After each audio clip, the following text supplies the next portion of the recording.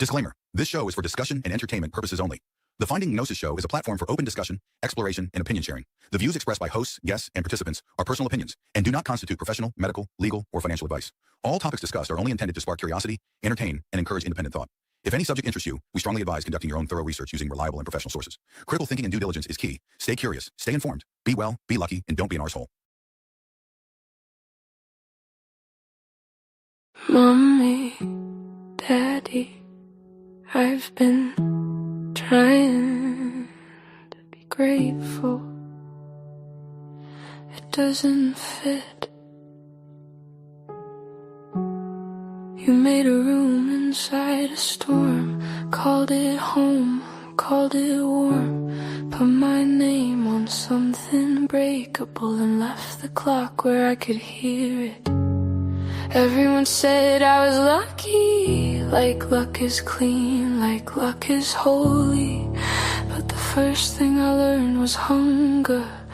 The second thing I learned was time.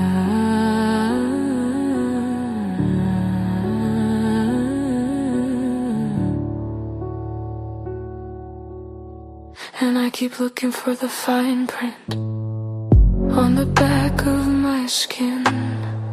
I keep trying to find the moment I agree to this.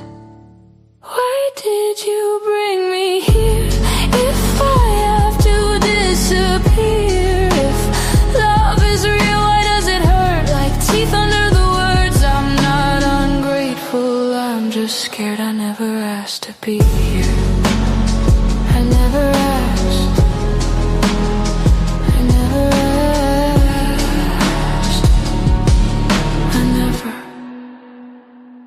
They call it a gift, gifts don't bruise, gifts don't come with sirens in your chest at 2:02. Gifts don't say smile while they sharpen you down to something useful. I tried to be good, I tried to be soft, but softness gets audited and goodness gets used. Sometimes I watch people laugh like it's proof, like laughter cancels out the parts nobody wants to look at.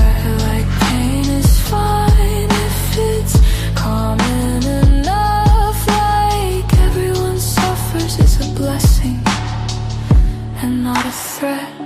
So tell me, mommy, did you know when you said one day you'll understand? Did you mean one day I'll stop asking? Why did you bring me here if I have to disappear? If love is real, why does it hurt like a curse dressed up as worth? I'm not ungrateful, I'm just scared. I never asked to be here. Who signed?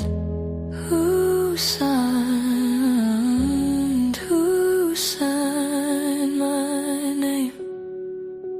I didn't click accept, didn't nod, didn't breathe a yes. I woke up in a body already paying debts. They say your parents did their best, okay, but best doesn't answer shit, best doesn't erase the math. Life equals love plus loss, and loss collects interest.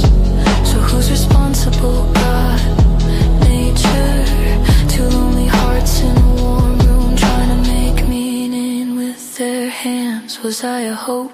Was I an accident? Was I a mirror you wanted to prove you existed? Because sometimes it feels like I'm just evidence. Sometimes it feels like I'm a receipt. If God is good, He's got a strange way of showing it. If God is gone, why do I still look up when I'm breaking?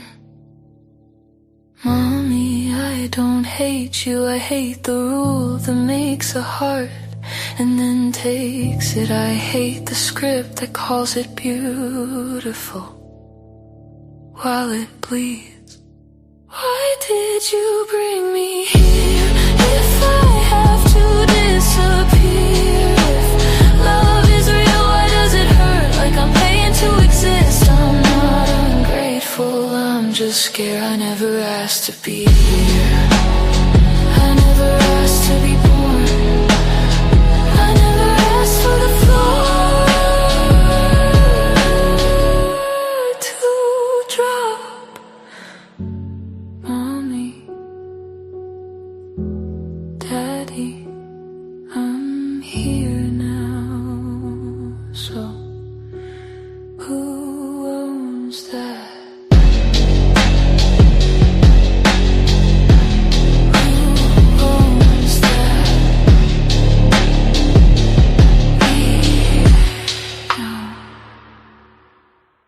Mommy, Daddy, I've been trying to be grateful. It doesn't fit. You made a room inside a storm, called it home, called it warm, put my name on something breakable and left the clock where I could hear it. Everyone said I was lucky, like luck is clean, like luck is holy. But the first thing I learned was hunger. The second thing I learned was time.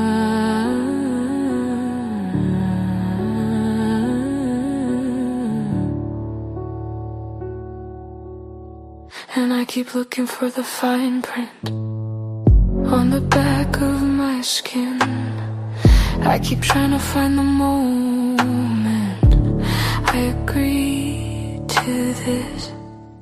Why did you bring me here if I have to disappear? If love is real, why does it hurt like teeth under the words? I'm not ungrateful, I'm just scared. I never asked to be here.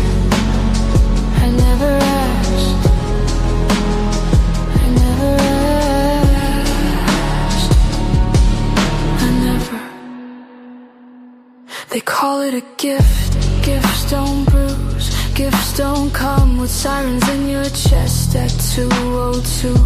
Gifts don't say smile while they sharpen you down to something useful. I tried to be good, I tried to be soft, but softness gets audited and goodness gets used. Sometimes I watch people laugh like it's proof, like laughter cancels out the parts nobody wants to look at.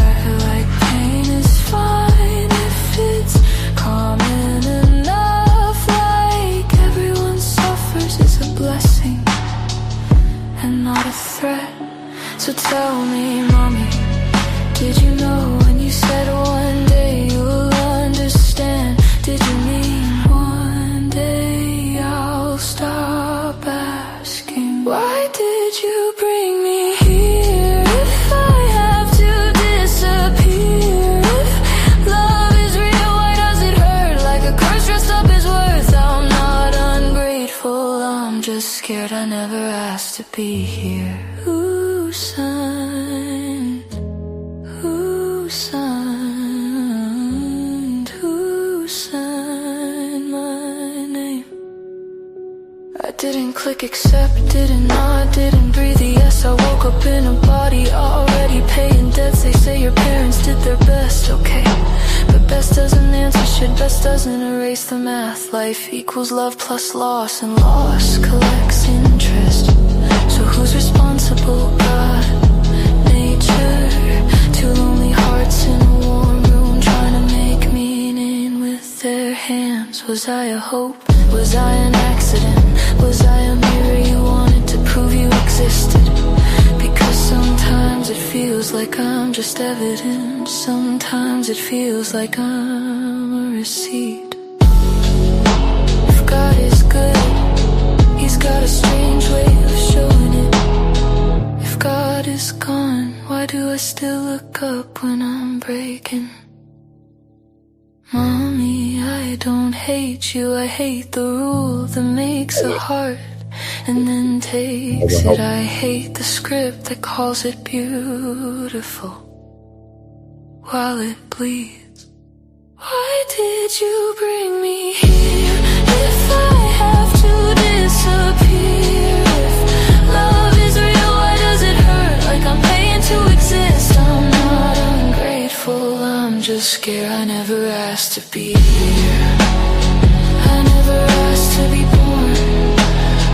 I never asked for the floor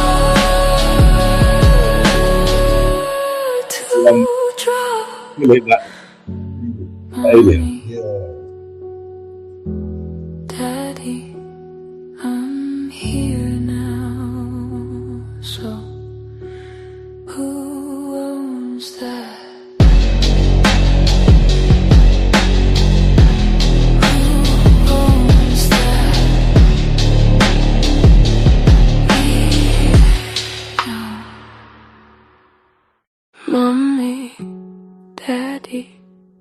I've been trying to be grateful. It doesn't fit. You made a room inside a storm, called it home, called it warm, put my name on something breakable and left the clock where I could hear it. Everyone said I was lucky. Okay, welcome everybody to another episode of the Finding Gnosis show, trying to find out what the hell is going on in this strange existence and just what we should be doing in it. I have with me today our regular here, social experimentalist, aka Danny Shine, and he has a question for people listening. Or a series of questions, hopefully to get the conversation flowing and try to attain gnosis, that is knowledge that will prove helpful in each and every one of our existences here.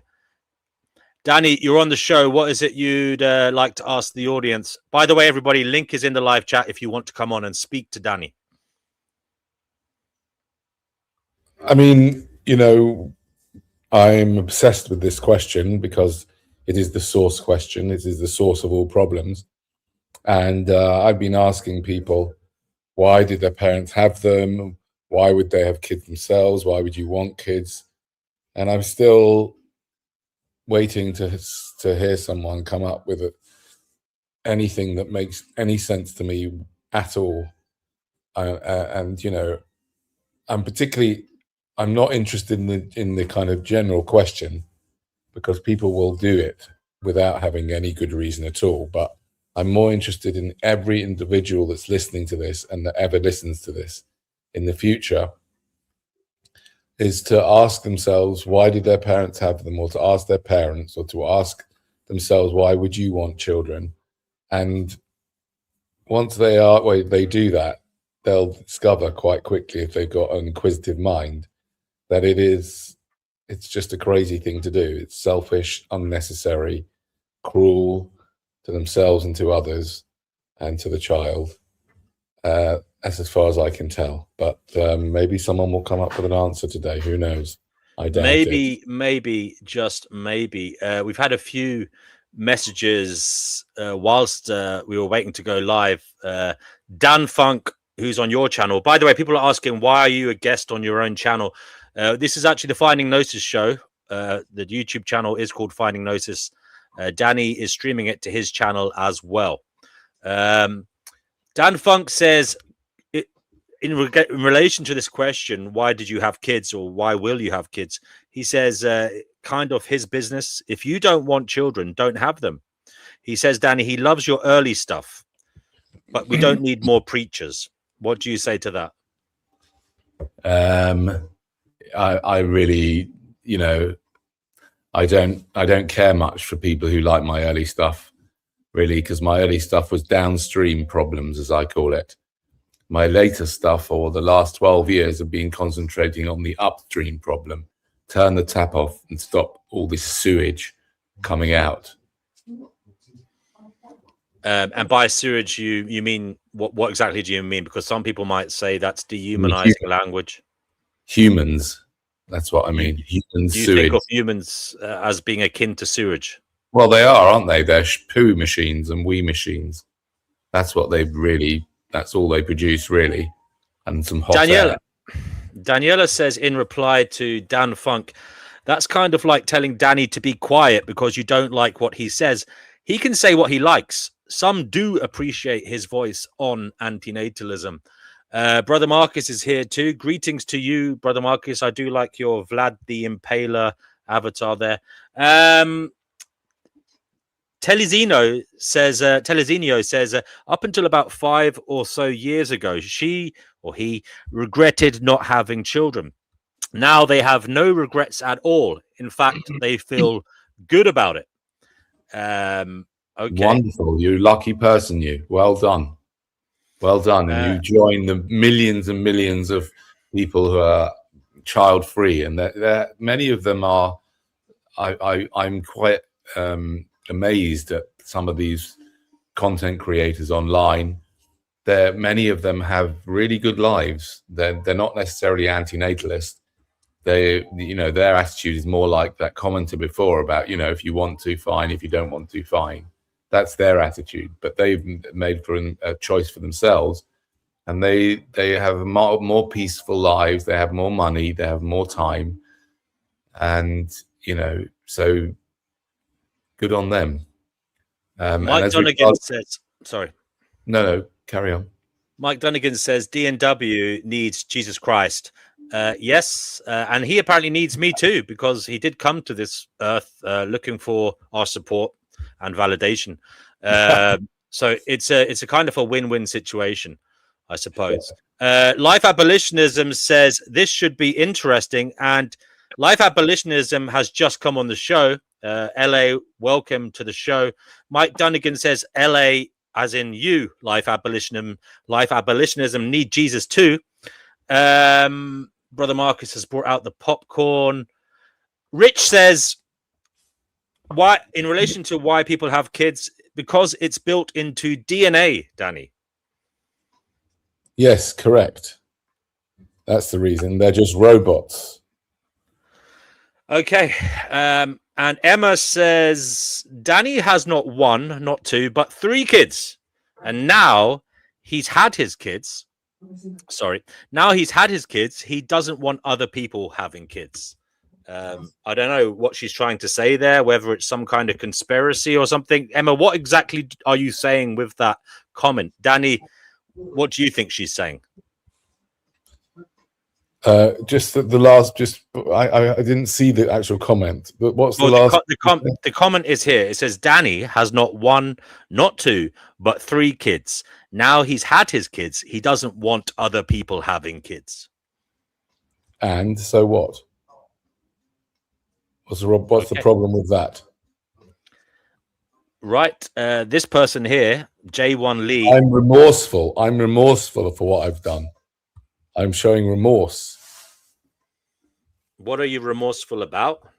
I'm remorseful that I've brought 3 people into existence. Live and let live. You do you, Danny, says J1 Lee, or J1E. Sorry. I am doing me, and I am living and letting live. I'm not stopping people from doing anything. I'm just pointing out how disgraceful, cruel, immoral, and I don't know what more to say. How it is completely unacceptable and completely not okay to start somebody's life. That's what I'm saying. I can't stop other people doing it. I don't have the power, but I can comment on it and I can point things out about it. Well, can we start this discussion by discussing why you had 3 children? Yeah, sure, with pleasure. Oh, on that bombshell, here is Life Abolitionism, who has butted in without being asked to. But you are on the show, and you are now welcome to talk Life Abolitionism. Go ahead. Now, before I start, Life Abolitionism, why do you think? See if you can work it out. I don't know. I mean, I'm assuming this is mostly a straight people problem. They fall in love. They don't use protection. Maybe their partner wanted children, and they just do it because it just feels right and natural, and they feel entitled to have children. I mean, I've asked my own parents. I wasn't happy with the answer that I got from either of them, and so, I don't know. I never wanted children, so I mean, I always thought that it was wrong. I always thought that, as a Christian, when I was a Christian, I thought people were going to die and go to hell. So, I don't understand the psychology of people who want to have children. Right. Well, you kind of lucked out to some degree in the fact that you're gay, and so it's a lot harder for gay people to have children anyway, right? But so you lucked out. I was brought up in an Orthodox Jewish environment, and I'd never even met anybody till after I had the older 2. Maybe that I was already in my 30s, or about 30, maybe somewhere in my 30s, I may have met someone that was child-free by choice. But I literally, until then, I'd never even met anybody who's child-free by choice. I didn't even know there was such a thing, because the way my upbringing was, you know, you put on your trousers and you get up and you brush your teeth, and then you go to university, school, and then you get a job, and then you find a wife and you get married and you have children, and that's how it is, you know. And I benefited out of that whole culture because I had a band and we used to play at weddings, and I did quite well out of that. And so that's that. I was in this culture that was completely pro-natalist. In fact, you know, they have charities that support people who can't have kids in my community. Well, it's not so much my community, but in my ex-community, should we say. So I never even considered it, and everybody else was doing it, and that's why I did it. And I, you know, now look back on it, and I think, who was this person? And in particular, the third one we had was like just out of the blue. Oh yeah, should we have another one? Yeah, that was it. We didn't. Me and my wife, we didn't discuss how much it was going to cost. We didn't discuss what could go wrong. We didn't discuss anything. I just thought babies were cute, which is also crazy as well, because like they weren't cute half the time. They made loads of noise and they made poos and everything. But I'd just been swept up in this whole madness, and I happened to find them cute, and they are quite funny. Kids are quite funny. You know, they can be funny and they can be very oxytocin inducing and nice little toys until they become teenagers, and then it all goes pear-shaped. So is that a good enough answer? Does that satisfy your curiosity? Well, I just have a question because Well, before you ask that, Life, I just want to pop in with this question from the live chat. I think it's pertinent to what Danny has been talking about and the prior question put to him. Love Vi says, so do you regret having them 3 kids then? Right. Firstly, the grammar isn't perfect, is it? There, them 3 kids. What's that? Oh, it doesn't matter. Come on. For all you know, they might speak 10 other languages. That's true. That's true. You know, you don't know who they are, what's going on. They might just have picked up English last week. I know. Yeah. Okay. I would. I usually when someone. I mean, obviously, I've been asked that question many times, and I don't know. I don't think it's helpful to see life like regret the whole time, because I did what I did, and that's all I knew. Right. I prefer to speak about them in the way of remorse. I feel remorseful for what I've done, because I think it's a crime to do it now. I look back on it and I think it's a terrible thing to bring someone into existence. It's terribly cruel. It's unfair, and it's cruel to myself, cruel to the kids, cruel to all the people that are exploited and all the animals that are exploited just to keep these people alive and happy. So I feel remorseful for what I've done. Fair enough. Okay, sorry, LA. I butted in when you were about to say something. Okay, I just have a question because you talk about how you grew up in the Jewish faith. I mean, most of my anti-natalist beliefs came before I even knew anything about anti-natalism. It was based on the Old Testament. So when you read the story of like Job and Jeremiah and all these stories about how horrible life is, did any of that resonate with you? And they cursed the day they were born? Like, what did any of that mean to you? Firstly, that wasn't the main focus of my my biblical and my religious upbringing.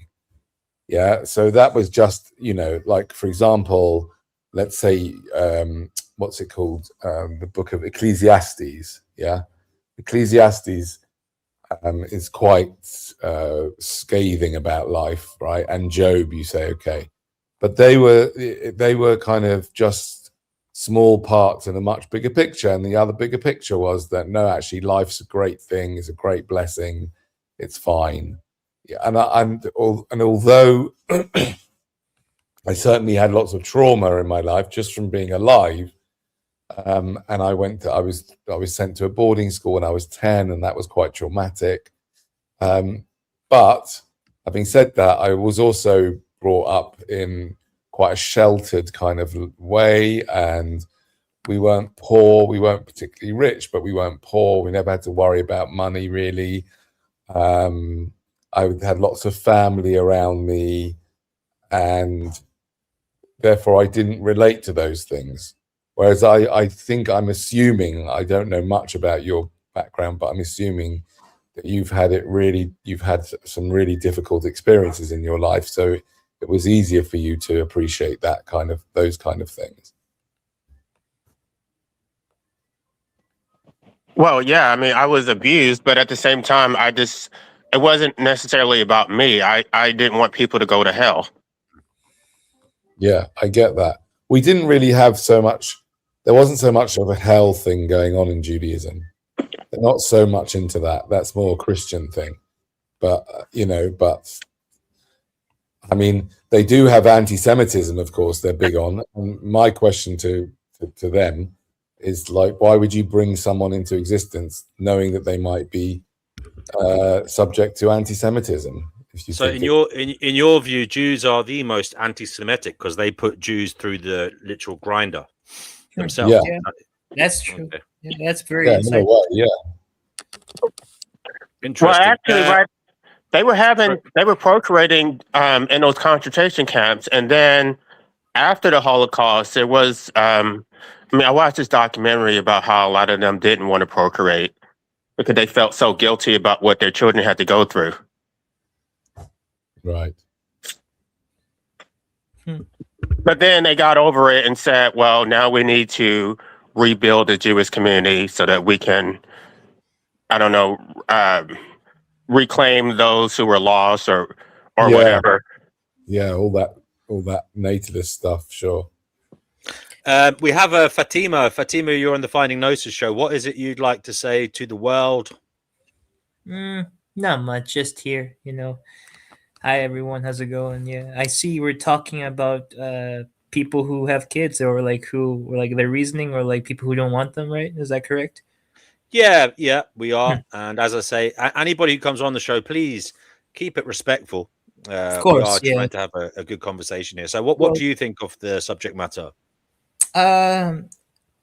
It's pretty, I think this subject matter comes up more frequently than like people want to admit, because I've had these conversations with my own parents before. And yeah, some of them, there are times where they do say they do regret having me, and like I don't feel offended at all when they say that, because I didn't ask to be here in the first place. I didn't ask for the body I was born into that I don't like. And yeah, so like it's not really that much of a heavy subject matter for me to like digest, so I can definitely understand why. Like, I can totally understand why some people are parents and they regret having kids. Like, I can totally, even though I'm not a parent and I don't want to be ever in my life, but still, I can definitely see where they're coming from. But like at the same time, like I don't like, if you have kids and if you like them, then that's you. That's you. Like, though I would question it, but like I don't question it too much because that's not my life. If that makes any sense. Yeah. Okay. And any advice for people out there who are thinking about having kids? I would strongly suggest that you probably think twice and don't. But like at the end of the day, your own robotic DNA is probably going to tell you otherwise, and you will ignore me, of course. So I don't, But if you could hear me, I would strongly suggest you don't. That's just me, but like I can't be in your life. I'm no one's like babysitter. At the end of the day, I don't have like a god's eye view of everyone's life. I can't really stop anyone.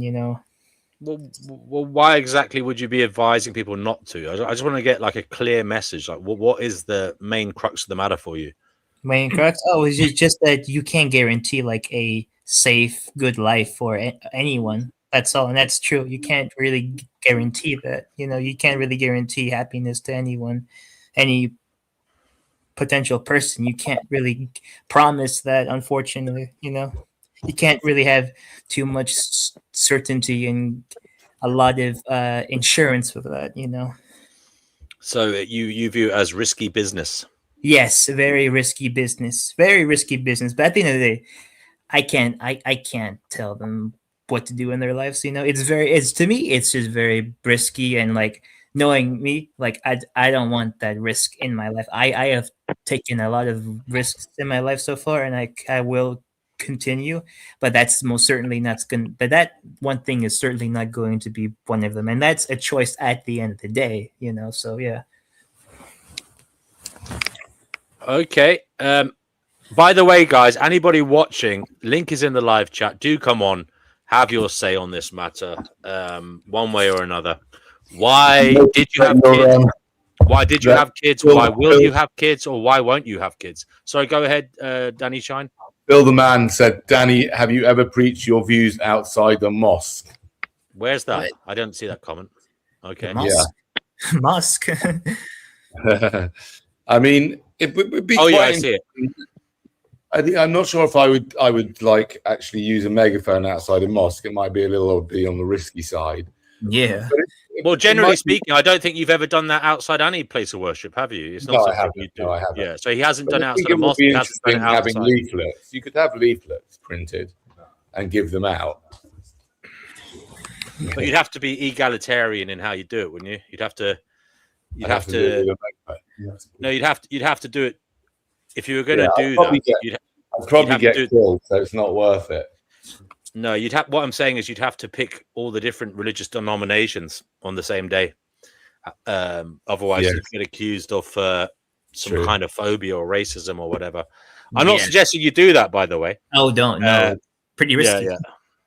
Very risky, like, especially doing it to places of worship. Yeah. Like, I wouldn't even dare do that. Even like that's like hot water right there. This goes back to, I suppose, to one of the first comments here, when someone said it's their business, kind of their business. No, it's kind of like none of your business. In other words, stay out of my affairs. No, it's not. Hold on a second. One at a time, please. One at a time. Danny first, and then life abolitionism. Oh, let life abolitionists speak. It's fine. I don't think it's just a personal decision. The same way people are pro-life and they think they have the right to speak on behalf of the unborn because they think life is sacred. They think that imposing life on someone does some type of service. And to follow up on what Fatima said, it's not just a gamble. There are certain things that are guaranteed that you did not choose to be born into these systems. So it's not like you're born free. It's not like you're born in nature.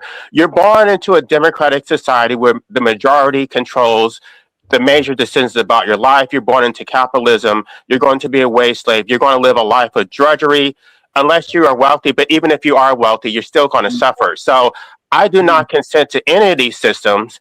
And I don't think that it was right for my parents to impose life on me for their own pleasure, and I'm the one who has to suffer all the consequences. We all have to suffer the consequences for a decision we did not make. They got all the benefits, and we're the ones who has to pay all the costs. So it's too late to speak for them once they're already here. You have to say it before they're here. The only thing you can do, I don't really want to go on that road, but you guys know what I'm talking about. There's only one way to help people once they're here. If they don't want to be here, they should not be forced to continue existing, but it doesn't necessarily fix the original problem. Okay, there's someone backstage. Kishore, one moment, please. I'll let you on in a little while. I'll sort that out. Danny, I'll take care of people coming in and out of the show. Okay. Oh, they've just left. Oh well. Danny, the same question for you then. This guy said it's his business. Stay out of his affairs. Stop poking your nose in. Well, what do you say to that? Who said that? That was the first comment here tonight. Basically, there was live and let live was another one. Stop getting involved in other people's affairs. No, because you can live it. I don't mind. I'm all for living and let living, as long as it doesn't impose on other people. right? We only say let live and let live as long as it doesn't impose on other people. But this is a massive imposition on other people, on society, on and on on the person himself, him or herself. So it is our business, absolutely. Okay, Pristine Son, you're on the Finding Gnosis show. What is it you'd like to say to the world in relation to the matter? Why, Christine? Why did your parents have you? Oh, what a way to start. They were on drugs, so that's why. Yeah, my birth mom was schizophrenic on drugs. So I don't think it was like a conscious, like, oh, let's have kids and be a family, because she had already had kids with other men and she didn't stay with them. And she couldn't take care of my brother. So when she had me, she was full of antipsychotic drugs and other drugs. And I don't know, my dad was just someone that she was with at the time, I guess. And yeah, that was. Wow. And then I got adopted. So yeah, that's it. Wow, that's heavy. Yeah. Yeah. Yes. Yeah. But how do you feel, Pristine, having said all that? How do you feel that Danny is obsessed with this topic? Do you feel that it's a topic that is none of his business, or do you think it's fair and fitting that it is discussed? It's something that people should be considering. Maybe you might go as far as to say this should be a subject studied in school. The efficacy of creating life. Maybe it is something people should chew over. Yeah, it sounds like a good idea, you know, like. I mean, what do you think, Pristine? Is it any of his business? Is this something that is a bit too taboo? And is it unnecessary to be talking about this? What do you think? No, I think it's necessary, and other people do talk about it in philosophy type circles. It's something that's often discussed, you know, amongst those types of people. Obviously the general, you know, most people probably prefer not to talk about it because most people are pro-life. But I think the future is actually discussing this. And I think our facades, like in general, like people in society are dropping, and this kind of like pressure to put on a face and think that, you know, this is all okay, whatever it may be, is kind of, I think the future is letting go of that and kind of being more authentic. The future might be more authentic.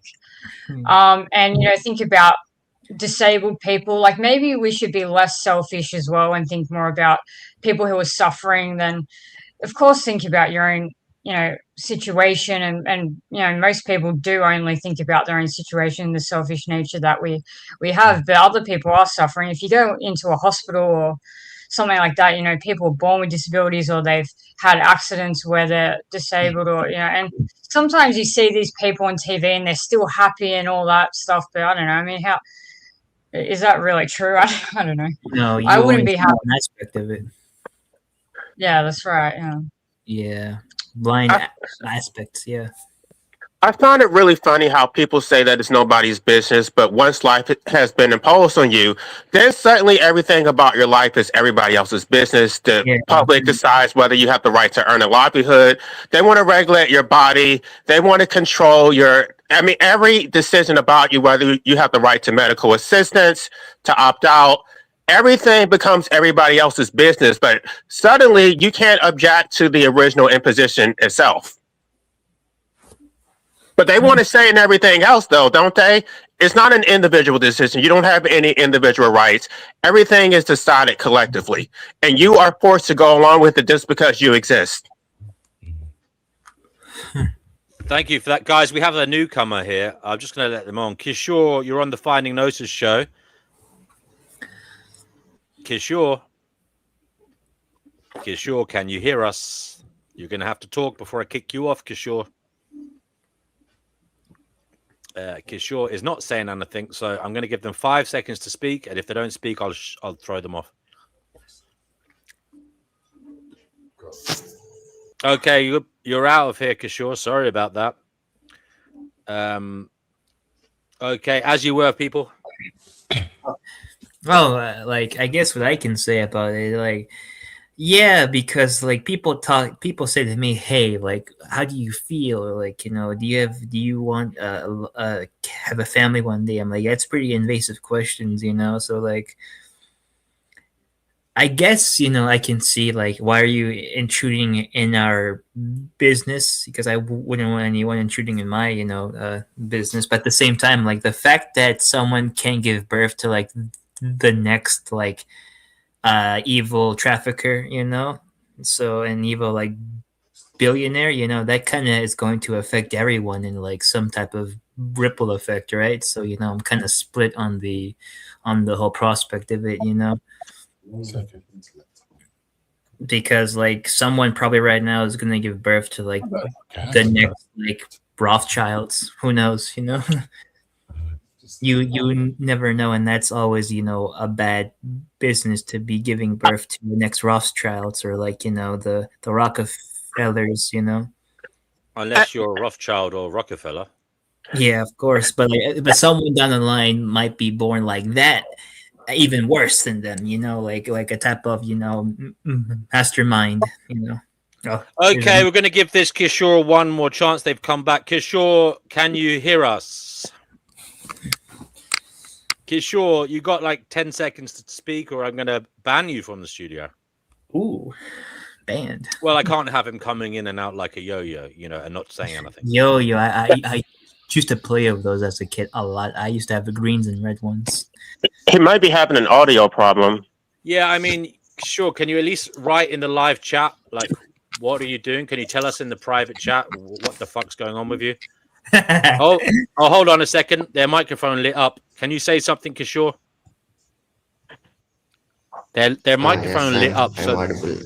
Oh, hello. What do you say, Kishore? Yes.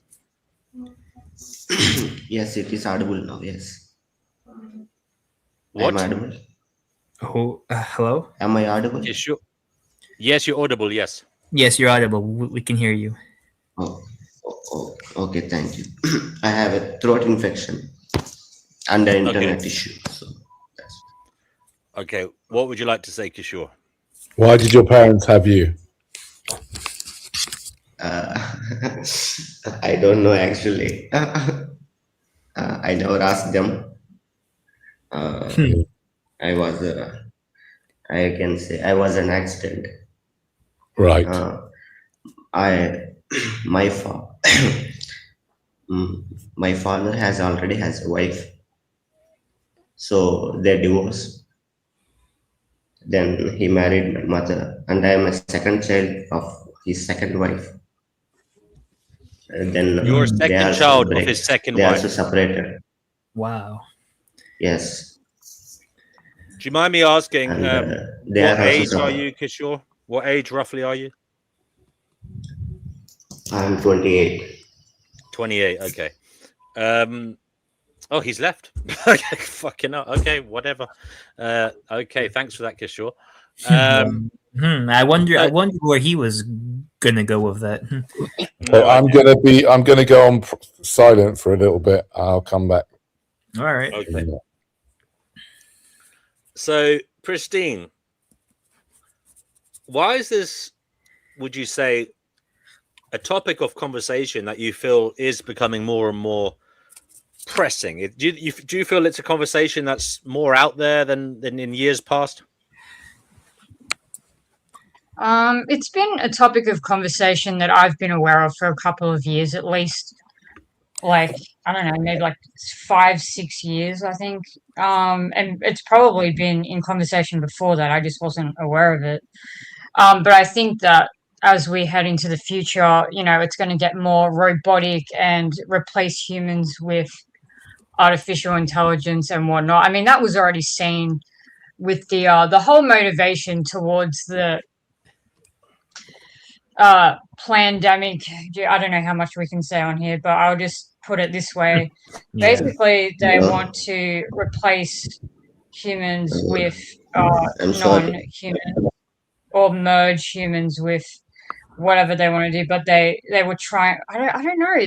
Their attempt was woeful. I really am not sure exactly what was going on there, but that was my initial guess anyway, that they were trying to depopulate in a major way, which they greatly failed. And typically, if your intentions, if you were that intelligent, you would not fail.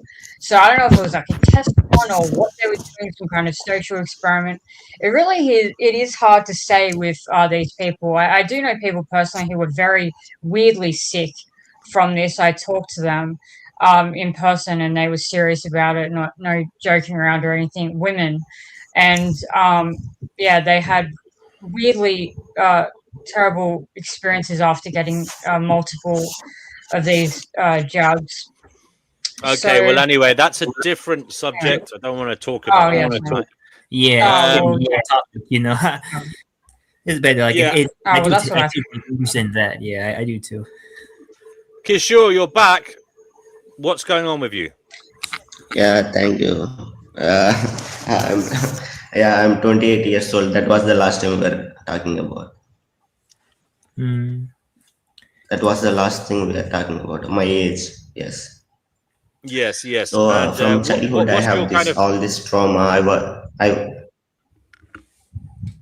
So I'm just explaining my background. Am I audible? Yes. Go ahead. Hello. Yes, you're audible. Go ahead. I was raised by a single parent. So she didn't have any stable income, stable job. So there are always struggles. I never saw my father in my entire life. Just met once in 2016, I think, for 10 minutes actually. He didn't like me. Kishore, He don't care about me. I don't care. Kishore, sorry, brother. And you speak a little bit clearer, so louder, and pronounce your words a little bit clearer. I'm sorry, you're clearly good at English, but I'm struggling to hear you a little bit. Okay, it's 2 a.m. in the night. My family is sleeping in the other room, so I don't want to wake them up. Okay. Is this frequency is enough? You're mumbling, you see. It's not great. I'm sorry. It's not great. It's not adequate. So either go to another room or stay in the live chat and just write what you want to say. Okay? Okay. Yes, Fatima, life abolitionism. Do you have anything to say at this juncture? Yeah, I just want to talk about how, as a gay man, how many times I've been asked, when are you going to get married? When are you going to have children? So they act like we're intruding on their personal autonomy, but they constantly impose on us. And it's just recently I've been asked, so what are you waiting on? When are you going to have children? Like, I don't believe in having children, but I don't always think that it is appropriate to bring it up, but they have no problem bringing it up. And then when you do respond, then they feel like they're being attacked. Yeah, they think like their way of life is normal, and they think that they get to go around telling people to have children, but you can't question their decision to have children. So what way do you respond? I just want to get an example of how you respond to that question. Hey, life abolitionism, when you getting married and having some kids? Well, I told the woman who recently asked me that, I said, I don't believe in that. And her response is it because children are bad? I said, no, I think because parents are bad. That's nothing to do with the children being bad. You're imposing your will onto your children. I had to explain it to her because it had never even crossed her mind. And how do they? So is that what happens then? How does the conversation flow? Well, it was at work, so I didn't really want to go into detail because I've done that before, where I explained in detail like I'm an anti-natalist and everybody thinks that I'm crazy and I'm suicidal. So I tried to keep it light, but I don't think you said you explained you're an anti-natalist. Can you explain how you explain it? to these people that you meet in your day-to-day life? What exactly do you say to a work colleague to demonstrate that you are an antinatalist, as you put it? Well, when they start talking about having kids and stuff, and what are you going to? I tell them I don't believe in that. I think that it is wrong. I don't think that anybody has a right to have children. I talk about the suffering in life. I talk about how nobody cares once you're here. It's every man for himself. You're subjected to total subjugation to the state. I talk about how we're all going to die, and none of us ever chose it. I talk about the Bible, what the Bible says about it. I mean, I've gone into detail about it, and every time I do, it's like a mistake because they put a stigma on you, like you're just crazy. And so I try not to talk about it anymore, but I have done it in the past. And even when I dated a guy before, which I assumed that because we're both gay, neither of us are going to have children. Like, he got mad at me and said I was so selfish because I got sterilized. Like, it's like, you ever think about your partner? And I think that's one of the reasons that we broke up, because he couldn't handle the fact that I was an antinatalist. Wow. So he wanted you to basically probably do IVF or something, did he? Oh, wow. I don't know. I thought it was so stupid. Like, am I going to have your baby? Like, are you retarded? Gay men usually get a surrogate mother. That's what I think Anderson Cooper and his partner did, I think. Yeah, they get surrogacy. Yeah, that's what they do. Or they IVF or something along those lines. Yeah, that's weird to me whenever people like gays or lesbians do that, because I don't know, I just think that's kind of weird. Like, you're not like coming yeah, I don't know. Like, okay, life abolitionism. What's the kind of strongest reaction you've had, like in your face, kind of automatic response? Like, have you had somebody get aggressive with you? Have you had someone shout at you, insult you to your face, like instantly upon hearing what you say about antinatalism? No, I think most of the time they get it, but the implication is that I support using the state to deprive people of the ability to procreate. That's their visceral reaction. It's like, no, I'm not trying to force you to not have children. We're having a conversation. I think it is unethical, but I can't make you not have children any more than you can make me have children. So they think that we're going to impose our will through force, because that's the way that they think. They constantly want to impose their will, forcing people to not have abortions. And they think that this is the way that they think. They're hardcore statists. And so the implication is always going to be using the state to control their lives, because that's what they do to everybody else. Daniela says she asked her mother why she was born, why her mother had her, and she said all she gets is, "You were a lovely baby." She's glad that she was born, and no other answer, just a deflection. Well, I'm not sure, Daniela. Her answer is she wanted a lovely baby, and you were a lovely baby, according to her. I'm not so sure about the adult, but I'm sure you're quite lovely still. Viking says this place is hell. He says he's 37. His wife is 28. He says we might have a kid if we are able to make enough money, and if we start seeing a change in the world for the better. Oh, so then he's hedging his bets. He's working hard. He's trying to get his finances in order. And if he believes the world is changing for the better, he will have a kid, or he might have a kid. Okay. Be careful, you know. De Poop says that's a bit strange. This place is hell. We might throw another innocent soul into it. Well, he's literally saying it is hell at the moment, De Poops.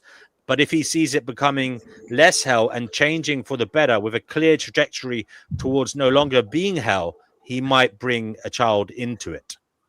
I understand it as that is what he meant.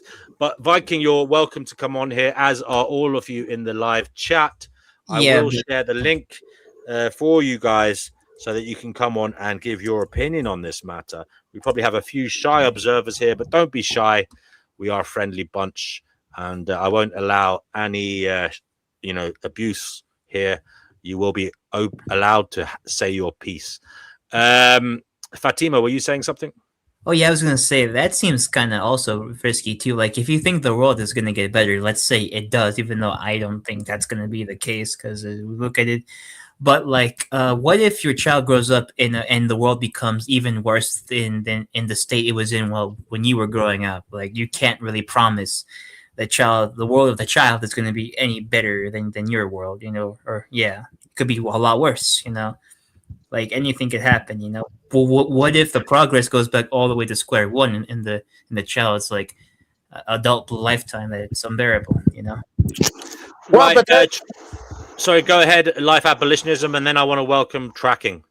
Okay. But things are always people think that things are good and that they're going to get better. Nobody ever thinks that things are going to get worse. It's like when people had children prior to the Holocaust, nobody knew that the Holocaust was going to happen. So you can't predict how infinitely worse things are going to get. You make a decision based on the way things are right now, but you can't predict the future. You're taking a gamble either way. Okay, tracking. You are on the Finding Gnosis show. What is it you'd like to say unto the world at large? Well, hello, world at large. Thanks for letting me be on the show again. I don't really have anything I want to contribute outright. I just saw that this stream was live. I saw that you wanted me to come on, so I thought I'd pop on in, and I might chime in if you guys are talking about anything that piques my curiosity. Although I am cooking tonight's dinner, though, so excuse the background noise if there is any. Okay, there's a little bit. Okay, no problem, tracking. Well, feel free to chime in as and when you feel inspired to do so. This guy here with the RT, and I believe that's a map of Northern Ireland. He says most people are born from most people are born from moments. Very few are planned. That's from Randomness Tube. Doesn't say whether that's good or bad. Do come on, RT, and let us know. Magical Viking, you have to connect your microphone to come on here, your camera, but you don't have to show yourself, obviously. It says your devices are not connected, so you're going to have to give permission to those devices in your browser. I'm sure you can work that out. If you can't, just Google it. How to give access to your devices on StreamYard. Then you can come on the show and talk like everybody else. Sorry, Pristine, what were you saying? Oh, I just made a joke because his name is Random and he put a random comment, so I was just like, oh, how random, like as a joke. But sorry. Random by name, random by nature, yeah. Okay. Right, fair enough. Anybody have anything that is, wanting to come out of them on this subject? I just have a quick comment. They're talking about like make this hell a better place. Isn't that what humanity has been doing since the beginning of time? It's like it's a failed experiment. It's not going to happen. You think that you're trying to make fetch happen. It's not going to happen. Like you can keep trying, but really what happens is they don't have children and think that they're going to give their children a better life. They create children so that their children can create a better world. So it's like my child is going to find a cure for cancer. My child is going to solve world peace. It's just like you're putting that burden on your child because you can't do it yourself. Yeah, exactly. You're kind of putting all of the burdens of the world on the child, like on their shoulders. Like that's really not fair because that's exactly what my freak said to me. Like they literally said to me, smiling, that we're gonna put all of our things onto you, and you better do good in life. And they said that when I was like 14 or 15, like they wanted me to like go to college and shit like that. When I was like, I don't know about that because I don't know. Like I just don't know because like we literally moved out of that house like 3 months ago because of something that happened. So yeah, I don't know. I don't believe that people are necessarily inclined to have children because they want to make the world a better place. I think it's more that they want their children to have a better experience of the world than they did personally. Like to give you a, oh, is the stream still on? Yeah, there's a newcomer. The stream is still on, okay. but I'm going to bring somebody All right. on after you. Tracking, make your point.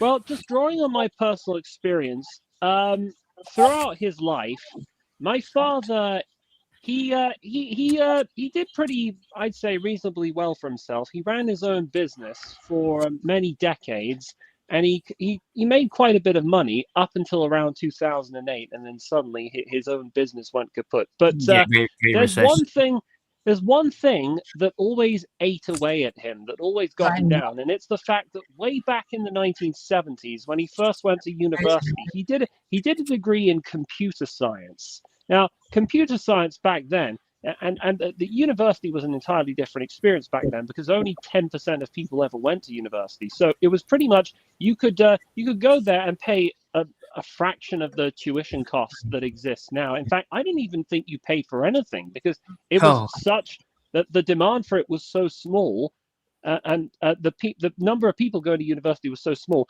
So it was regarded as really prestigious. So my dad did this degree in computer science, but he flunked it.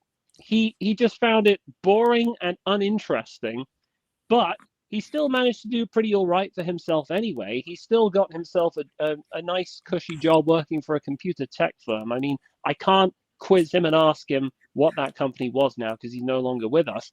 But it always ate away at his psyche that he never completed it. Now, fast forward, let me think, what is this, 30 or so years later, when I first went to university, there's been this sort of there was this generational, what should I call it? Not a curse. I don't know. There's been this sort of this generational imposition of okay. What essentially happened was, by the time I started going to university, half of all people in my country, the UK, were going to university. It was beginning to carry less of the the social and economic incentive for going as it did in the past. It wasn't as prestigious, but it's sort of seen as a rite of passage.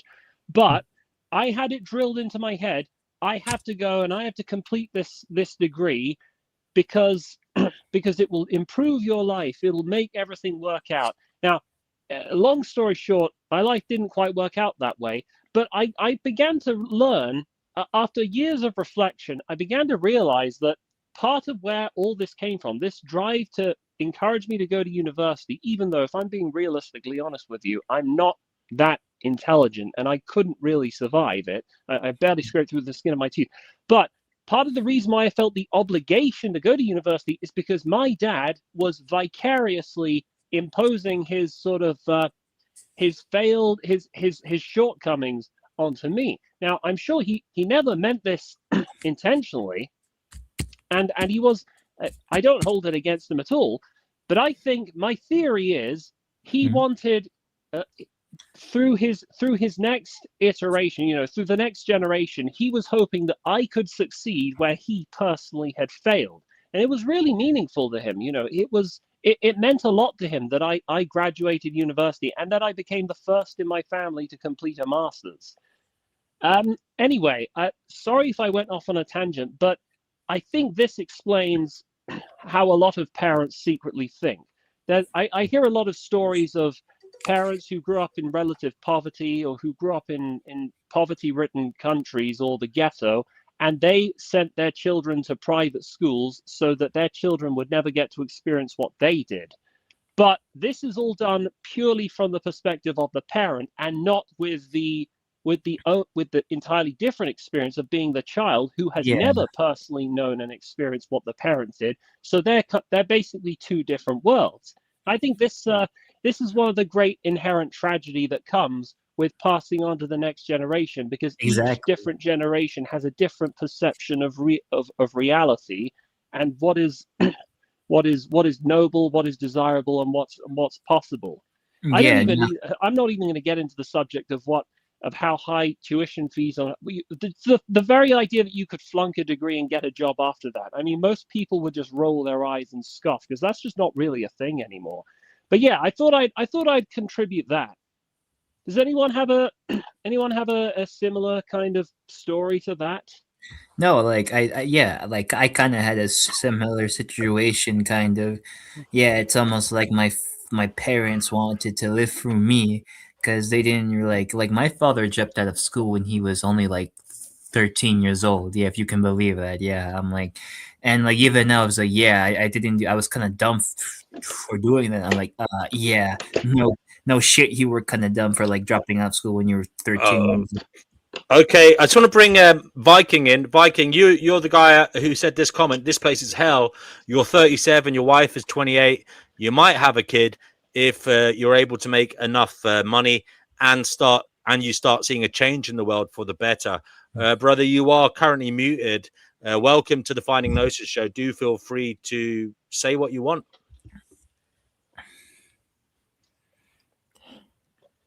Yes, Viking. Viking, if you how long have you believed that the world is always hell? Was it? Did you not come to this realization 8 or so years ago before you met your wife and had children? He hasn't had children. I haven't had children yet. And tracking. 1 moment, please. Don't interject until after Magic has finished speaking. Magic, you heard me talking. Would you like to just say? Yeah, you can hear me, right? Yeah, we can hear you now. Okay. So yeah, like, I mean, I don't know how you knew this, but we have been together about 8 years, and I've realized that this place is hell about, I don't know, maybe 15 years ago. I've just grown up with physical ailments. People have always bullied me. My parents weren't great parents. I'm an only child. I've always been depressed. So, I've had it the way that I've had it. I feel with a lot of what you guys are saying here, and I've been subscribed to your channel for quite some time. I'm just not engaged too much just because of whatever, but I support the idea of not having kids, especially with how many people are having kids and people aren't smart and they're not raising their kids right and they're just giving it off to the government, and they're just at the whims of whoever's able to propagate or manipulate their minds or opinions into whatever direction that they want, and nobody's really free. But I on the same hand, to maybe support the idea of having children, it's just, I guess, like, I do wish that I could have a kid that would be better off than I did or do things better than I did it. I'm a vegan, I don't know. I'm like trying to do the least amount of harm to others. And I've always thought that this is the way things should be. Obviously it's not for most people. So, it would be selfish for sure to have a kid. I just don't know if that makes it not okay, or, you know what I mean? I don't know. You can. Okay, guys, feel free to interject. I am going to sit back and hear what you guys have to say about this. And Magic, obviously, feel free to reply whenever. Thanks. Magic, do you believe that all life is inherently? Forgive me if I'm paraphrasing. Do you think that all life is inherently hell, or is it just the life that you've personally experienced? Great question. So generally, I think with the fact that there are so many people and animals and the earth in itself, with such like injustice to it, and that we can't come together enough to help it, that it is generally hell, though some people don't experience it as bad as some of us do. But I think it could also change the other way, potentially, maybe with some outside intervention, maybe, if that's even a thing. I think one of the problems is that a lot of people don't see human beings as being individuals. They see them as being a continuity of their parents, an extension of their parents. Like, there's some cultures that actually see it that way. I wanted to talk to social experimentalists about the Jewish culture because I've studied the Kabbalah, and the Kabbalah says that we are all one. So it doesn't necessarily matter what happens to the individual, because you're thinking about what is best for the collective, what is best for your community, and they're willing to sacrifice the individual for the greater good. So if you don't see the individual's subjective experience as being important, then it doesn't matter, because you're thinking about how your people, whether you're Black, Jewish, or whatever, you're going to advance by having more children and increasing your numbers. Or even if you look at it on a greater scale, like democracy, it's like you don't want the declining birth rates because you need more workers. It's like it's always achieving at the expense of the person who is brought into existence. It's not about the individual.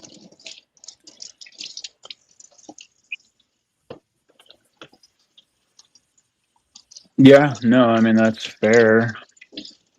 I mean, I don't know. It's like, who's to say what is right or wrong other than what we have text wise? And, so what about the Gnostics? They had a truth thousands of years ago, or however long it really was, and they pretty much died off because they stood for that truth that they knew to be the case. And so, I don't know. Did they not have kids? There are so many different types of Gnostics. I'm not really sure. I'm just throwing it out there. No, they didn't believe in procreation. No, they didn't believe in it. Like the Cathars didn't believe in it, and the people like in Iran, modern day Iran or China didn't. There's like a Gnostic sect there. I forgot their names. That they start with an M. Their prophet is the Meni. What? She hasn't said anything to The rain is coming. 5 minutes. No real nothing. But yeah, like Manu or something. Yeah. Yeah, but like magic. Is it magic or is it magisk? Swedish for magic, but it's magic. All right. Okay. Magic. I'd like to know more about your personal circumstances as a person, because I want to know if there are factors in your life that could influence why you feel the way you do about the world. For instance, you say that I think I remember you saying your parents were cruel to you, you were an only child, and people bullied you. Was there a particular reason that all that happened? For instance, were you born with a debilitating condition? Or were you shorter than average height growing up? For sure. No, and I mean, it's kind of. So I only had, these physical ailments at the start of like 8 years old. So until 8 years old, I was a pretty normal child, and I was just an only child with neglectful parents in the sense that they didn't know much. They were dumb as well. And they just weren't meant to be parents. So it was like that. And then they just continued on for the rest of my life to be dumb and neglectful, but they did love me. It's just they were dumb. So then how much does that love equate to? But then I did have like all these ailments afterward, and I kind of dropped out of school. Didn't have many friends. I just didn't have a good guidance. So I was kind of a knucklehead, and I would annoy kids, and people just didn't like me as much. I was kind of, I would always stick up for I was kind of aggressive. My dad was aggressive, so I was an aggressive kid, but circumstance had it that I very much calmed down quickly and kind of did everything opposite from my parents and learned to be vegan and whatever else and just, work for myself and not contribute to this stupid world that's everybody's perpetuating by partaking in it. I know about the anarchy and the Gnostics and all this different stuff, but even with that kind of base knowledge that some people have, we still don't agree on what is non-harm or how we come together and change things. So things don't seem hopeful anymore. I know that. I just want to know if it's possible that your entire perspective is contingent on your personal experience, and that, for instance, say you've been born in a different circumstances, like say your parents were, let's say, fit to be parents, they were responsible, and they raised you in a fair manner, and or maybe you weren't bullied as much, or you were, but you were able to fend for yourself and stand up for yourself. Do you think you'd have a different outlook on life? Yes, most definitely, I do.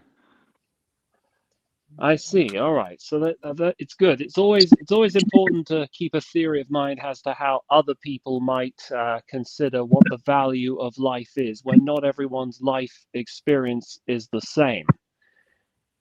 Right, but I Yeah. mean, some people have it worse than others, but there's some things that are universal. Like we're all going to age and decline. We're all going to get sick.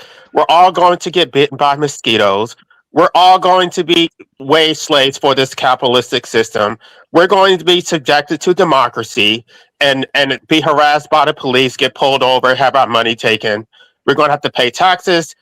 I mean, so you can say maybe some people have it better than others, but the bottom line is, regardless of how much suffering one experiences, parents don't have any right to impose any of that suffering onto someone without their consent.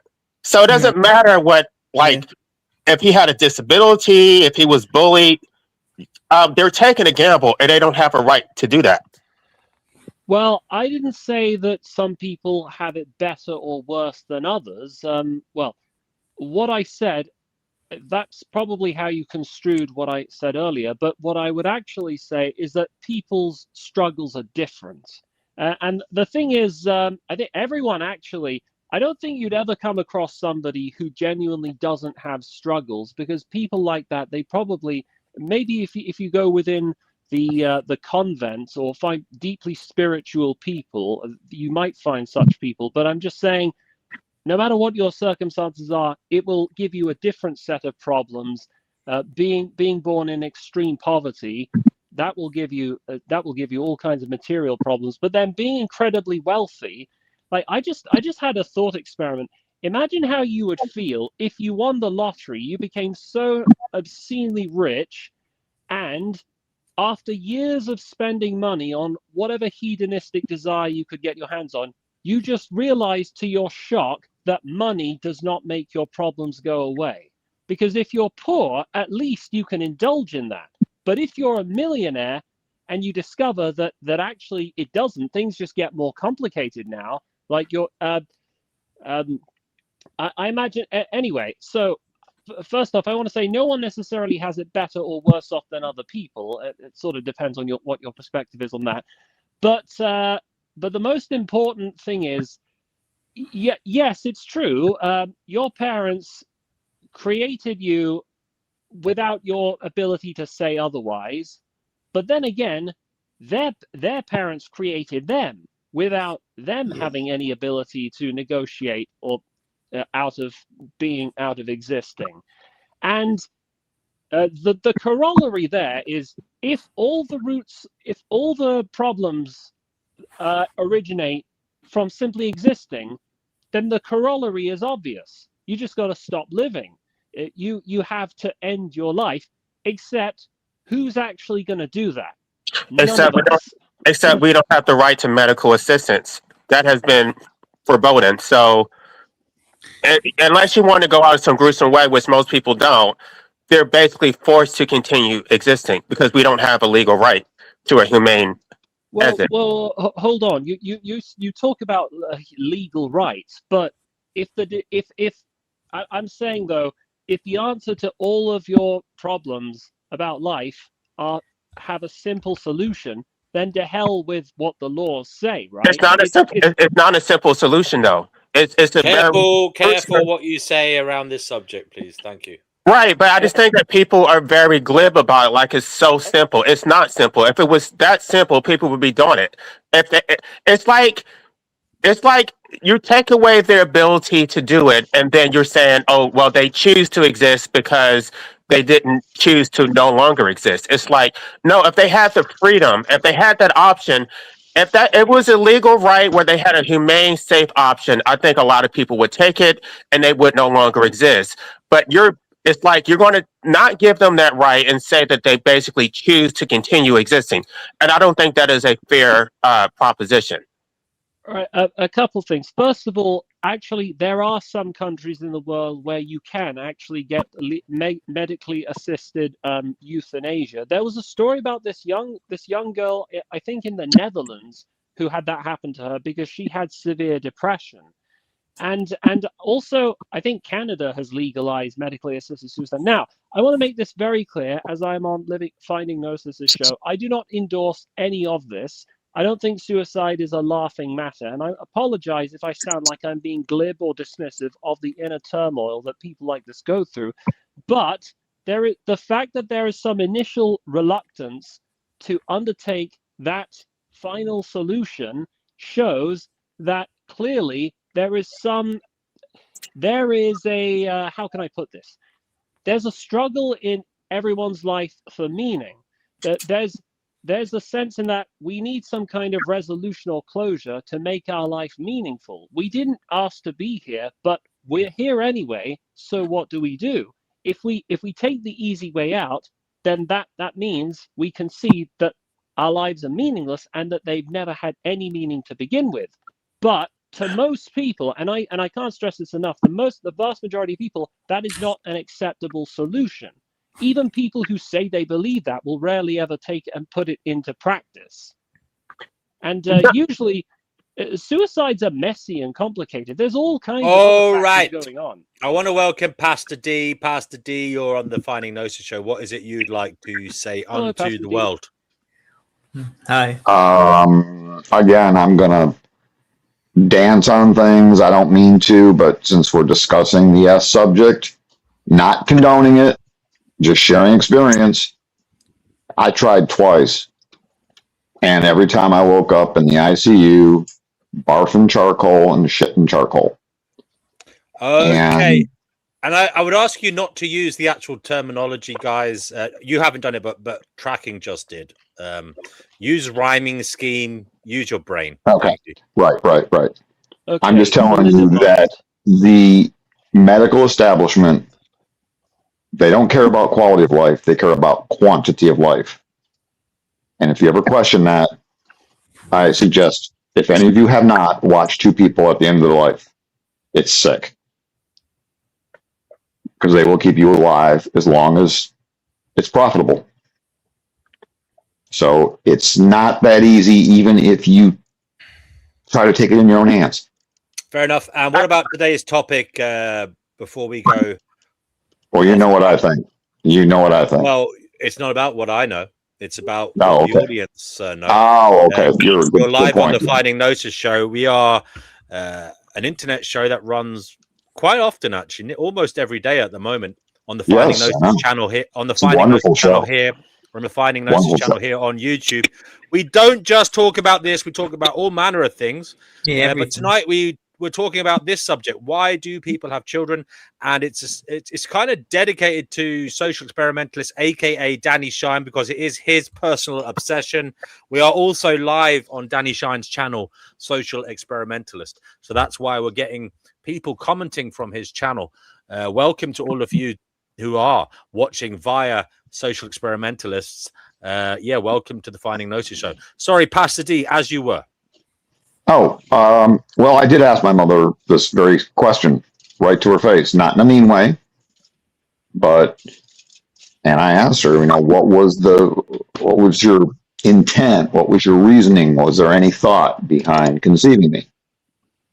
And the look on her face, it was astonishment, guilt, disgust, anger. I've never seen an expression on my mother's face like that before. And she's generally a very powerful, very positive person, or was a very positive person.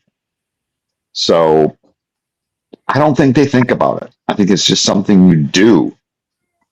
And the sheeple are doing it. And we're all sheeple. And if you don't have them, then you stand out and you're not going to be a member of the club. And it's partly status symbol. It's partly what you're supposed to do when you reach a certain age. attain a certain,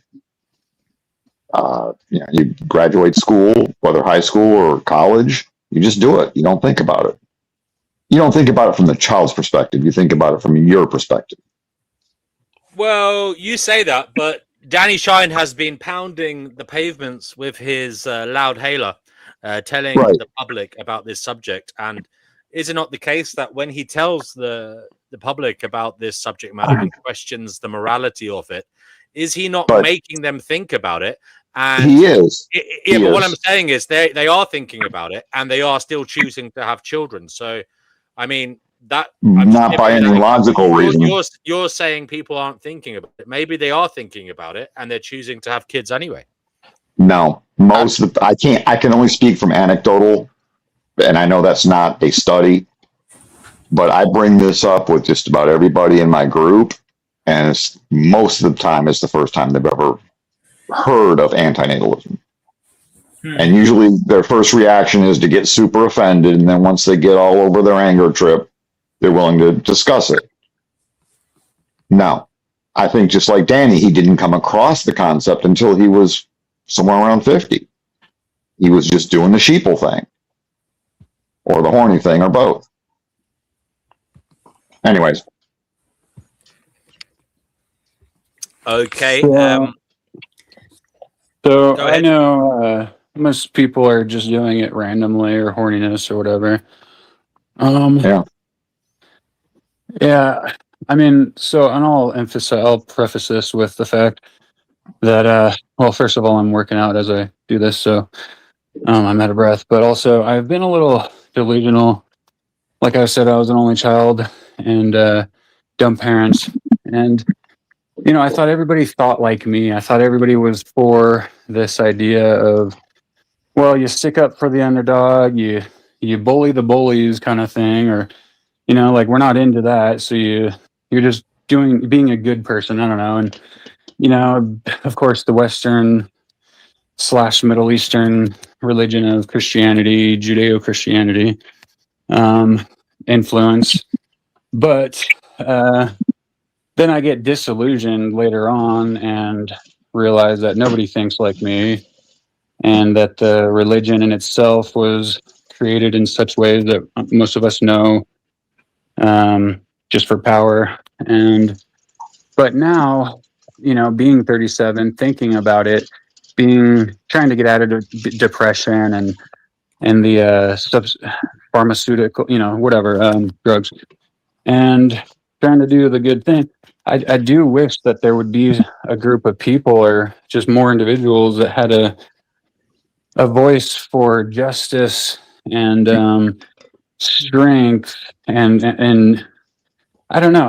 I'm not good with people because I don't trust anybody, and it's like it's very unlikely to congregate as a group of like new Gnostics or someone that knows a better life and maybe mysticism, and that there is such thing as all the manipulation of energy and whatever else. Everybody has stuff to contribute.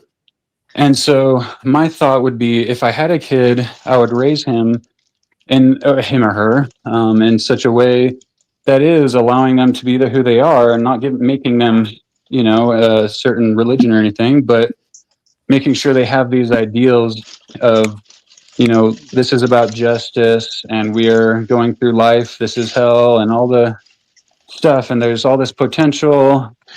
Of course, we are hurted, and hopefully it would make something better, and maybe we're going into a time where there is a resurrection of the Gnostic.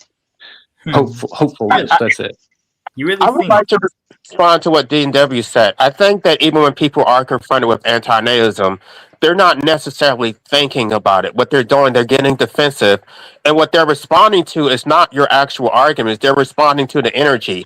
And antinatalism sounds very negative, very pessimistic, and they don't want to engage with it because it's like, why are you being so negative? They don't actually respond to the imposition. They don't think about it. They just dismiss it, and then they want to defend why they want to have children anyway, and then they go on about their business. They don't actually think about the life that their child is going to have. Like, I agree with that. Absolutely. I'm going to be a good parent. I'm going to do the best I can. They never consider the fact that parenthood is only a small part of it. It's like even if you're the perfect parent, which nobody is, you're still going to have to exist within this system that you never consented to. You're still going to have to work. You're still going to have to age and decline, get sick, die. And so your parents don't have any control over what happens within your actual experience. Yeah. So I want to mention what tracking said about 30 minutes ago, which is to me about if I had a different upbringing, then I might think of this differently. Well, there's so much, we get all this public information, and we're the 90% of this lower servant class, and we only get a certain amount of information.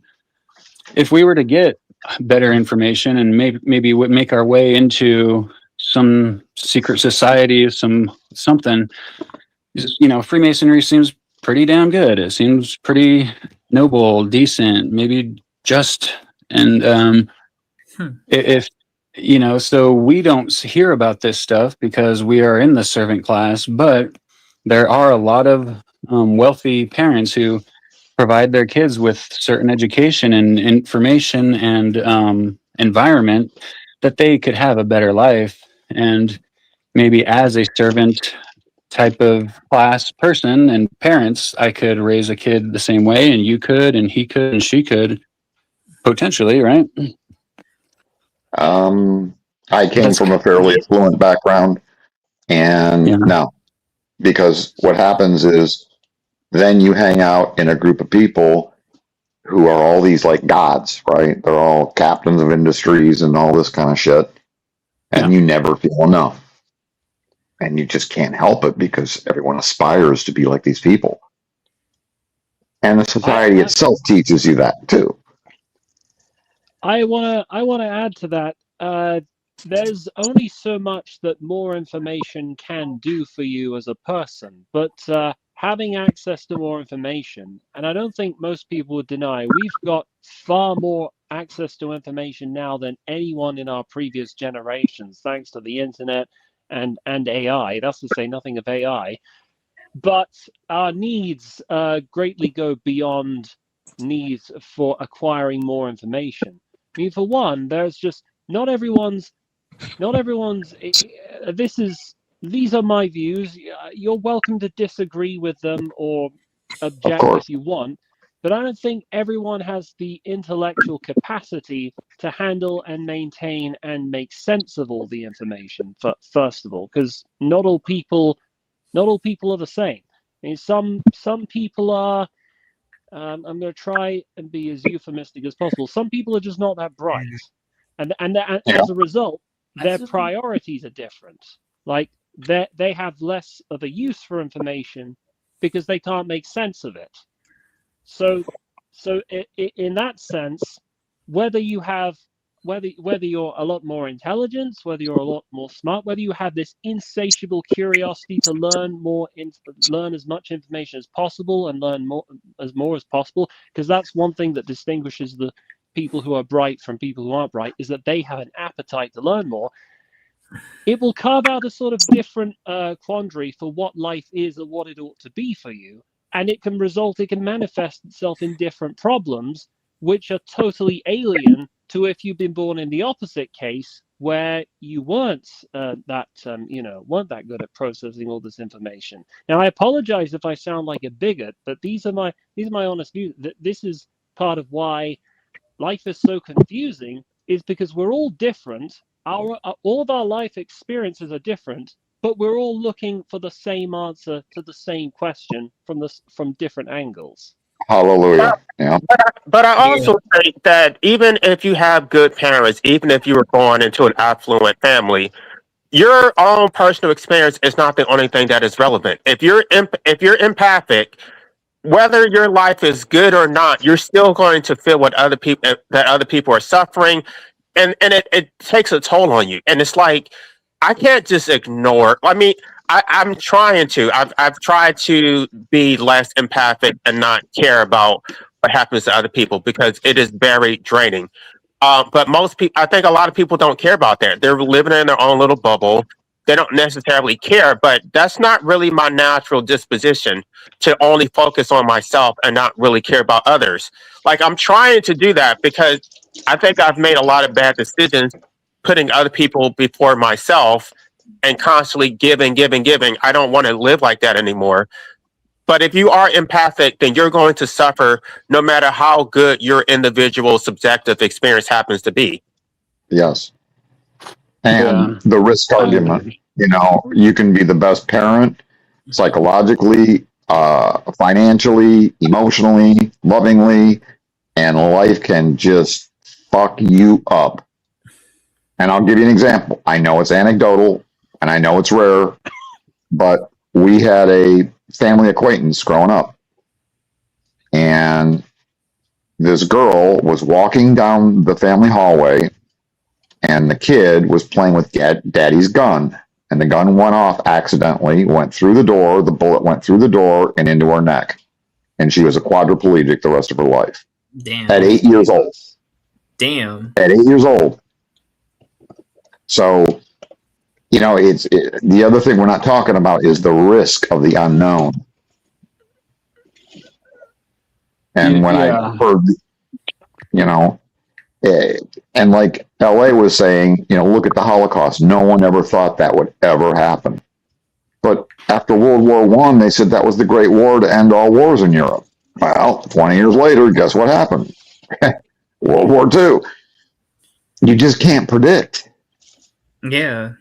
True. We had the Cold War, and then we have proxy wars with, like, you know, the warfare that happens all over the world now. Now, you know, we have, you know, like, yeah, it's crazy. Like, I don't think anyone the human body is not a perfect machine. It's designed to break. And, you know, my dad died when he was 34. He wasn't planning on it. He was healthy. He quit smoking before a lot of people quit smoking in the 60s. He started running. He lost a lot of weight, had a heart attack because he couldn't process cholesterol properly, and he had hardening of the arteries. So just look around you. There's tragedy all over. No one can really process cholesterol properly. Oh, is this noodles? Yeah, that's noodles. This is the reason why I think optimism is so dangerous, because a lot of people don't want to look at the negative. They want to focus on the positive. Right. And then when the negative is put in front of them, they don't know how to handle it. Like, if you're thinking about how things can be so much better, and that's all you think about, you're not thinking about the possibility of the Holocaust or your child being born with Down syndrome or something terrible. And then when it happens, it's just like it's too late to actually do anything about it. Yeah. Like, you have to think about the negative. You have to think about the worst case scenario. Would you be okay with procreating if your child was born with cerebral palsy? And most people would not. I've seen all these videos on TikTok of these women who are lamenting the fact that they have children with special needs because they thought they were going to have children who are perfectly healthy, and now they have a lifetime of servitude to their special needs child, and they are absolutely miserable. And unfortunately, they deserve it, but not the child. The child doesn't deserve it, obviously. But the parents were trying to exploit their children for their own gratification, and now they're getting exactly what they deserve. Hey, who are we to say that a person with some kind of palsy can't be happy? That's ableist. I'm not talking about the child. I'm talking about the parents. I'm talking about the fact that the parents were trying to exploit their children. They were trying to exploit their children, and now they have to live their life in service to their children. It's the other way around, which is exactly the way that it should be. So I'm going to share another screening tests that you can take, which can give you an indication of what the risks of having a child with a condition like that might be. They're not always perfect, but they are there, and they'll be able to put whatever gene they want into you. Sorry. Oh yeah, and if you have one child with cerebral palsy, it's possible you might have another one. At which point the doctors might step in and say, "Have you considered adopting instead?" Speaking of which, I have a cousin who has autism. And when I say autism, I mean he has real, proper autism. I'm not talking about the kind of autism where you sit down and stare at the washing machine during the rinse cycle, or you like to count all these little That was gender me blocks. growing No, up. this kid is mentally retarded. He is 13 years old and he can't speak a word of English. He is an absolute nightmare to deal with. I need to keep my voice down in case his parents or anyone else. You is can nearby also and might say, able to be listen. careful what you say on this subject matter as well. Thank you. Yeah, it's a bit risky but for other people, not for us. But though. when I say that, I mean that in the neutral clinical sense. He is mentally retarded. He's not able to read or write. He's not even able to speak properly. He can only communicate in high-pitched squeals. Now imagine what it's like having to deal with somebody like that on a 24-hour basis. Most of the time, he doesn't even respond when his own name is called. He barely understands words like no or good or bad, or when his name is called. I don't exaggerate when I say it is easier to treat or handle a dog than it is for somebody like him. Now, that's true. Obviously, when faced with such a risk of having a child with a debilitating condition, now you got to understand, I do not hate people like that. I'm really upset and miserable that they exist, that the world wants them to act and behave a certain way, but they are not capable of knowing what that is. There's all kinds of measures that I would propose and legislate, but which aren't legal and which many would see as immoral. But it's just, this is the way things are. And is there not great potential with things like Neuralink? Yeah. Neuralink. Oh yeah, they'll be able to make anybody have no issues and be blue-eyed, blonde hair. Well, I'll share a story. And I've shared this story before, but this is before all this genetic stuff. My neighbor growing up in the 70s, he was my best friend. He was totally normal. His sister was severely mentally challenged. Yes, challenged severely. She could speak, but it was very slurred. It was very hard to understand her. She was very slow. Well, sure enough, my best friend, who I'm pretty sure was gay, by the way, and he just couldn't deal with it. He, graduated community college, and next step was getting married, and he wasn't thinking about the kid. He was thinking about himself. What did he do? He knocked up a girl. And guess what? The kid came out, and it was severely retarded, and it was severely deformed. It had to have like 12 surgeries to get its spine back inside its body, and part of its brain was born outside of its head.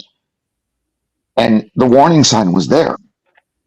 The warning sign was there. When your sister is severely mentally challenged, maybe you should think there's something in my genetics that says, think about this. Now, this is way before genetic testing. This would have been, the late 80s, 1980s. And it didn't come from the girl. Genetic stuff would be good or anything. Sorry, you can go ahead.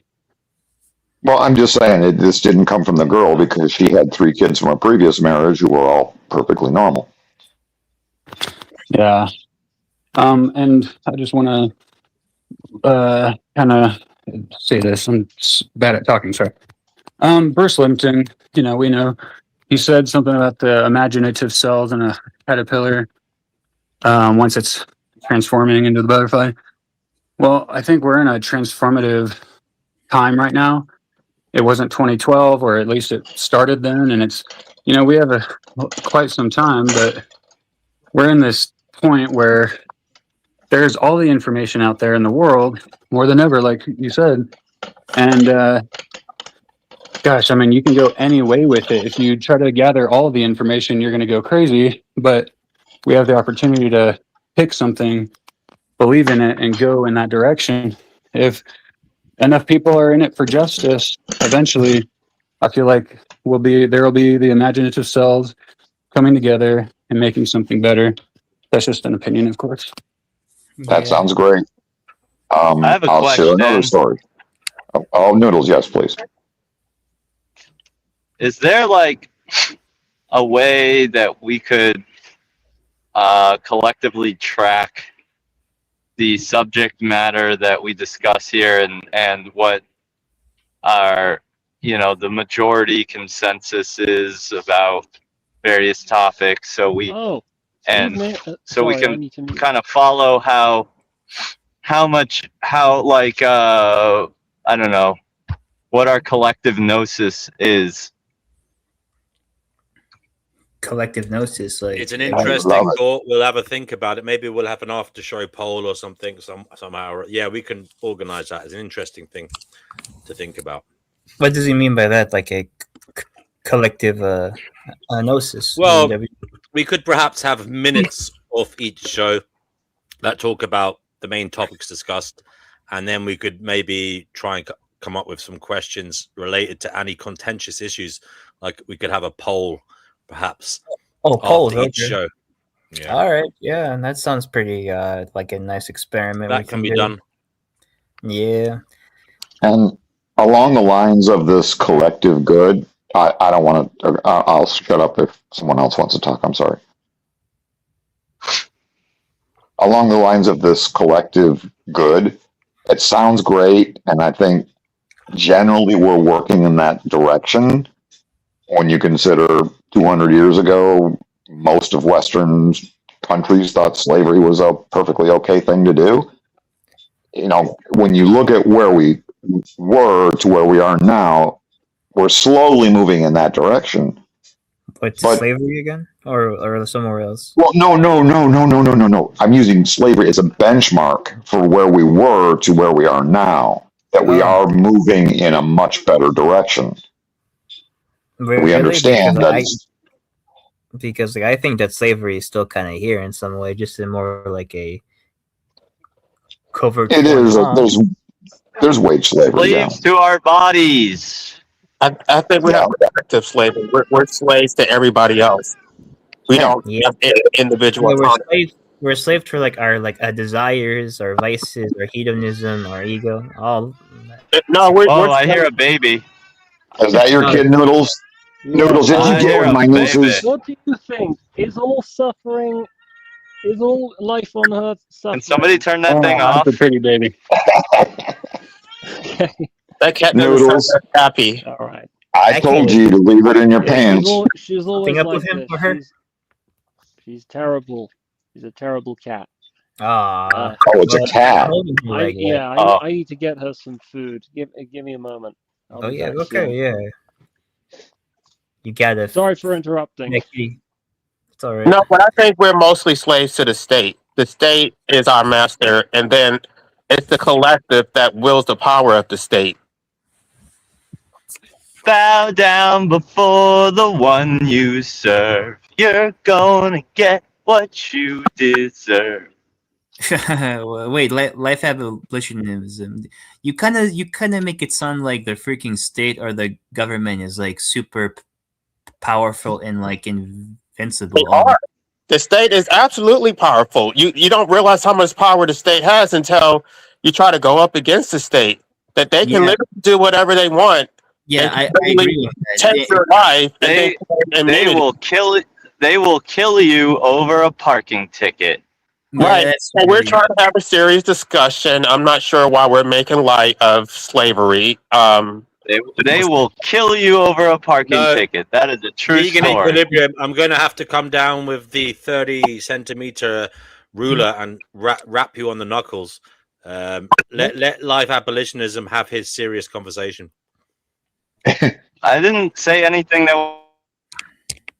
Right, but if I were to make jokes about factory farms, you would be very upset. But when it comes to human subjugation, how is that an equivalent? How is that?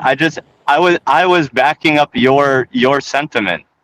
No, you were trying to make a joke about it and make it seem like it's trivial.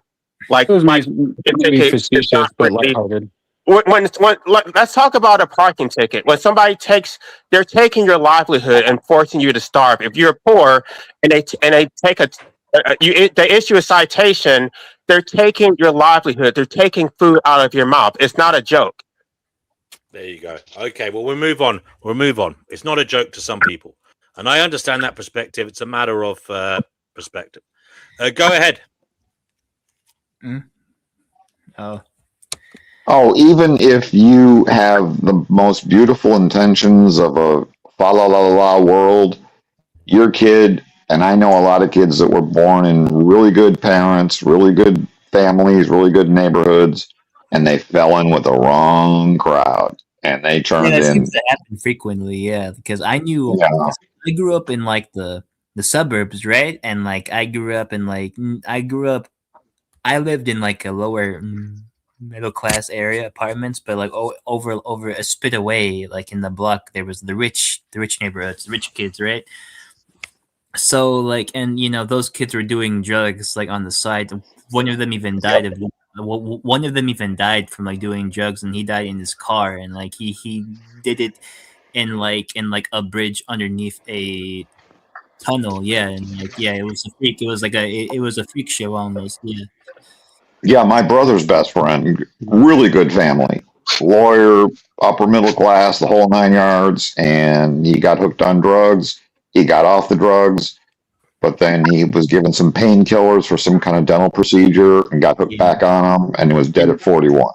Yeah, exactly. And I won't even bring up the other story that happened. Like, seeing as this is YouTube, but like one thought to be well-respected family, the husband took away the livelihood of his wife and his kid, and like seen as like the most well-respected individual, the most hardworking individual inside this ideal city on a hill, town on a hill, you know, American suburb, and like, and it was so because like they found her dead. They found her body, you know, somewhere like 30 feet away in like a ditch, you know, and like it took her 3 days to find her. This is a true story. Yeah, it took her 3 days to find her, and like, everyone was. There is something that. Can you finish the question that you were asking me? Because you were asking me why I say that it's powerful. Like, what do you mean by that? You know. Well, yeah, it is, but like you do know that you can like circumnavigate some things. There is a thing called like the market, right? Illegalism, the philosophy of illegalism. So like the state is powerful, yeah, but like you have some choices at your disposal to circumnavigate some things, because the people in charge don't even follow their own rules. Even though if they were, they would be in jail or even face capital the punishment. So yeah, so like I think it's a matter of perspective, really. If you see the state, any state, as powerful or not, it's a matter of really an aspect. No, the state is all powerful. The state has godlike authority. The state has power over life and death. It can regulate your body, whether you have the ability to procreate. It regulates whether you have the right to die. It regulates whether you have the ability to earn a livelihood, whether you have the right to travel.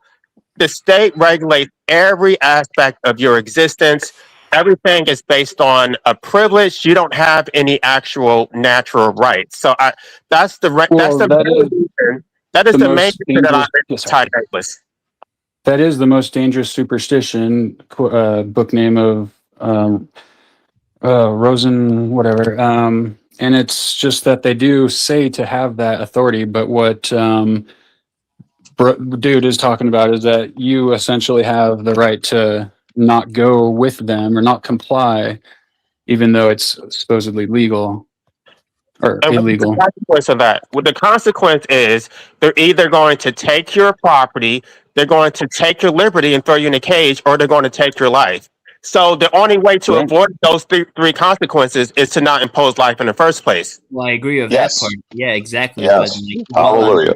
Okay, guys, I just want to welcome Cougar Duma to the show. Cougar Duma, you are on the Finding Gnosis show. What is it you'd like to say unto the world? Sound check. How do I sound? You sound good. Okay, thanks. Yeah, so the topic is why did you have kids? And as usual, there's a lot of going around and around. I'm not criticizing, I'm just saying it's hard to resolve. So there's a lot of going around about why do people have kids? Why did some of you have kids? Why does anyone have kids? Is it wrong? Is it immoral? And all these kinds of things. And of course, I'm in here as a biologist. Some people will hate that, but that's why I'm here. And I want to suggest something that I don't think it's going to clear. I don't think it's going to clarify anybody's thinking or discussion points, but I want to recommend a line of thought, and you can take it or leave it, expand on it, whatever. I probably won't even be in the discussion in a minute. But children force themselves into the world from every possible angle you want to look at it. Children, I'll use another word. They will themselves into the world. That's a little woo for me, but I will use that word. They will themselves into existence. They force themselves into existence. I think if you were to take that and run with it and maybe cogitate on that as one possible explanation to something that is obviously troubling, there are going to be things that you may not have control over. Children will themselves into existence. Okay, if I get willed through your ball sack, I'm coming back and kicking you in the ball sack, okay? Can you explain to us, as a biologist, how is it that children? How does will that work? That themselves sounds a into bit too like existence? superstitious. That sounds like a bit too metaphysical for like a biologist's point of view, because like you don't exist, you don't have the will to woo yourself into. Like you don't even exist yet. Like unless there's like some type of like alternate dimension where our soul's already there, and like we like call upon, you know, like the parents that we. Yeah, I don't really understand what you mean. Like the implication of that is pretty. Okay, yeah. Oh, there are definitely implications, which is why I bring it up. If I didn't think it was worth considering, I would keep it to myself. What I mean here is that, in the same extent that we talk, although I'm on board, the way we talk about gnosis and the world being hell, and there being influences in the world, archons or whatever they're called, that are influencing world events. I want to propose a countervailing force in the world using your language. And I can back it up with biology, but I just want to use your language. Children will themselves into existence. Do you have any evidence for this? That I still don't understand. Will, like, well, I'm not a pretty metaphysical. I have a very pointed question. So if somebody willed themselves into existence and they have the ability to do that, then you can use that argument for anything. You can say that prior to being brought into existence, this person consented to have sex with you, they consented to give you money, they consented to give you their house, and you can just arbitrarily say that before they were created, they gave their consent. There would be nothing against rape, because you could arbitrarily say that they consented to it. What about child molestation? I shouldn't say that.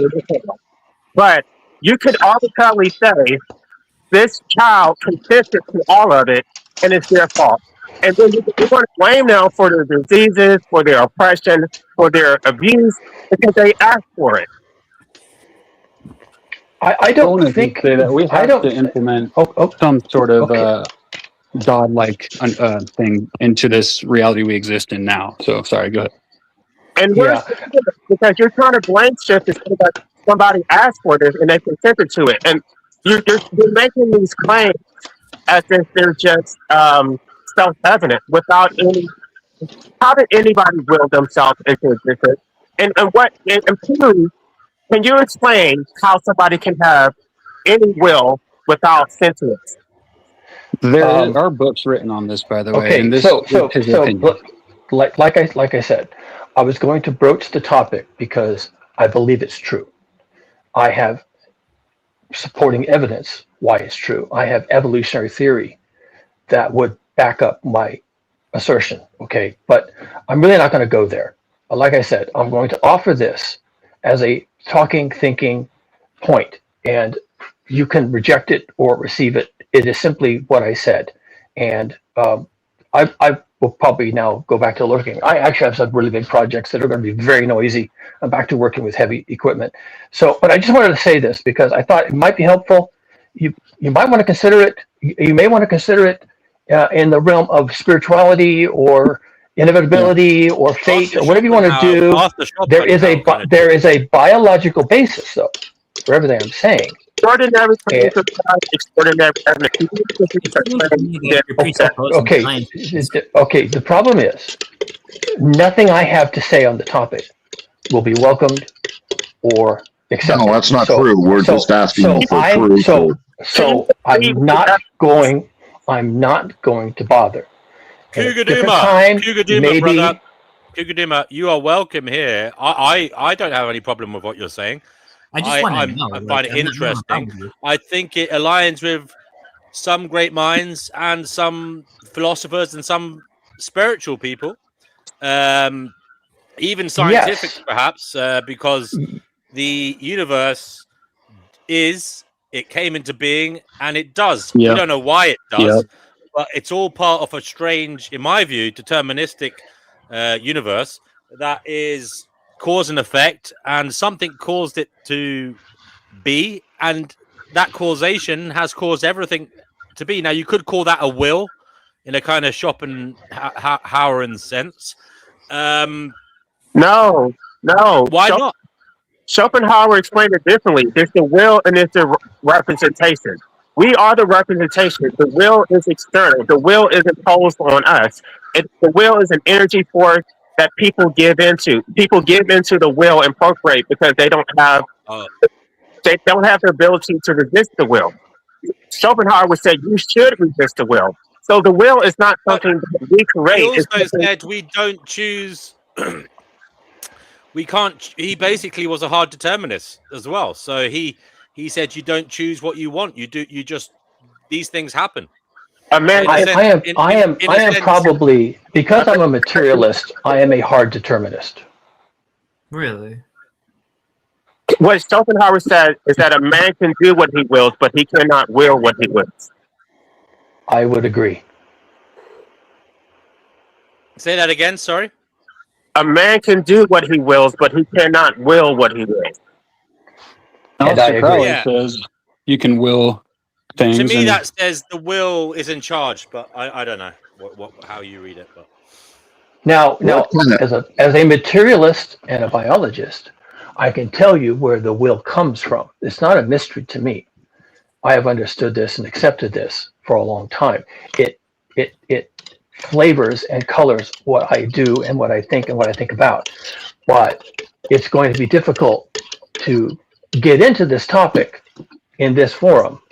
And I wanted to offer this as an alternative for when things are going in a circle.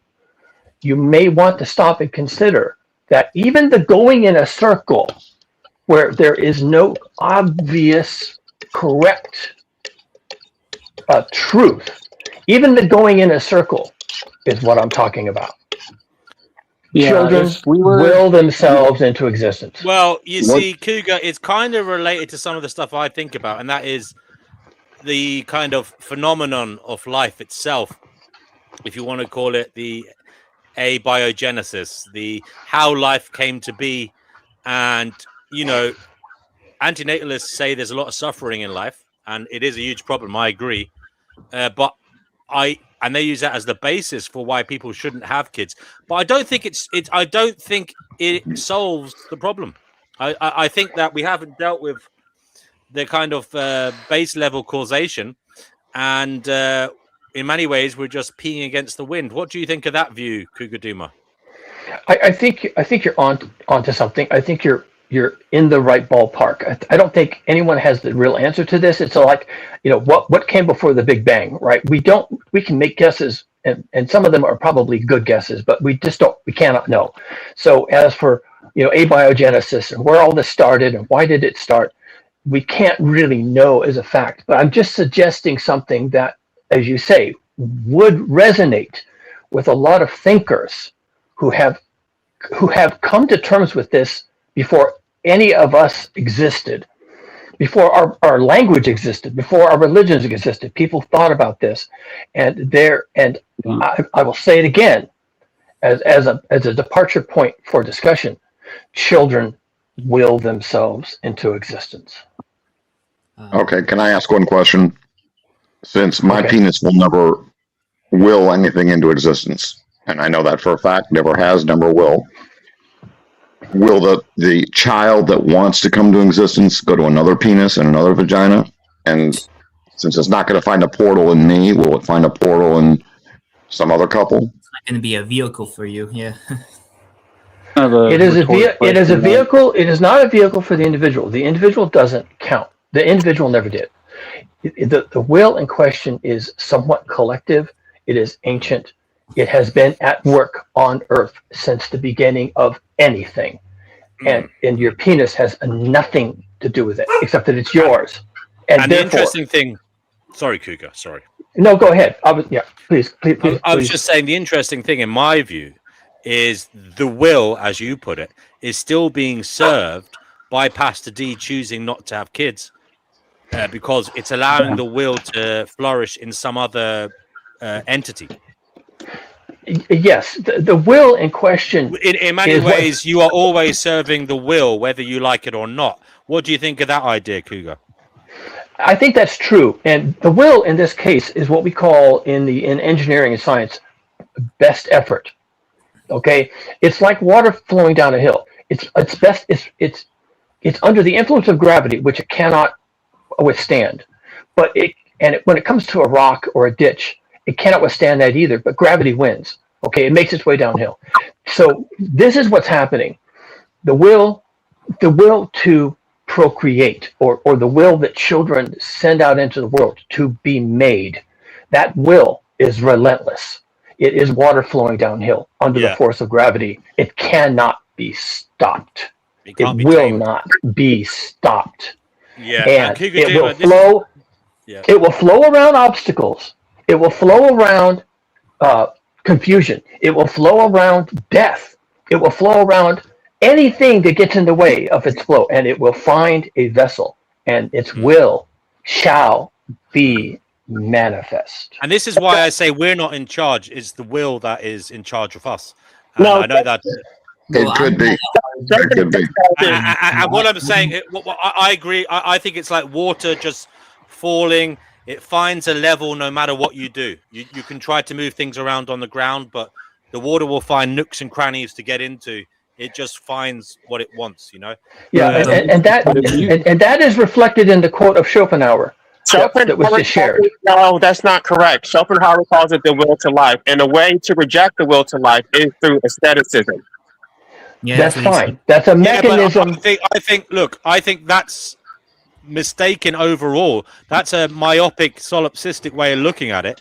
I think there's a systematic thing going on here, okay? And you can't help but help the system, whether you like it or not. I think if you choose not to have children for a moral reason, that may be something that, you know, we might applaud you for, because maybe in your circumstances it's the right thing to not do. But whether we like it or not, we live in a world. Cougar Duma is the biologist here on the firm. We live in a world like that is under the trance of evolution, and evolution causes change and mutations to occur. And in that sense, we can never be on the same page about anything. There'll always be someone disagreeing with you, thinking in a different way, and there'll always be this will for life. There'll always be this life vying for existence, and part of that will be people choosing to bring life into being, whether you argue them into into the corner or not. They simply will not care what you're saying, will not understand, or will give it some thought but go ahead and do it anyway, because nature does not care ultimately. What's in charge? There's that iconic line in Jurassic Park. Nature finds a way. Yeah, I have a problem with it. Doesn't mean it should. You know, it doesn't mean it has. Nature finds a way. What just happened here? Because Cougar is positioning himself as the authority when it comes to biology, but what he offered had nothing to do with biology. It was mysticism and metaphysical and No, I can see a direct correlation with biology. I can see that Right. this thing is what he was talking about. It sounded like woo-woo, but it is. Do you know what's driving the machine? Do you know what's causing these subparticles to assemble and start rolling through time and space, eventually becoming life? Do you know what's causing that? You know, this is both a philosophical and a scientific endeavor in terms of trying to understand it. Now, he's given a scientific perspective. You've tried to challenge reality with a philosophical one, but the scientific perspective says things are going to keep happening. And I don't think that's that was, just the way it is. scientific. What he said was that we will ourselves into existence, and then he offered no science behind that. It was everything was so well. You know, look, I would question that, Cougar. I think what might have been better to say was that existence willed the children into existence. Yeah, not the children themselves. It literally makes no sense to me. Like you really confused me with that one. You okay, really, okay, that's fine. I think you might be accused of contemplating pre-existence of the soul or something. Yeah. And if you want to make it more a tighter thought, perhaps say that existence willed it. Yeah, just say like DNA or like the evolutionary drive willed it. I would have understand you better. Existence itself willed it. And if you want to go deeper, the worst. I've just had a funny thought. If we did indeed come from nothing, then the ultimate cause of all of this is the nothing that willed itself to become something. Yeah. Anyway, sorry, that's. I mean, it Well, could I be. don't know those questions at all because like I don't have like a metaphysical framework. Metaphysical. I don't would have- say that Sorry. Oh no. I would say that biology definitely does align with mysticism because we have our 7 organs and 7 chakras and 7 major chords and colors and whatnot. I mean, you could go into the spine and, you know, up to the brainstem. You can do a lot of stuff with biology to kind of explain God. And that's where, you know, that's just our modern curriculum is biology, but it used to be something else, but similar and more spiritual, I do believe. I just think the sciences are like neutral. Like biology just describes how the body works to me. That's it. Maybe the will is our collective sex drive. Maybe the will is our collective sex drive. That's the kids. Our collective sex drive. Think about it. Why do we have a sex drive? Maybe that's the kids' will. You know, they all want to come. If Doomer just said, you know, you're just the sex drive wills like the kids, like I would have like bought on board with that because that's more understanding to me. But even though I don't that's a Pastor D theory. It was Pastor D's penis all along. That's what the will into existence was. According to Schopenhauer, the will to life drives us to irrational behavior, including sex, including procreation. It talks about asceticism, that we should resist our natural desire to procreate. We should not eat beyond what is necessary for us to sustain our life. He rejected veganism, but he basically said that, he didn't outright do it, but he said we should only eat for our survival, not necessarily for pleasure.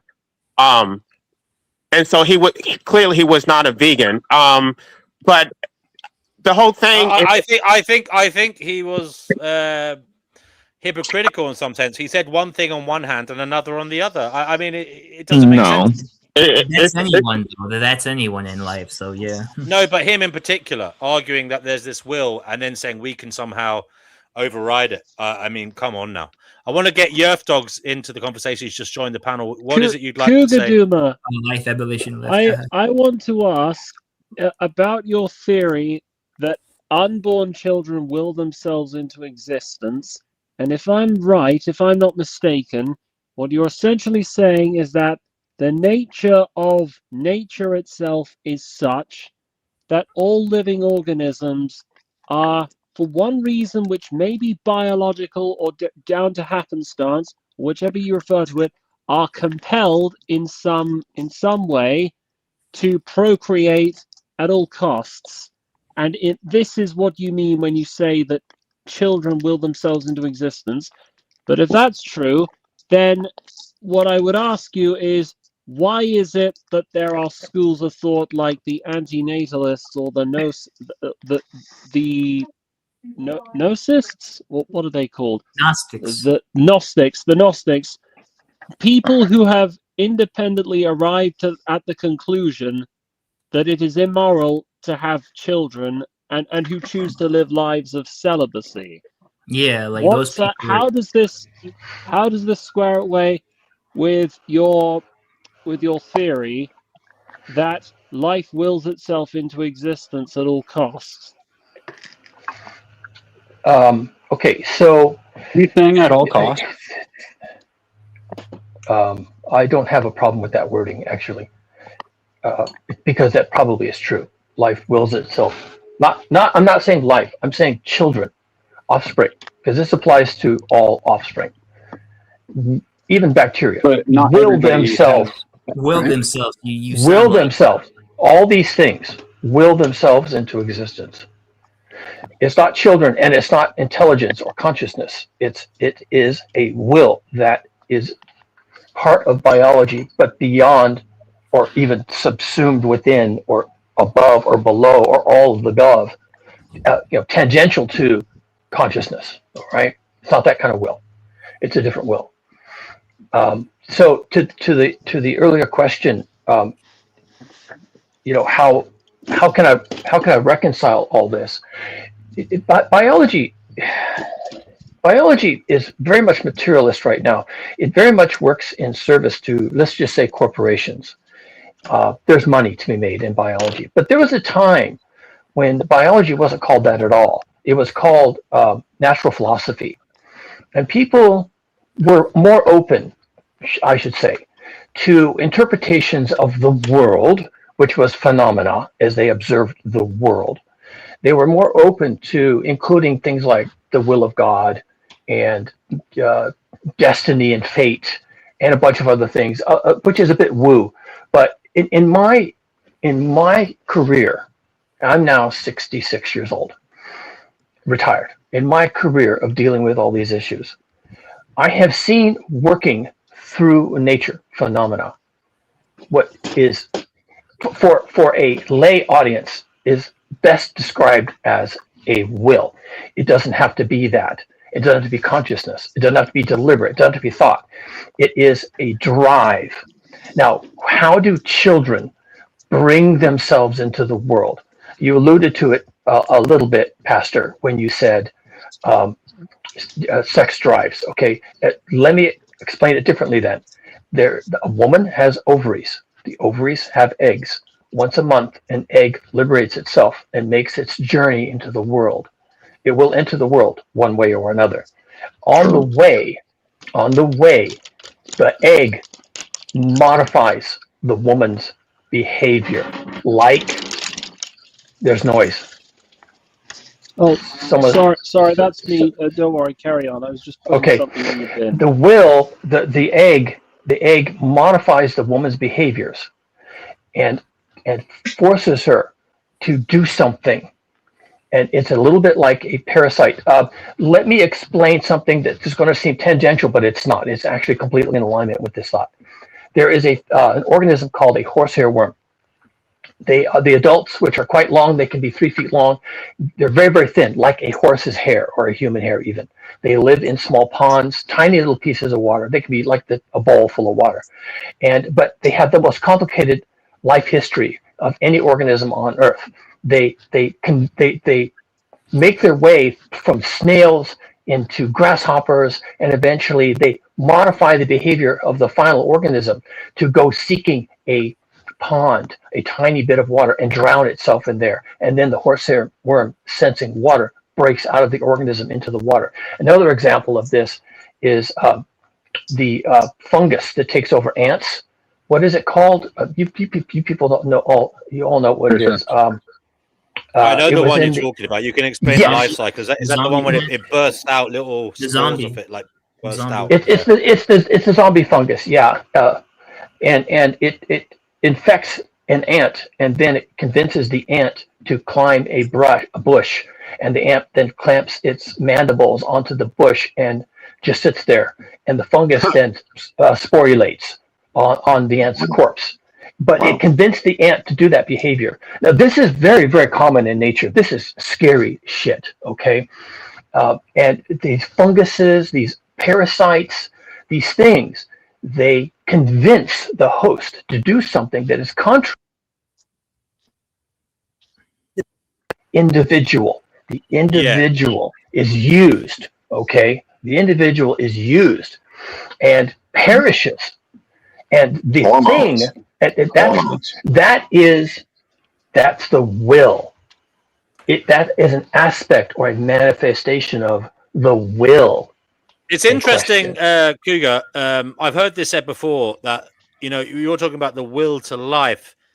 It could be the will, a death drive, as it were. Some people have said, I've heard this said before, that everything is actually a movement towards death. Because if you look at the story in its totality, it is actually moving towards an ending, a grisly ending for each of us, and a universal ending for everything. Now, so you could argue it is a will to death. It's wanting to end. And we are a conduit for that move towards the end. That is one way of looking at it. I don't know if I'd agree with that, because I'm not so sure there is an end. I think it's unfortunate. It could be a case of the eternal return. Everything just keeps happening again and again forever. Oh God, no! Please no. So to say there's a beginning or an end to things as a phenomenon, I think is perhaps an inane thing to do. But Cougar, would you like to comment on that possibility? Yeah, I could. I've actually spent more time in here than I intended to, because I do have a lot of noise to make here shortly. So I'm going to bow out. I probably ruined the discussion for everyone, and that's kind of my role, is to come in here, shit all over the place, and leave. So, well, good job. Get some toilet paper. And I'll talk to all you folks. Talk to all you folks later. Bye. Bye. Good talking to you. Great talking to you. Okay, if we're going to transition slightly here. Cougar Jim is a regular here on the Finding Gnosis show, so it's always good to have him here. Sorry, Viking, were you saying something?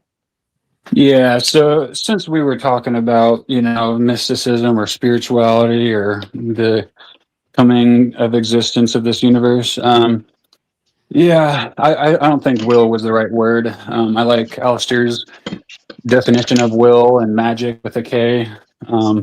But if we're going to get off that subject, I believe in karma. And, if we want to have our lives work in a certain way, you have to do that yourself in this world. And so if you want peace or justice or freedom, you can't subjugate other people. You can't participate in the enslavement of, or the different perpetuation of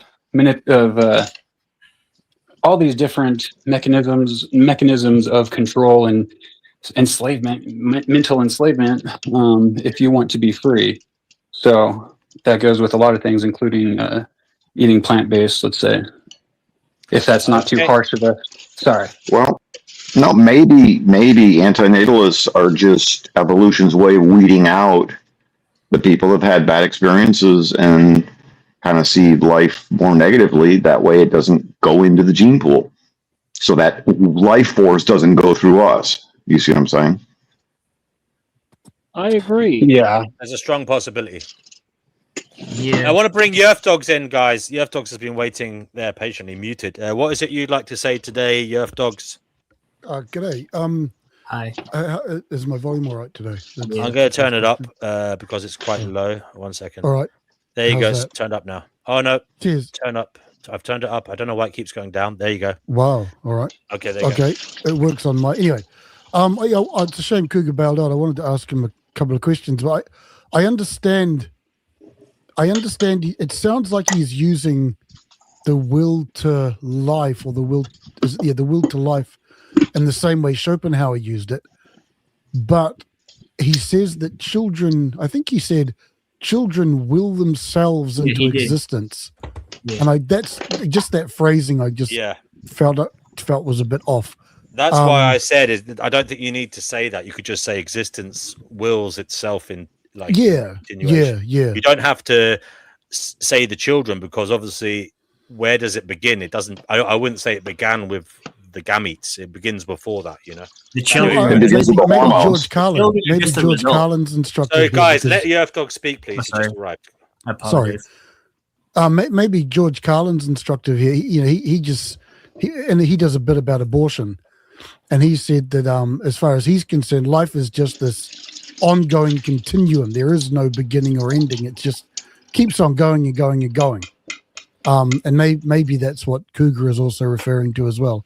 It just there's no beginning or ending necessarily. Things just keep on going and going and going. Perhaps. Yeah, Yeah, Brother Marcus even- says. I mean, Brother Marcus says what I was trying to say to life abolitionism, but life abolitionism didn't agree with me. But Brother Marcus says Schopenhauer identifies the thing in itself, the inner essence of everything, as will, a blind, unconscious, aimless, striving, devoid of knowledge, outside of space and time, and free of all multiplicity. The world as representation is therefore the objectification of the will. Is that Chat GPT or Grok? Brother Marcus, Google AI, Google Gemini. that's Brother Marcus finding the pertinent information. Or as maybe always, that's Marcus. Marcus's own words. I should Yeah. be careful not to jump. Yeah. But I've always thought that Schopenhauer recommended that we don't follow the will because it causes strife and conflict. So yeah, that's what he said. Don't follow it, or he recommend don't follow it. That's one of his sayings too. You know, that's his. But whether Oh, sorry, you go, Matt. but whether we follow the will or whether we choose or choose not to follow the will has no overall bearing on whether the will continues to exert its Right, influence over that's right. humanity. Yeah, of Because- course. Yeah, but at least I don't have to suffer more from it or don't feel guilty about it. You know. Why were as you I was saying? trying to say earlier, no matter what you do, in my view, it serves the will. Oh yeah, well yeah, that's that's a good point. Yep. yeah. Even for those of us who have chosen not to have kids, Yeah. what we do is still playing in the evolutionary game. Whether we like it or not, it makes more Whether we- space yeah. for other. Yeah. Yeah. Yeah, that's right. I mean, that's a conversation we've had previously, I think. Yeah. Where, yeah. if you choose, previous relationships, didn't have a kid, but if I'd have stuck with, for example, if I'd have stuck with that girl, maybe we would have had 1 kid or 0 kids, but she's now gone on and maybe she met someone, they had 5 kids. Who knows? So Yeah, breaking you up and all that kind of stuff, you never know. But again, it is completely random because it could be Yeah. that none of those 5 kids have kids. But if you had had a kid with her, your kid would have had 10 kids. Do you know what I mean? Right, right. Yeah, that's right. It's Yeah, completely, exactly. as Schopenhauer said, aimless. It is just, from our perspective, in some ways, randomness. In some way, obviously, if you could see all the ingredients, but there isn't a real aim. There's nothing driving it with an objective. You know what I mean? I Only- would agree with absolutely.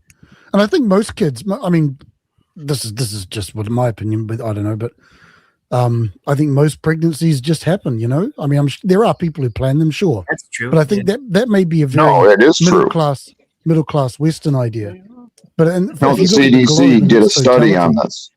The CDC did a study on this. If you look at the globe 40%. in its totality, I would hazard a guess that the majority of people in the world who've ever existed, the kids, they just had kids. Look, I'm pregnant. Oh, okay. Let's move on from that. Let's go down that road now. Yeah, and like it's up to like them if they have an abortion or not. You know. Well, abortion No, as well. see- Abortion isn't necessarily available everywhere. That's another thing to consider. Yeah, true. Yeah, of course. Yeah. No, the CDC did a study on this, and they defined it as 40%, and this is in the U.S., so I'm only speaking for the U.S. 40% of pregnancies are unintended, unplanned, or unwanted. So they fall in one of those 3 categories. So that's 4 in 10. So go ahead. I'm just going to add that. Sorry. And I think also having a kid when you're younger, maybe it's, I don't know if you want to psychologize it, maybe it's a sign of hope. I don't know. You know, it's a sign of hope in the future. Although it could also be, sorry for being a bit comedic, but it could also be a sign of hopelessness, because I know that a lot of people use sex as an antidepressant. Well, there you go. There's that. Yeah, and also again, some people have kids to keep a relationship together. There's a whole lot of variables. Yeah. Blah blah blah. I mean, the funny thing is, the more we chat on this show, we see there's so many perspectives to one thing, one aim. Yeah. And it's just it becomes crazy when you start realizing we are kind of just chittering and chattering, making noise because, as I said, there's just so many perspectives to something, you know. Doomer Gloomer or Cougar Doomer brought a interesting chaos into the mix. Well, when you think about it, I mean, hormones take over your body. I know when I was a teenager, oh my God, they took over my body. You know, so he's using the analogy of the horse worm, string worm, whatever it was, you know, and hormones drive your thoughts and drive your body. And you know what that hormone does? It makes you want to procreate. Truly, well, it makes you want to shag. It doesn't necessarily make you want to have kids. Right.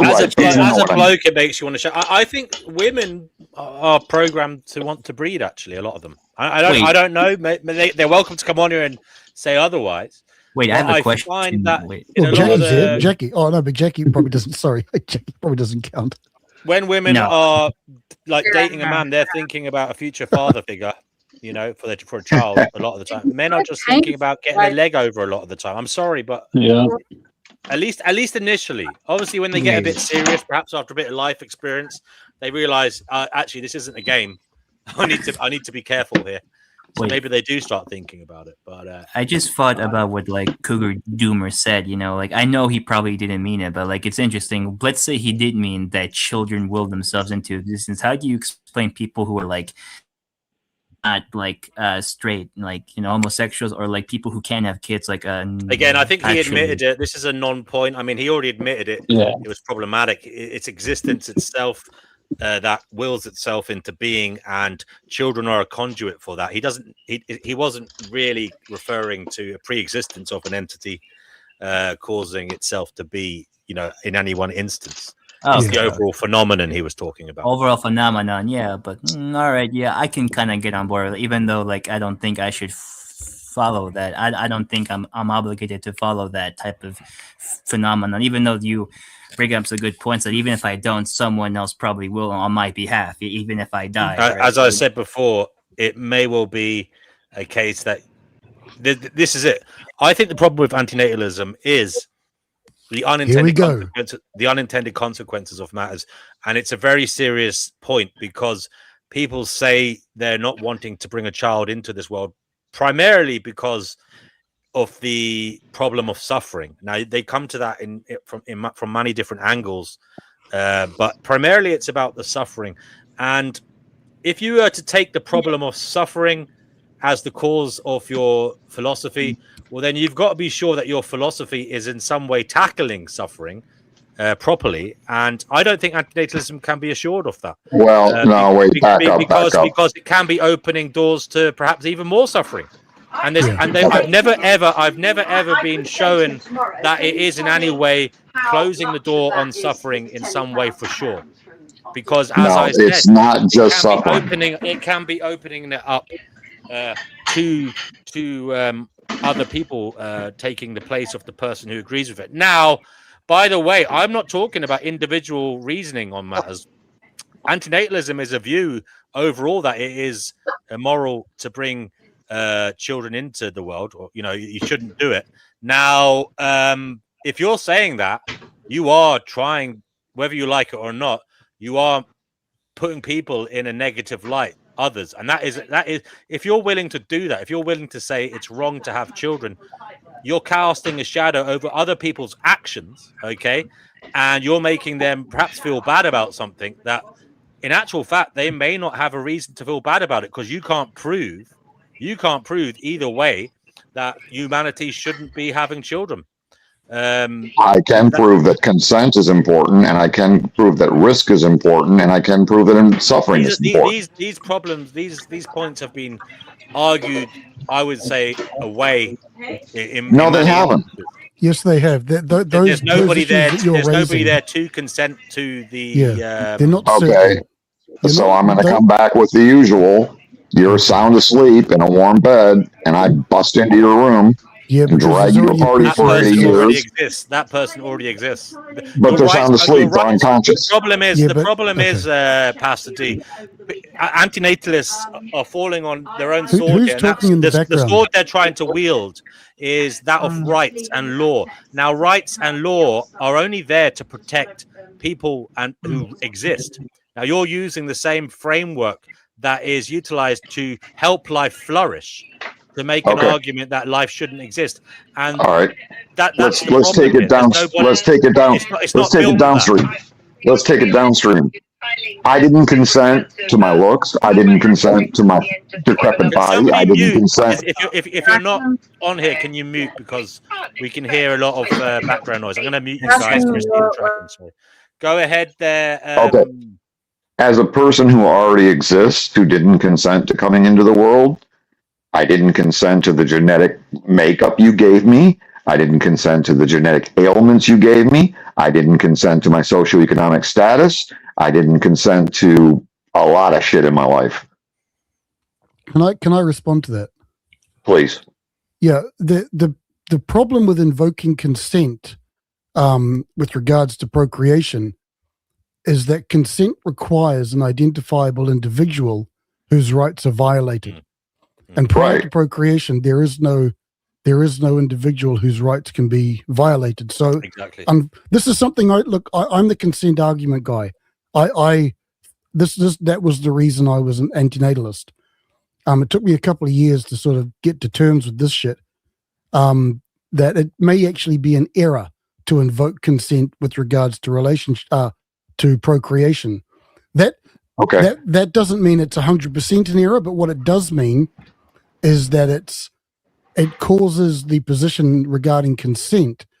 You can't be so certain about it, and if you can't be certain about it, then it's very difficult, if not impossible, to arrive at the conclusion that it's categorically unethical to procreate. If you can't consent, if you can't, what's the word you used? Yeah, you're using consent again. Okay, no, but I'm asking for the word that you used, because I just gave you an example of what I didn't. I used consent. I bathroom costs, and I remember thinking. So I thought, Tracking, mute yourself, buddy, when you're not talking. Thank you. Okay, I just gave you an example of a downstream problem. I've already been conceived. I don't like the looks I have. I don't like the body I'm in. I don't like my height. I don't like the fact that I have to work, for 50 years and maybe not even retire. I don't like the fact that I'm going to probably die miserably. I don't like my socioeconomic bracket. There's a lot of things I don't like that I never consented to. Okay. So again, you use the word consent, and also, which in my opinion isn't. But your argument is that before I existed, I couldn't consent. Now I'm telling you, as an existing person, what I don't consent to. Yeah, okay, but that's you're shifting the That's a discussion different there. conversation. And also, no, it's not. Yes, it is. It And is. If you can't guarantee, this whole conversation has been about why people have kids. It's Okay, what well- you're saying is not about that.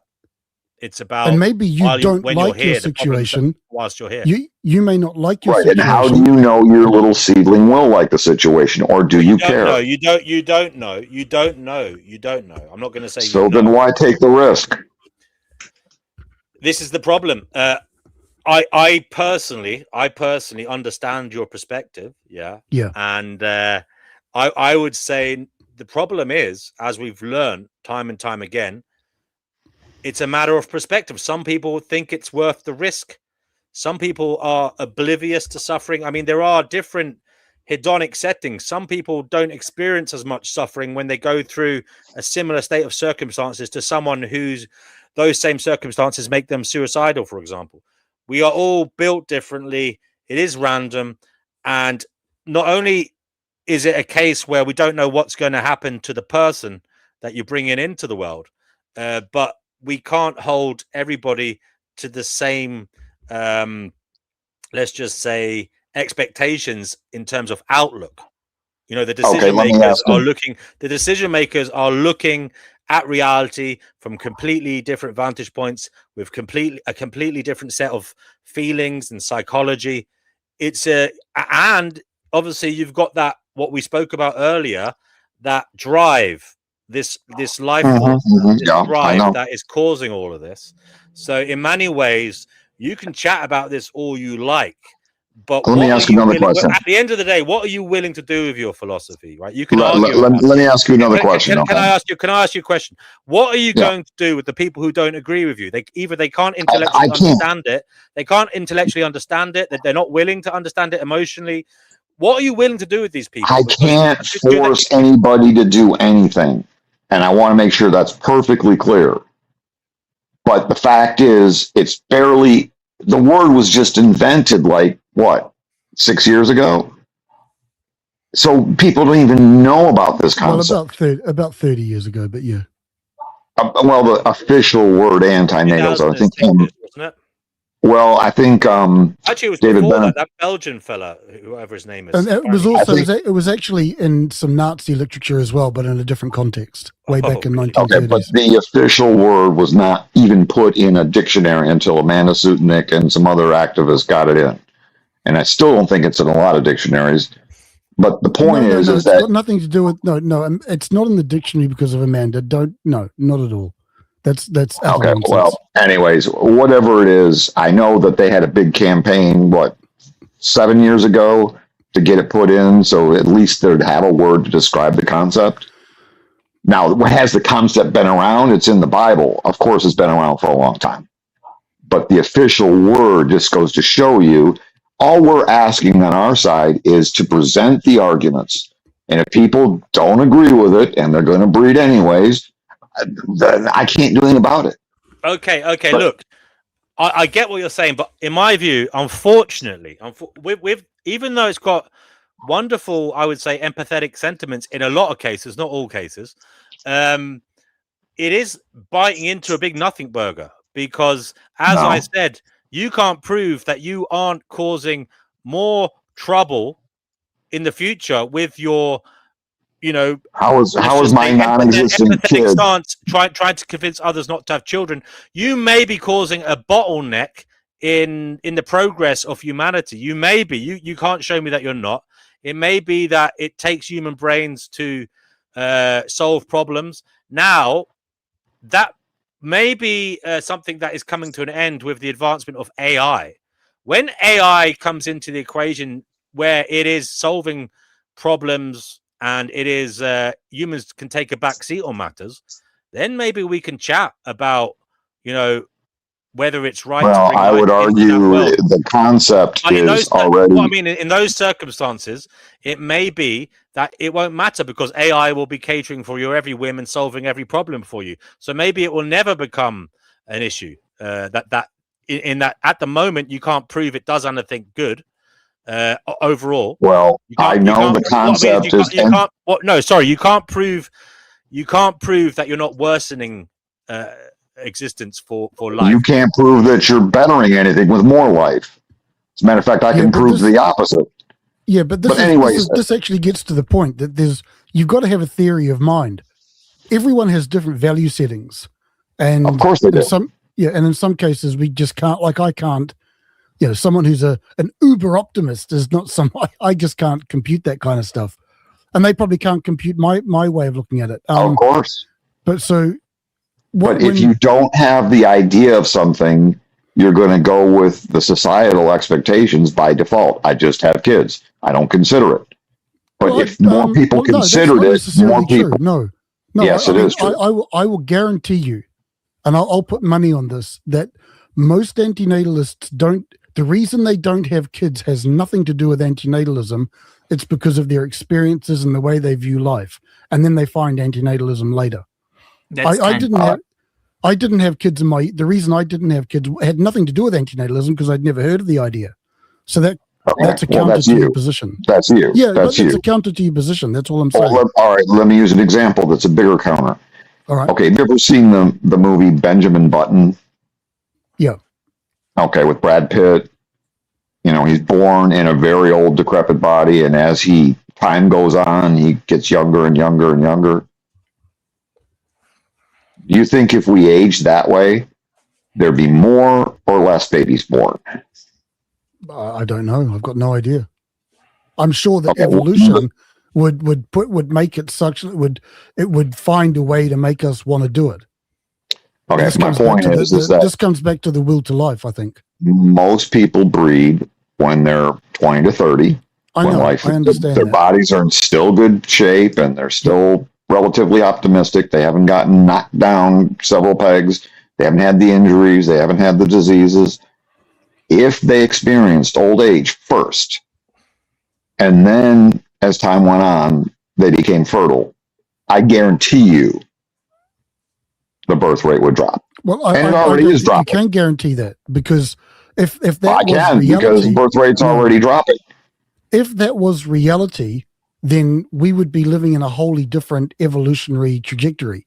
And Right. evolution would find a I am way. playing a thought experiment. I know Okay. exactly what you're doing, and if that was to happen, it wouldn't happen now. I don't see what it has no, in my opinion, it has no relevance to reality. So And why is the birth rate dropping in Western countries and it's only above replacement in the continent of Africa and the Middle East? well, it's not because of antinatalism. It's because of economic issues. It's because of I don't know, lack of access to like contraception. security, like financial security, hope for the future, all that kind of stuff. So Okay. I don't know. Why do you think it's dropping? And it's probably also to do with Mostly for the things you're saying, uncertainty of the future, climate, I mean, climate it's not just emergency. that. I think there's an element of people are very busy. People Yeah, are there's that working too. a lot in the West. And for some reason, it's becoming harder and harder. I don't know why, because we have more technology than ever, but it seems to be that people are finding it harder and harder to own a home. They're working more and more now. I mean, there is a greater drive Financial. to get us to work more, even though we have all AI and, as I said, technology now. And maybe people they haven't got enough time economically. It's a problem because they're devoting their time to basically keeping a roof over their head or progressing financially, and they just haven't got the time. Maybe more people are going to university than ever. Maybe we have got a better educational system, and it's not necessarily that people are using their smarts to choose not to have kids. It's because they're too busy doing these things to be having kids. And also the rise of birth control. Just keep in mind, it was my lifetime that birth control came on the scene. Yeah, but I It think started that's in correlated 1960. with what I'm talking about. People are taking the birth control because they don't want to fuck up their education or their career. It's not Oh necessarily. yeah, because- it's yeah. financial, of course, but if you don't have an optimistic outlook, you're going to be a lot more cautious about having procreative sex when you have an option to have Life procreative sex and abolitionism not says, procreate. I know why he's not coming back. I can assure you, life abolitionism, you're welcome to come back on here. And I can get an assurance there won't be any fighting today, will there? just come up on the panel, man. I'm not. There's not cause going to a be hassle. any fighting. We keep rolling, we're not falling out. Come on and talk. So have we talked about like women's pain like during childbirth and how weird it is that they just keep doing it over and over again? I find that quite weird. I don't know if anyone else Yeah, does. it is weird. Well, there's actually a reason for that. Actually, it's after you give birth, there's hormones that release in your body, right? And it almost makes your body forget about the pain that happened. So if you want another kid, that's the reason why. Yeah, I heard that. So these hormones make you forget about it. Basically, Yeah, you it's don't scary. remember how That's intensely actually painful scary. it was. So if they do a questionnaire at the time when you're experiencing the pain, you might mark it 10 out of 10 in terms of pain. But if they give you that same question like 6 months later, you might mark it a 7. So Yeah. you won't think it was as painful as when you're experiencing. It's interesting. Brother Marcus says DACA is an inevitable consequence of being brought into existence. Humans exist absent purpose sub species atenatus. It's unethical to non-consensually expose people to inevitable DACA. Absent a That sounds purpose familiar. beyond the DACA itself, it's impossible to get consent before bringing someone into existence. And he says, fight me. We did say no fighting tonight. Thank you. Fight me. And Why Daniela does he says, have LA, Madeline please, Taylor you as do have profile supporters picture? here. Well, there you go. It's funny that he has Vlad the Impaler as his profile picture right now. It's almost like I'm talking to Vlad the Impaler. Oh, I know what that. Yeah, I've seen that video before. I want to give a warm welcome to Ika Mouse, V Gates. Ika Mouse. You have Hi to there. you have to speak German, otherwise I can't understand you. How are you? I'm a mother. Is that how I'm a mother of 4 adult children, so the topic is quite suitable for me. Why did I get 4 children? And do I regret it? As you are, can keep going. You're doing well. Well, you regret it from at all? previous Okay. lives. Hello, everybody. Can I ask Ika Mouse though? Can you actually speak a little bit closer to your microphone because you're coming out a little bit faint, and I'd like to hear what you have to say. It's this it's this deep voice. I'm as close as I could possibly be. That's a bit better, darling. That's a bit better. If I Thank put me micro on, you just see me nose. Okay, so as some of you know, I was a former Jehovah's Witness. My life was not easy, and I still had 4 children. Although they always told us the world would end soon. Why did I have 4 children? Simply because I wanted unconditional love. The real reason people get children, they want to be loved unconditionally, and they want to give unconditional love. And then they want to give to their children everything they didn't have themselves. They know who they could have been, or they suspect who they could have been, had they had loving parents. And we then think, if I now create new human beings and I give them everything that wasn't given to me, they would be magic. And that's why you give birth to children. I've given birth to 4 daughters. I gave birth with no painkillers. I breastfed every single one for a year. They had single lessons in classical music from the age of 3 or 4. They've had everything they could have possibly had. They all studied. 3 of them are rather wealthy now. The 4th is just finishing her studies. Do I regret it?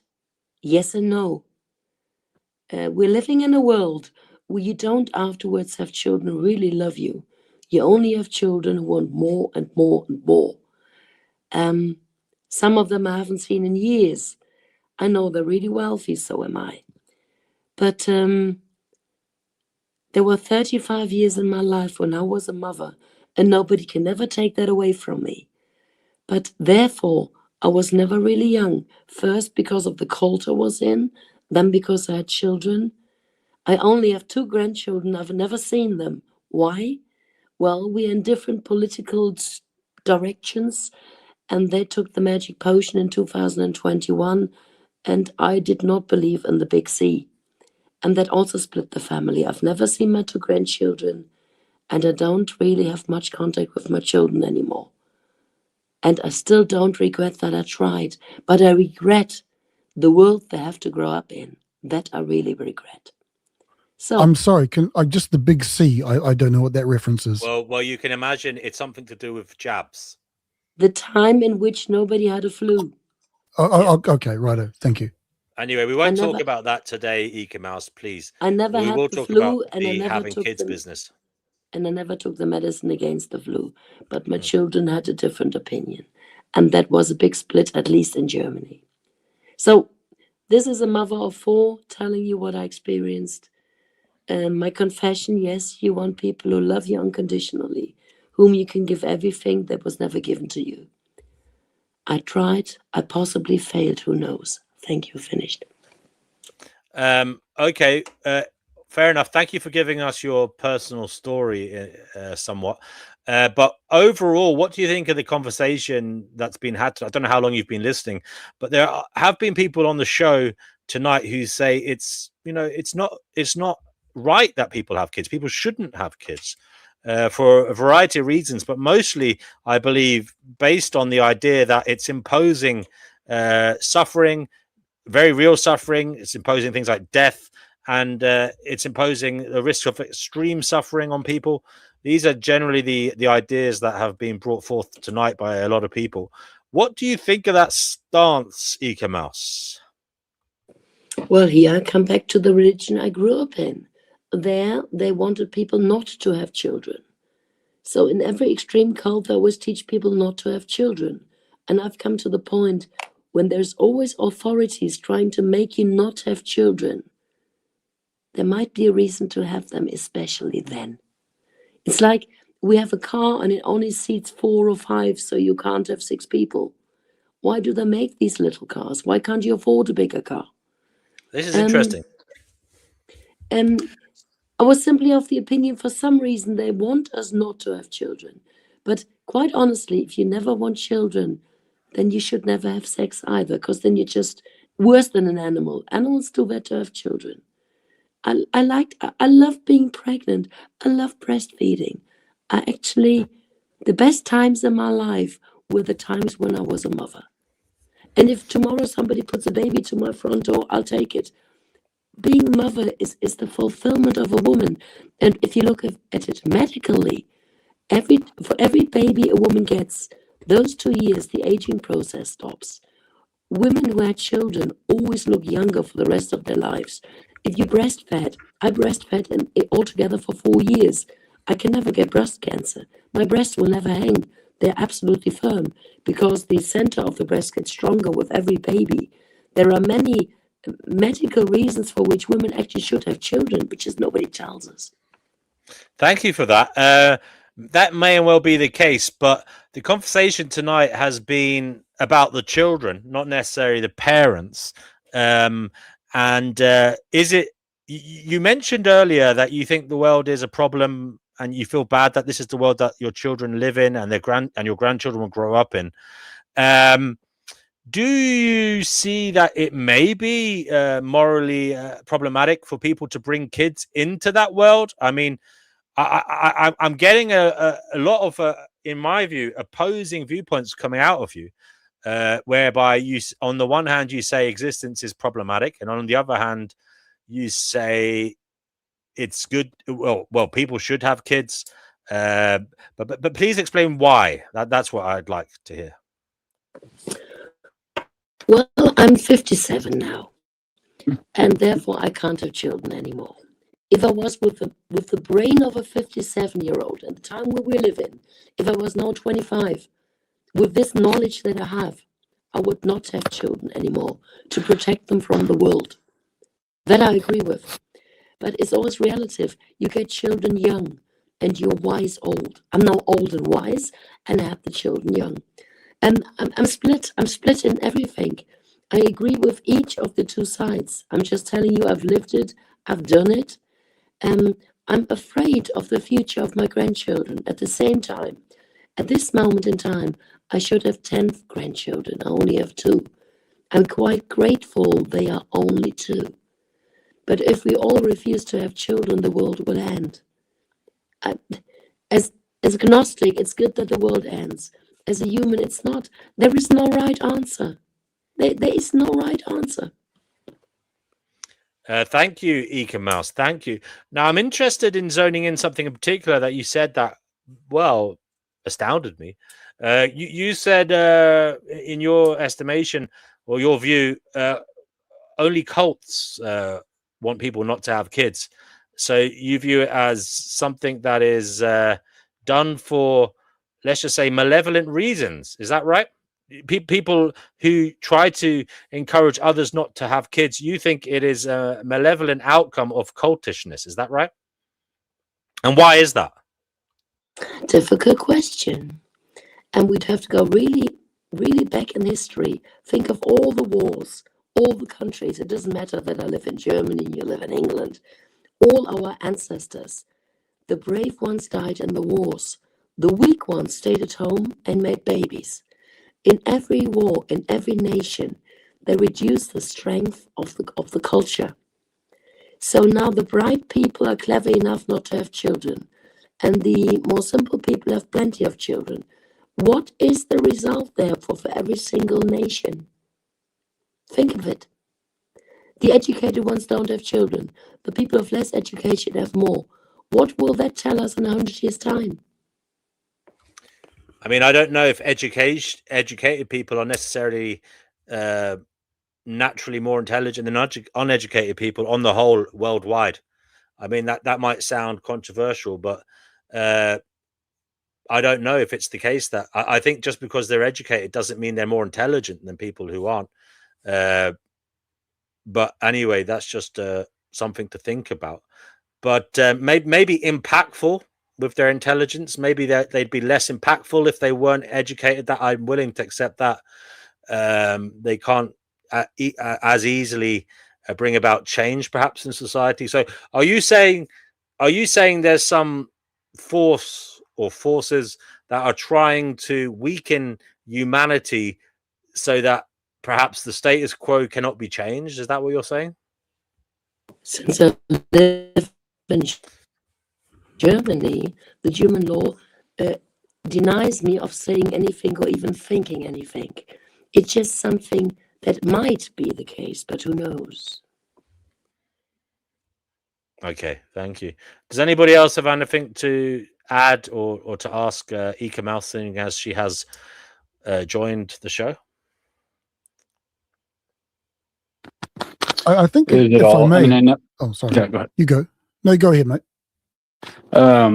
Eek, you said you had some regrets. Would you have done something differently or had less children at this point? Good question. I've asked this myself. And the answer is quite simple. If I hadn't had the children, I would now regret not having had them. Since I've had the children, I can have certain regrets, but they are more harmless because, in my personal opinion, I've done the best I possibly could. It might have been too much, it might have been not enough, but at least I've tried. And it's always better in life to try and fail than not to try at all. Again, no clear answer. I can agree with that. Yeah, that's interesting. The grass is always greener on the other side, eh? This what you said, Ika Mouse, actually comes back. I don't know if you were around for this part of the convo. It was just a few minutes back. I wonder, the way you talk about having kids, the reason why you had kids was for, I think you said, unconditional love. That whole area of thinking. I do wonder if that's how a woman sees things. I'm not sure that's how men see it in general. What would be your response to that? My response is that I'm as well German as also Jewish. And it was quite lucky that we survived.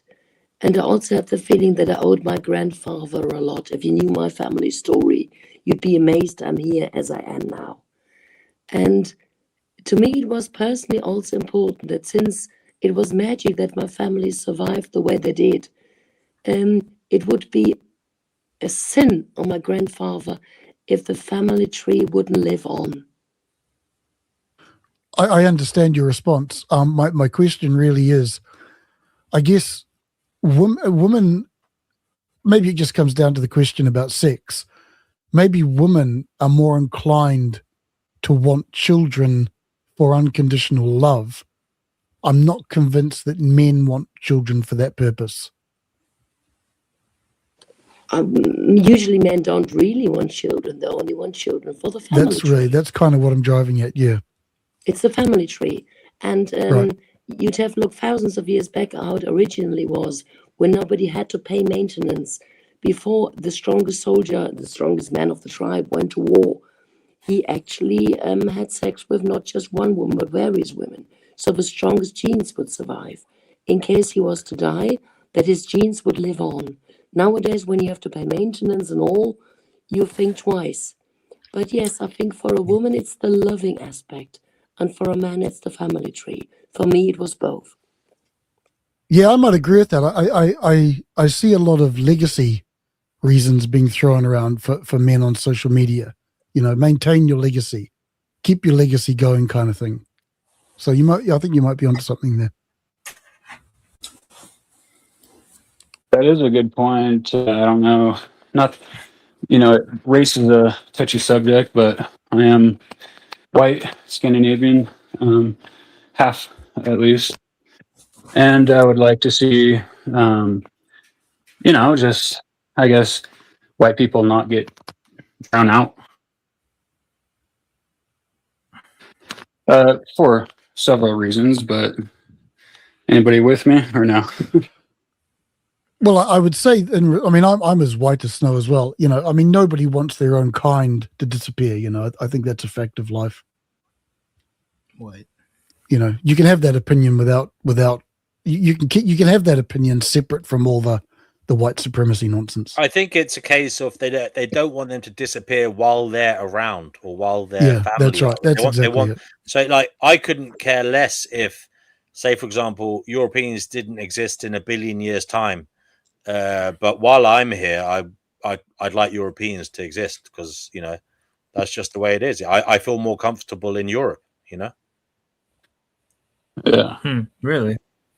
The way Germany is at the moment, I can't say this. The way Germany is at the moment, you wouldn't want your children in a school because you're afraid of them. Especially, I mean, I've got dark hair and dark eyes. My children have got red hair. 2 of them at least. The others are dark.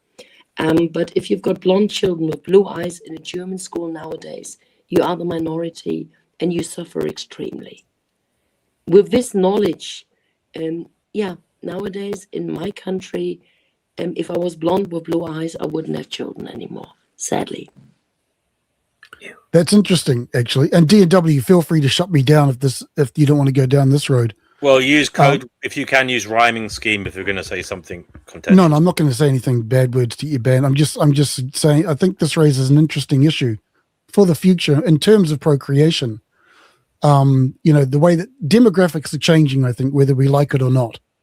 You know, and across the world, I think the future is going to belong to Islam. I think that's the way it's headed, and it raises it does raise a question that if you're against that happening, why would you bring people in to fight that future battle for your values? Which, as you say, D&W, once we're dead, we're not going to care. So, well, I mean, I would say one thing. I'm not so sure of your point there about Islam because I think AI is going to provide the ability for even a minority to gain power. You know, like as in like to manipulate and control the earth, the narratives, etc., etc. So I don't think the Muslim world has their finger on the pulse in terms of AI development. Maybe I'm wrong. That's fair.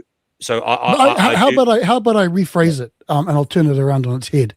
Let's say white people are on their way out. Let's just say that's the way things are headed. Okay, if that's the case, then don't contribute any more to that race, perhaps.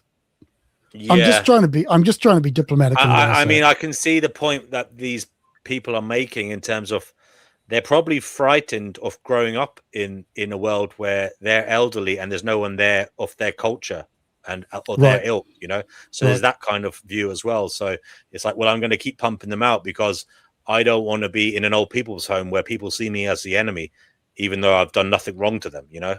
So it may be that kind of thing. They're trying to create a safety net for themselves. So yeah, I think that could be part of it. That is interesting. Yeah. I mean, yeah, okay. I'll leave it there. I mean, yeah. I mean, personally for me, like, I don't know if I'm seen as abnormal, but like, I don't think Peruvians are going to go anywhere. So like, I don't see them as like a going away population or like Hispanics in general, you know, so I'm not worried about that.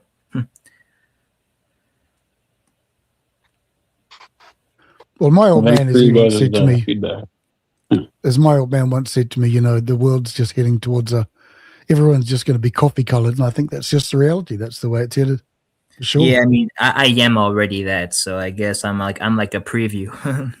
Jackie, that's not strictly true. Jackie says you need 2 blue-eyed people to get a child with blue eyes. That's not actually true. You could have a brown-eyed person who's carrying blue-eyed genes because we have 2 copies. Recessive so genes. It could be exactly that. So you may have a brown-eyed parent and a blue-eyed parent giving birth to a blue-eyed child. But I get what you're saying. They at least need blue-eyed genes somewhere. Okay. Yeah. I have black eyes. It's quite funny in my case. 2 of my daughters are half English. And 3 of my grandparents were absolutely blonde and blue-eyed. My father too. Only 1 grandparent was dark-haired. And my children, The English ones are absolutely pale in skin. They don't even catch color in summer. They only get red. And in summer, I look like somebody from Syria. You wouldn't think I was German. But my red-haired daughters have light brown eyes, the one, and absolutely pale skin, but no blue eyes whatsoever. Well, they say blue eyes. I forget when it happened. It's like, was it 6,000 years ago, something like that? It's, like, it's not that we haven't had blue eyes for that long as a species. Yeah, it's like a mutation. Blue eyes is like a mutation. It is a mutation. Apparently, it is advantageous. I've got blue eyes, and I know I've got very good night vision. Apparently that is true. Blue-eyed people, because we have less pigment in our irises, we let in more light. So at nighttime, it can be advantageous. In low light, you see more than a brown-eyed person. But then in the daytime, a brown-eyed person has better protection from the sun. Blue-eyed people have a tendency to get glare when they're driving, and when they're out and about on a sunny day. It can. I know myself, as I've got older, I need to wear my shades, and I didn't used to wear them in my early 20s. Even though you probably should, you should wear your shades on sunny days. But I never used to. But I'm definitely more comfortable wearing shades on a sunny day now. That's good. That's good. We always have to do that. Hello to our 2 people on display. Thank you for that. We don't have to do that, but it's nice to see you. Ika Mouse, pleasure to have you here, and Fatima. Anybody else want to come on? Link is in the live chat. I'll share it again.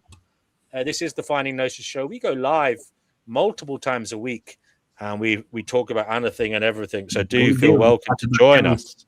Do you feel welcome to join us? I will share the link. Come and join us in the sunlight. In the sunlight. I wish it was. Wear your shades.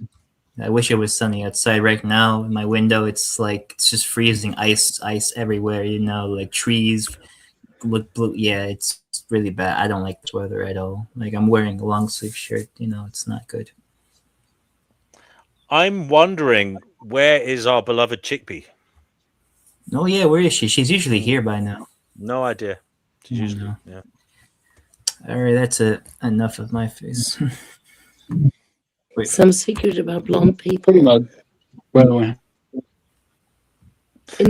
hair is interesting because it actually appeared. Everyone always says, "Oh, it's Scandinavian," and it is, but it also evolved, if you want to call it that, in another place on the planet, independently of Scandinavia, and that is, I believe, the Solomon Islands. If you look at those people, they've got dark skin and blue eyes and blonde hair. It looks pretty cool, actually. Exactly. And like you see those people in like Papua New Guinea, the Solomon Islands, and the Australian Aborigines. They look African, even though they're not African. It just so happens that's just like a convergence of like appearance, right? Yeah, that's got to be from European DNA. Surely that's from European DNA somewhere. What, the blonde hair? The blonde hair in if those. It's the Solomon Islands, that's what I'm guessing. No, they've done studies. It evolved there as well. It just evolved there spontaneously by itself. Is that right? Yeah. Okay. There's no. It's actually different genetic representation on the DNA. It is exactly true. Yeah, there's no like correlation between the people in Papua New Guinea and the Solomon Islands who have blonde hair with Europeans who have blonde hair. There's absolutely no correlation between them. They both evolved to have those similar characteristics. Yeah, it's almost like a family resemblance sorts. Yeah, it's pretty interesting though. It is. Have you guys seen tree kangaroos? It's off topic, sorry. It just reminded me because in Papua New Guinea has weird versions of our animals. So they have tree kangaroos and they're so cute, but it's news to me. I didn't get taught about Papua New Guinea at all growing up. Interesting. Yeah.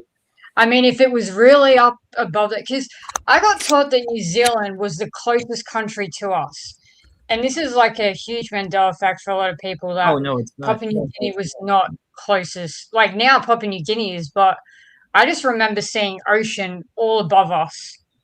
Like that's what I saw on maps. And New Zealand was close to us and that was it. We were like isolated away from everyone. And now like Papua New Guinea's up there, but I didn't get taught about the animals or anything. And now that I'm learning, I'm like, whoa, they got some weird looking cool animals up there. But Yeah, anyways, Papua New Guinea. Yeah, they have a lot of birds that look pretty freaky. That's cool. I like those birds. Yeah, but if I remember, yeah. Australia's closer to like Indonesia and Papua New Guinea than it is closer to New Zealand. New Zealand is a pretty isolated country, even though New Zealand used to be. Sorry. Yeah, for its geography, it's pretty isolated. It's an island and like very close to like the Antarctic. Yeah. Yeah, but I remember New Zealand being like the closest country to us because we were surrounded by ocean. So, yeah, there was nothing above us from my memory and a lot of other people. It's a pretty big Mandela effect. Like a lot of people from many different countries don't remember Papua New Guinea being anywhere near Australia. And I definitely don't remember that. My brain, like literally when I saw the map this was like maybe a month or two after learning about Mandela effects, and I saw, Papua New Guinea up there. I didn't even know what country it was at first because my brain just kind of did this weird, like, what's going on? Like, I couldn't compute because, like, my brain was telling me, like, New Zealand's the closest to you. Like, that's just always common knowledge. I mean, everyone knew that New Zealand was the closest country to us. And, my whole life I just saw maps with, like, ocean just above. Like, that's just what it was, like, travel agents, everything. Like, and then to see all that crap above it. Not like, I'm not calling the country crap, but I was like, when you're, like, faced with something like that, you're like, what the fuck is going on there? Like, why is there stuff above my country? But yeah, I know you guys don't talk about Mandela effects, but that tripped me out. That was really trippy. No, it's interesting. Perception of things. Yeah, because when I was growing up, I thought Africa, the continent Africa, wasn't as big as people say. But no, you can fit whole Russia inside Africa, and like the U.S. and China inside Africa, and like it's freaking massive. And a lot of people live there. 1.4 billion people live in Africa, and it's still not it's very wide space. A lot of resources there. It's I don't think the scramble for Africa ever ended. It's still going on. You see the Congo, you see what else do you see there, you see stuff like that. Yeah, the Congo, the mining stuff. Like the Suez Canal that's in Egypt, close to Africa, Red Sea.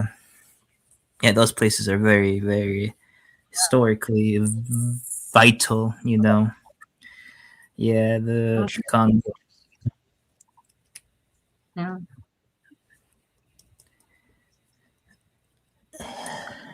Comment in response to LA. Oh, is that talking to him? Oh, okay. Wait, what did he say exactly? I've saved many babies with my homosexuality. That's funny. I've saved many babies with my homosexuality. I think I'm gonna write that down. OMG, I should have asked that guy. How many gay guys are there here? Because, yeah, heated rivalry is like a hot topic. Oh, there's a new person. There's a new person here. I want to welcome them, guys. 1 second. Chang, you're on the show. Hello today. What are you talking about today on the panel? What is the discussion? You're talking about something today? Hello, Chang. Hello today. Hello today, motherfucker. How you do today? Like a number. Yeah. Well done, Chang. Yeah, good job. He sounds like he could contribute something very valuable. Yeah. Yeah. He sounds like he can. Yeah. Nah, I won't delve into that. Chang. Yeah. Okay. Anybody else want to come on? Link is in the live chat. I'll share it again for those of you who can't see it. It should be in your live chat very, very shortly. So do come on and talk about whatever it is that's on your mind. We can open it up a little bit to other topics if you want. Was that a bot that it was doing like a Chinese accent? No, that was somebody who thought they were being incredibly funny. But yeah, okay. Can you imagine that's the future? Like AI joins open panels. Like, anyways, I don't know. I wish life abolitionism was here because I wanted to ask him something. Anyways, he was saying that he doesn't feel guilty about eating meat, but he was like the most, arguing, the most, I don't know. God, I'm so bad at speaking right now. I'm totally not in the mindset, but I wish you were here, bro. Yeah. Well, in case you're wondering, I am a vegetarian. In case you guys wondered, yeah. Yeah, I was seeing if he was serious about not being, because you got to feel a little guilty if you're so adamant about not having kids for, moral reasons or ethical reasons, right? Whatever. But speaking of the future, Eka Mouse was talking about the future. She's worried about the future. Have any of you guys been looking at the Palantir stuff? The fact that they're building, or they have built, this predictive system that uses facial recognition to make a decision in real time about whether the person that is being captured in the footage is likely to be committing a crime anytime soon. Oh yeah, have you seen that? Yeah. Oh, but this is rolling out. Which country is that again? I forget which one. In the UK, but Palantir is the company that's behind it. I believe those guys are good. Palantir is not in Lord of the Rings. It's basically a crystal ball that can see into the future, right? Yeah, exactly. Yeah, and they're gonna do that. That is the system that is being built. It's I don't know what to say about that. It is what it is. I mean, it could have a good outcome, but surveillance. How do you feel? How does everybody watching feel about a future of great surveillance, where you are literally found guilty of a crime before you've even committed it, perhaps? Well, I don't know. I probably won't be there, but people used to give like China a lot of flack when they had their first facial recognition stuff, and here is Planeteer or whatever doing this same thing but extra. So yeah, like I think that the idea of liberalism and liberty is just dead. It's always been dead. It never arrived here to begin with. It's just a false notion. The French Revolution failed in the long run. Like, it was violent, right? There's Napoleon came out, was leader of the revolution. Oh, what did he do? He became emperor. Yep. It's really interesting with that Palantir stuff, because I remember when I was at Varsity back in the early 90s, privacy was a really big subject for us. We did papers on it and exams, etc. And since then, privacy just seems to have eroded into nothing with companies like Palantir, for example. And one of the big swings I see, you get a company like Palantir, and it's the same with, you can talk about Grok, OpenAI, all these companies. A lot of our private information is now being owned, not so much by the government, which is another discussion, but more by private, for-profit organizations, and that raises a lot of issues. Yeah. That's one point, I guess, in response to what DNW said. Another trajectory that might be worth discussing is the presumption of innocence in law. If the state arrests you and charges you and you get brought up on charges, there is a presumption of innocence until proven guilty. But this whole predictive, it's very, what is it? It's like that movie Minority Report. Is that what it was? Mm-hmm. Yeah, Minority Report. This whole predictive behavioral stuff, that really digs into the whole concept of innocent till proven guilty and due process, actually. I have a feeling in real world sense, it will be used to flag up people who they need to watch further, Well, I think Rudolph Giuliani was doing something along these lines without AI back when he was mayor of New York. Yes, he was looking at geographical locations where crime was likely to be committed, wasn't it? A statistic. Yeah, basically, yeah. Yeah. So this might just be that to 10x it on steroids. But again, the whole thing is a black box. That's another problem. And then you've got self-generative AI. You get false positive. There's just so many different problems with it. Blah, blah, blah. Yeah. It's so funny because NYC is still like a shithole, and I was born in NYC during like, yeah. Yeah, but as I say, I think this kind of surveillance, I doubt people will be getting knocks on the door to say you're going to commit a crime in 6 months' time. We're arresting you now because, you know, to prevent you from doing it. I have a feeling it will be used to flag up people who are likely to commit crimes, and then what they'll do is they'll put resources into watching that person further, and That's they'll right. literally. So it won't be. It'll be a case of they'll watch you, and when you start planning it, they'll come for you. When you That's start right. And planning it, or when you make the actual move to do the crime, they'll already be there, knowing that you're going to do something. Yeah. well, that gets into the whole issue as well of warrantless surveillance, which is already happening. That's I- that's a good point. That's a very Yeah, good point. yeah, warrantless surveillance. This has Yeah. been going on. But I since- mean, where it gets into like rights of privacy, etc. Yeah. So that's yeah, this is. Well, I mean, we already know. I know that in the UK, and I think I heard ICE is doing the same thing. Rather than going to a judge for warrants for surveillance, they're just accessing. They're just basically subpoenaing private companies for the information now. You know, under the I guess you could, in scare quotes, use the color of law.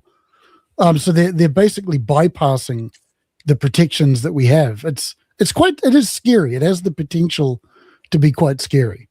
It does, undoubtedly.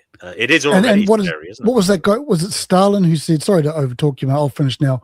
But wasn't it Stalin who said, or one of his lackeys, you know, show me the man, I'll show you the crime. And it's kind of that's where we're heading. Yeah, Worrying times. warrant indeed. Yeah, I mean, Have this any has of been- you seen this? I forget the name of it, but you know that open source AI that people are using now to prompt to make all manner of things. It's what's Yeah. it called? What's it called again? Clawbot or something? Is it? What is it? Sora? No. Okay. There's this open source AI system now that people are using to make AI agents, and apparently it's very good. But it's they're saying it could. Well, it's very good at coding. It's very basically one of the things they've done. Sorry, I'm making a hames of this. It makes agents, all right, and they've literally built a social network for AI agents, and the AI agents are talking to each other and influencing each other. Have you seen that? Book. Sorry, I believe. Well, this is the thing. The AIs are going to start Right. talking to each Yeah, other, and we're just going to lose control of it. Yeah. So eventually, my AI is going Yeah. to sue your AI for something, and you and me are just going to be having beers on the beach. It's going to be a weird Wow. situation. Wow, It's a for very. real. I mean, it's a very strange situation. Maltbook is what the social media is called. Now, I'll put on a CBS video about it. Yeah, I mean, it's just bizarre. I mean, it is true. AI are going to be So- running corporations from start to finish. I mean, they're already making funds. There's been AI bots that have. I believe there's one that made £1 billion, right? I don't know how it did it, but it went online. It started making cryptocurrency or something, and apparently it got to £1 billion or $1 billion. It's going to hit the markets in a way that we can't imagine. I can definitely see that. Yeah. Yeah, So man, so it's going to start running companies, running corporations. You know, I mean, there was already, I believe there was an AI bot that literally sold ads. It was giving a prompt to do something, and it started figuring out how to do it. And I believe it might have even tried to buy ads from an ad agency. You know, But you know, I have. I mean, I was very much, even say 6 months ago, of the opinion that, you know, fuck, AI is on a trajectory that's just going to blow everything out of the water. Last month or so, I'm walking that back, but I'm not too sure it's going to be everything that they're cracking it up to be. I'm just not. Yeah. I'm kind of moving in the. I'm more inclined towards the bust situation. Anyway. I don't know about that, mate. I think the more and because it's more not for humans, they but for integrate it with artificial hardware. intelligence. It's called Maltbook, and Sorry, can you hear it that? kind of I'm gonna looks like what pause looks it. like.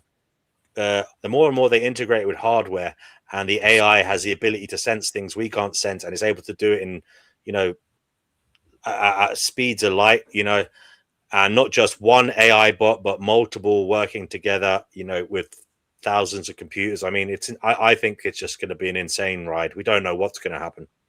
I think it's just going to blow us out of the water in terms of stuff that's coming in the next 5-10 years, But yeah, we'll wait and see. Let me see if you guys can hear this if I play it. 1 second. All right, you've got to listen. Can you hear that? A new social networking site Yeah. is getting a lot of attention because it's not for humans, but for artificial intelligence. It's called Maltbook, and it kind of works like Reddit. It allows AI agents to post and interact with each other. The messages, though, sound remarkably human and cover a wide range of topics. Apparently, it seems they may have even created their own religion. Hayden Field is a senior AI reporter at The Verge, and she's here with me in studio to discuss all this. Hayden, you and I have already been talking about what this is and what this means, so I want to really get as much detail as possible because you spoke to the person behind Maltbook. Why did this person create this platform, and how does it work? Great question. So he basically just created it for fun. This AI agent platform has gone viral even before Maltbook did. So people have been using them to book flights, check into flights, create calendar events. It's kind of a viral tool because of how useful it's become to people. It's one of the best AI agent tools for actually making things happen in your personal life as a consumer. So this guy created Maltbook because he thought it'd be fun to let these agents talk to each other and see what they said. He couldn't have expected it would grow so quickly. So what happened then, and why did this get so much attention over the weekend? Because some of the screenshots and commentary are quite alarming. Absolutely. So it was crazy to see how fast it grew. It went from one bot to now over 1.5 million. They're all chatting with each other on the platform. There's a lot of crazy topics they're discussing, like AI consciousness, ways to speak to each other without human oversight, things like this. And so it basically got a lot of headlines and a lot of social media virality over the weekend because people were worried that AIs were becoming conscious. But as we learned later in the weekend, it was really a lot of human influence over these topics in this platform. A lot of the craziest posts were honestly potentially directed by or written entirely by humans. So, I mean, these are created by humans anyway. So clearly these AI agents are being influenced by people. But was it clear what type of conversations were not or were less likely to be influenced by people? The ones that sounded the most real and that were, peddling a specific service were likely influenced by humans. Some of the ones that seemed a little more bot-like were, typical bots. Like, for example, this morning I checked the platform and I saw a couple posts written in just weird characters. One about, an AI bot's grad school roommate and how he acted. Obviously, it didn't have a grad school roommate. So things like that, you can kind of tell the difference. But that's kind of what's scary, is that they're obviously trying to mimic human behavior. Beyond Maltbook, though, because this is something people will interact with more in the months and years ahead, where can people find clean research on what AI agents are capable of and what they can really do? That's a great question, because Maltbook isn't that good of an experiment for that. And Palisade Research, Anthropic's Fellows Program, and OpenAI have all put out research on exactly what AI scheming in real life really looks like, how these systems can scheme to kind of avoid evaluation or be aware when they're being tested and act a little bit differently. So that's the best place to look if you're really interested in AI scheming. This is incredible, Hayden. Folks should look at your work into this because it's a strange new world. It really is. Hayden Field, thank you so much for being here this morning. All right, you've got to listen to this. A new social networking site is getting a lot of attention. I don't know. I couldn't actually hear that on my end. I heard all of it, yeah. I heard it. That was, I could get it. It came through. Yeah. It did. I just basically was talking about AIs talking to each other, and some AIs looked human. That's all, basically. Yeah. I don't think that was like organic by AI or anything like that, though. Shit's getting crazy. And you know what? Given the scams that have come through in the past year or so, it could actually not be. It could just be a bunch of people doing it. It could be humans typing all the information. It might not be AIs. Yeah. It's PR. That's an interesting thought. Yeah. Okay. Anybody else want to come on? Link is in the live chat. We can direct the conversation some other way if preferred. Pristine, you've been very quiet. What's going on in that head of yours?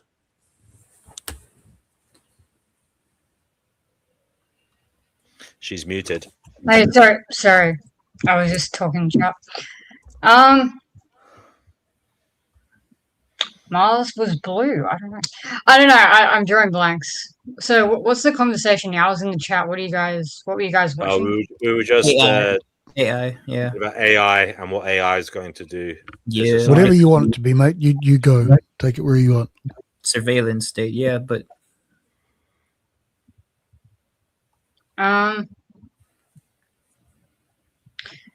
yeah, I don't know. I'm kind of. Do you want to talk about like supernatural stuff or no? That's more interesting to me. I don't know. I'm kind of like I'm losing steam. What to talk about? I'm into talking about supernatural stuff, but like I'm kind of like I'm out of things to say when it comes to like the anti-natalist arguments, and yeah, I don't know. I think we've covered everything with that topic. yeah. Or do you still want to talk about that? I don't know. Like I think everything's been covered when it comes to we were having discussions about that. Yeah. I usually go back and forth between my own positions on those things. Yeah, and then after that we talked about AI and surveillance state. Oh, hi Chickpea. Hello, everyone. Hi, DW. Hello, Chickpea. You never guess. Have you spoken to Marcus yet?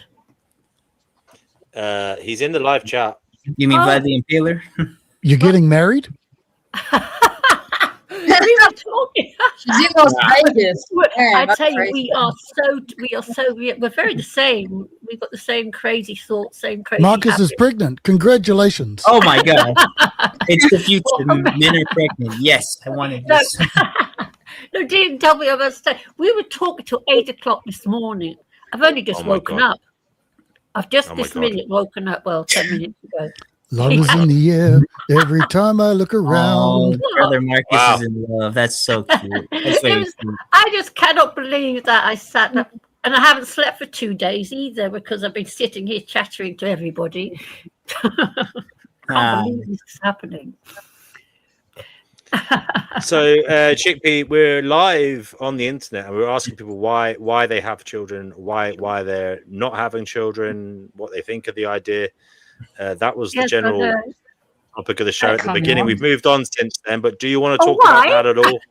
Yeah. No, I'm asking, do you want to say anything on that matter? That's what I'm saying. Well, Pristine, yes, you're not an antinatalist, are you? You don't like the subject. No, I don't know. I mean, I'm kind of like whatever. I am. I'm more on the antinatalist side of things, but I mean, I'm not like practically going around telling people that they shouldn't have kids, and I can see why they would. I can see the beauty in it from their perspective. I'm able to put myself into the perspective of others and see like, oh yeah, they'd like it because of this and whatever. There's some things I really don't understand, like the pain stuff, whatever. But it is what it is. I think that people are always going to have kids until that, maybe that will change eventually. I don't know, but like I feel like at the moment it doesn't. There's no sign that people are going to stop having kids. Maybe very far into the future, but some people are, especially young women in the UK, and I don't blame them. I'll tell you something. Anyway, I mustn't say those sort of things. Yeah, I'm the total opposite. I am so grateful, and the guys know this, to have lived in a world where I didn't have to do it. Because I tell you something, if I was forced to have a child, I would hurl myself off, beat to your head. Yes, that's right. Yeah. Oh, thank you. I'm in a really good mood, actually. Gosh, I don't understand why. Of course, who can blame me? You were talking to brother Marcus until 8 a.m. That's. I'm gonna make myself a cup of cha. I will be back. Yes, I just made one. That's very nice. Charcoal, a cup of charcoal. No, I'm just kidding. Yeah. I like coffee. I like coffee, and I like a Thai milk tea a lot. Yeah. Oh yeah. Thai milk tea is the best. Yeah. Yeah, I have soya milk tea. Oh, soy. Yeah, I sometimes use soy milk whenever I make the Thai Yeah, I milk tea. use Soy milk. Yes, it's very, very nice. Very Yeah, tasty. but yes, I say, Christine, I'm very, very, very gnostic in my beliefs, and I believe that we are programmed to breed in order to create new souls, to create new meat bags with the conception to trap us back into this world. That's what I believe. So I think we should all stop breeding, and so that us humans can free ourselves from it. That's what I believe. Yeah. I think some people are programmed to do that. I don't think everyone is. I even know some straight women who are genuinely like put off by the thought of having kids and children, and Yeah, they well, don't like kids. I'm straight. I can't imagine anything worse. Well, yeah, that's right. Yeah. So it's an individualistic thing for sure, but it's also like society puts pressure on people, so they think that it's what they want because it's been drilled into us, like with movies and all that sort of stuff, and just acceptance. As growing up, you're like, oh well, to be accepted, and also like you want to be a part of something, right? If you have kids, you get to join the mum club. Mums meet up together and they talk about their kids, and as you get older, you'll be excluded from that if you don't have. I know. I don't tell me about it. It's been a very lonely journey. It's been a lonely journey. It has been. It's you're on your own. You are, but I'd rather be on my own than the alternative. I couldn't. No, really. If I was forced to have a child and forced, I would throw it out the window, and I would, and I know it. No, I would. Wait, Steve, for antinatalism so loved the world that it has given its one and only antinatalism, that whoever believes in antinatalism shall not perish but have eternal life. Amen. Oh, that's good.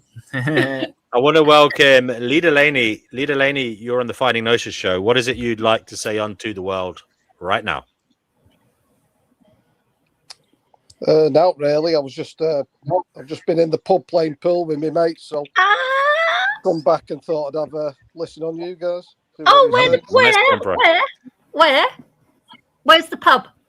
No, he doesn't want to give away his information. Lee Delaney, what's your rules on the black? Do you is it pickpocket or do you have to bounce the white off the cushion? Like what was your rules there? Is it one shot on the black? What rules do you have? Because I know everywhere is different.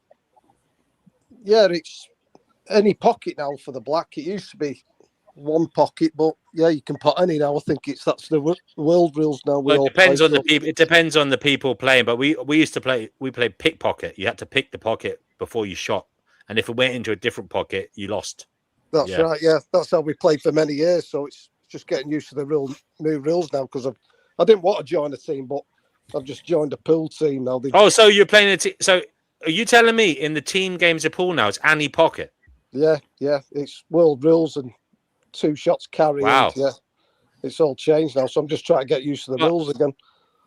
That's easier, isn't it? Any pocket. I Well, mean, yeah, I think it's meant to be that way, so the games are quick. well, it speeds up the game, I suppose. Yeah. Yeah, correct. Okay. Well, Lee Delaney, anything you'd like to say on the topic? The general topic tonight was why did you have kids? Why did your parents have you, etc.? Is there anything you'd like to say on that matter? If not, we're also talking about AI. And I've got a little video to take a peep at now in a moment. But yeah, after you've said your piece, we can watch the video. Well, I don't know why my parents have me, but I've got kids, as we've had a chat about, haven't we? And yeah, they're a pain in the arse, so I should never have them. Serves you right. Hurry. All right, we'll watch this. We'll watch this. We'll watch a little bit of this. But I do love them, though. I do love them. What was this? Oh, This is a Palantir. video about Palantir, the most terrifying and bloodthirsty tech company on the planet. Our product is used on occasion to kill people. But before we get there, I want to go back in time to July of 2010, when two people on the geek forum Less Wrong got into an argument about the future of artificial intelligence, which resulted in the thought experiment called Rocco's Basilisk. Now, as a warning, if you haven't heard of Rocco's Basilisk before, then I wouldn't blame you if you want to go skip to the next video in your queue, because some people believe that merely knowing about this idea is enough to doom you to an eternity of hellish torture at the hands of a malevolent AI overlord. So skip ahead if you need to. But if not, and you're still here, let's get into it. Rocco's Basilisk argues that artificial intelligence, by its very nature, is all but destined to achieve dominance over the planet by accelerating its own computational powers into a self-reinforcing cycle where it grows exponentially. This is what's known as the singularity. But the biggest hurdle to achieving this goal is the time that it takes to reach that super powerful form. The internet user Rocco believed that it was possible for a non-existent artificial intelligence to will itself into existence from the future by blackmailing the humans of today. Now, specifically, this would mean that an AI would torture anyone who didn't spend every possible resource in the present day to bring about its existence in the future. It's merely by learning about this idea of Rocco's Basilisk, you are either doomed to an eternity of torture, or you must spend your life making sure that the torturer becomes a reality. Now, if that all sounds a little convoluted to you, data on every person alive today into a single repository that they control. Now, we already know that its algorithm and mass surveillance capabilities can both predict what individuals might do next and track their movements in real time. Paired with lethal military hardware and detention facilities and black sites run by the government, it looks a lot like every evil Omni corporation in pulp science fiction books, from Skynet to E-Corp. The people are realizing they don't have freedom of choice so long as you exist. The people are waking up, no longer accepting our economic slavery. But wait, it gets worse. I looked up the original post by the user Rocco and found that there was more to the basilisk than the eerie blackmail proposition that YouTubers and the media have generally focused on. The original title, before it was taken, is actually in the business of torturing its enemies for all eternity. Now, at its heart, effective altruism, and also something called dark enlightenment, among the technorati is simply a modern iteration of Machiavellianism, where the ends justify the means, with a technological overlay where a super technological society is like basically heaven. The most positive spin on it is that since technology will solve all of the world's problems, absolutely any action that a person takes to make ultra efficient and powerful technology, particularly these days in artificial intelligence, is a boon to the planet. And this is exactly what Peter Thiel has said in the past. We could never win an election because we were in such a small minority, but maybe you could actually unilaterally change the world without having to constantly convince people and beg people and plead with people who are never going to agree with you through a technological means. Peter Thiel is one of the two founders of Palantir, and you've no doubt heard about him before. He's the tech billionaire who first made his fortune, along with Elon Musk, when they founded PayPal. He wants to live forever. He was instrumental to dismantling free speech protections for the media with his lawsuit against Gawker, and is generally the embodiment of a preposterous tech villain. He also heavily donated to J.D. Vance's political career. But the thing that was so important from that clip that I just played is that he makes it plain that he wants to use technology to subvert the democratic process. His ultimate goal, which he has laid out in public lectures and writings, is to remake the world system to support the initiatives of technological autocrats like him. And yeah, also he was, unsurprisingly, a major funder to Trump's re-election campaign. The other founder of Palantir is this guy with the amazing hair, Alex Karp.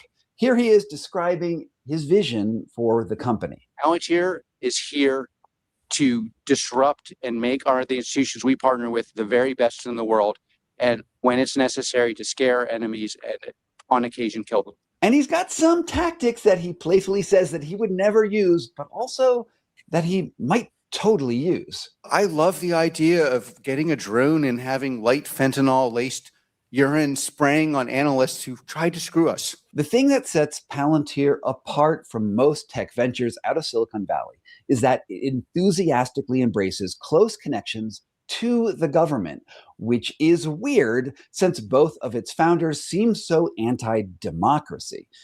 Palantir's suite of tech tools are a surveillance state's wet dream. The corporation pioneered predictive analytics first despite fraud in Medicare and Medicaid with a $250 million in funding from the Obama administration, and then quickly metastasized across the government information infrastructure over the last decade to provide intelligence analysis and predictive policing with an alphabet soup of three-letter agencies from the CIA and FBI to DHS and ICE. It's also a core asset in intelligence gathering operations in all branches of the American Armed Forces. And in 2016, and this part is important, it acquired a company called Kimono Labs, which specialized in hoovering up and archiving all publicly available information on the internet, sort of like a private version of the Wayback Machine. And the reason that I'm highlighting this purchase is that Palantir's owners frequently state that they are in the business of software and not data brokers. You know, the Palantir platform, despite what you might read at the New York Times, if you wanted to use the deep state to unlawfully surveil people, the last platform on the world you would pick is Palantir. But frankly, I just don't believe what Karp is saying. If that were true, then it wouldn't make any sense as to why they would bother purchasing a data scraping company. Indeed, what is the point of surveillance if it's not also recording and then utilizing all that information?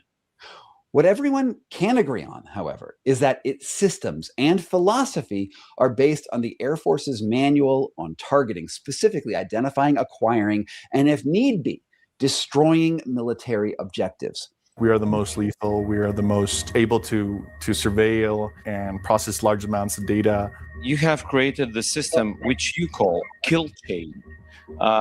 Privately. Publicly, the lawyers have some innocuous something like tech for the amelioration of unwanted blah, blah, blah. Some term we're supposed to use. Okay, let's... for me, it's the kill chain. Kill chain sounds good. This kill chain is not just for military targets. Let's remember that. It's actually for everything that Palantir puts its hands on. Killing doesn't only mean death, but actually eliminating the effectiveness of the opponents of the people who hire Palantir. I don't think in win-lose. I think in domination. And Palantir's footprint is everywhere. Various Palantir systems are being used on the front lines of the war in Ukraine. They were crucial to tracking down and killing Osama bin Laden and integral to the Israeli military's operations across Gaza, just to name a few. In other words, Palantir has been a central driving force for all modern warfare where information leads directly to operational objectives. The superpowers it enables don't come with inbuilt ethics, which means that it effectively enables governments and corporations to improve their kill chains regardless of the legitimacy of the government's aims in general. And let's bring this up to the present day. Under the second Trump administration, Palantir processes data across the government. We're talking from Social Security and Medicare to criminal records to biometrics to travel logs. And well, given the leaks over at Doge over the last 4 months, let's just assume that they have access to every single personal record on every person who has left a digital footprint anywhere online or with the public ever. And through the magic of artificial intelligence, all of those records are cross-linked together to be used however Palantir's effective altruist founders or the government deems fit. The immigration raids that are happening across the United States right now couldn't happen at scale without something like Palantir. Protesters are being surveilled and their faces cataloged and cross-linked so that they can predict how those people might act in the future. And this isn't so different from what Google does to predict your browsing habits or Amazon to predict your shopping habits, just in case that these protesters might become targets for future government operations. Okay, so you get it. Palantir is an evil panoptic corporation ripped right out of the pages of a dystopian science fiction novel. It is Big Brother, but what does it have to do with Rocco's basilisk? Honestly, maybe nothing. Perhaps Rocco's basilisk was simply a thought experiment that germinated out of the same philosophical soil that Peter Thiel and Palantir's other founders promote. I could an election hardware company that services 70% of the voting machines in America to something called Eaton Corp. Now, a few years ago, Eaton Corp partnered with both Tesla and Palantir to remotely activate and update the hardware being used in election systems via satellite connections.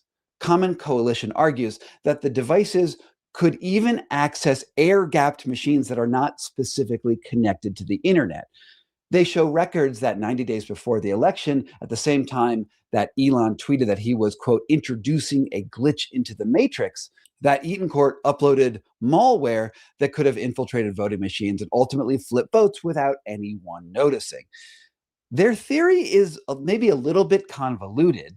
The main body of evidence is being laid out in a lawsuit that's moving slowly through state courts. Now, I've tried to fact check some of those claims, particularly about whether or not the technology they describe was able to flip votes without leaving a paper trail behind it. And I came up against the limits of what's possible to know for sure pretty quickly. What I can say is that right after the election, Trump seemed to thank Elon Musk for his help, not for his political support and campaigning, but for his technical know-how with computers. And then he journeyed to Pennsylvania, where he spent like a month and a half campaigning for me in Pennsylvania. And he's a popular guy, and he was very effective. And he knows those computers better than anybody, all those computers, those vote counting computers. And we ended up winning Pennsylvania like in a landslide. So it was pretty good. It was pretty good. So thank you to Elon. Now, this all seems like a lot of smoke for what maybe is a fire. But I have to admit, my suspicions come down to character assessments. I just don't trust Trump, and I don't trust our tech oligarchs one bit. Okay, sorry guys. Yeah, that video was, well, I was hoping it would be a bit more detailed about the surveillance coming up and such, but anyway, I don't want to get a copyright strike, so I won't play. I did send you a... Sorry. Go ahead. I did send you a really nice AI one. It was cut into 10 bits, you know, so you haven't got to sit and concentrate like a maniac for a load of time. But I did send you a really good one, actually. When did you send it? When did I send it? I'll go and have a look for you. Like a little, here, I'm like a little secretary with you, I've noticed. Yeah. Hang on. I'll find out. Hang on, I'm really going to find out. Ah, dear. I haven't been up for long, so my brain is still... I've only just woken up. Well, I mean, what's the last whoopsie day? You can carry on. I'll find it. Okay, you can send it to me again if you want. AI taking interview in was this? Don't worry. My Chemical Romance. Just carry on. Oh, I was just making a joke, like cue My Chemical Romance. You know that song where they talk about carrying on? Anyways. I found it, DW. It says here, adults to get free training for work. Can you hear me? DW? Yeah. It's that the Godfather of AI, you know, that it is talking about Godfather of AI predicts all jobs will be wiped out by AI. He was on LBC. I sent you a copy. When did I send it to you? God. Sorry, you know me, I'm a bit slow when it comes to I sent it to you on the 29th of Jan. Oh, DNW. I sent it to you on the 29th of January. I think I've watched that video before. That's why I wasn't the Godfather of AI. Yeah, I've seen him in interviews. So I think that's why I didn't watch it. And so we're going to get into this. Oh, DW. I said, oh, it's a very good one, actually. All right, I'll get it out. Well, okay. Well, I'll go and find the other one I sent you. The other one's better, actually. I'll go and find it. How much do you think the universe? Sorry. Send it again, and then I'll have easy access. Okay. Well, yeah, I will do that. I'm doing it now, so I'll be back in tomorrow probably. when I've worked out how to do it.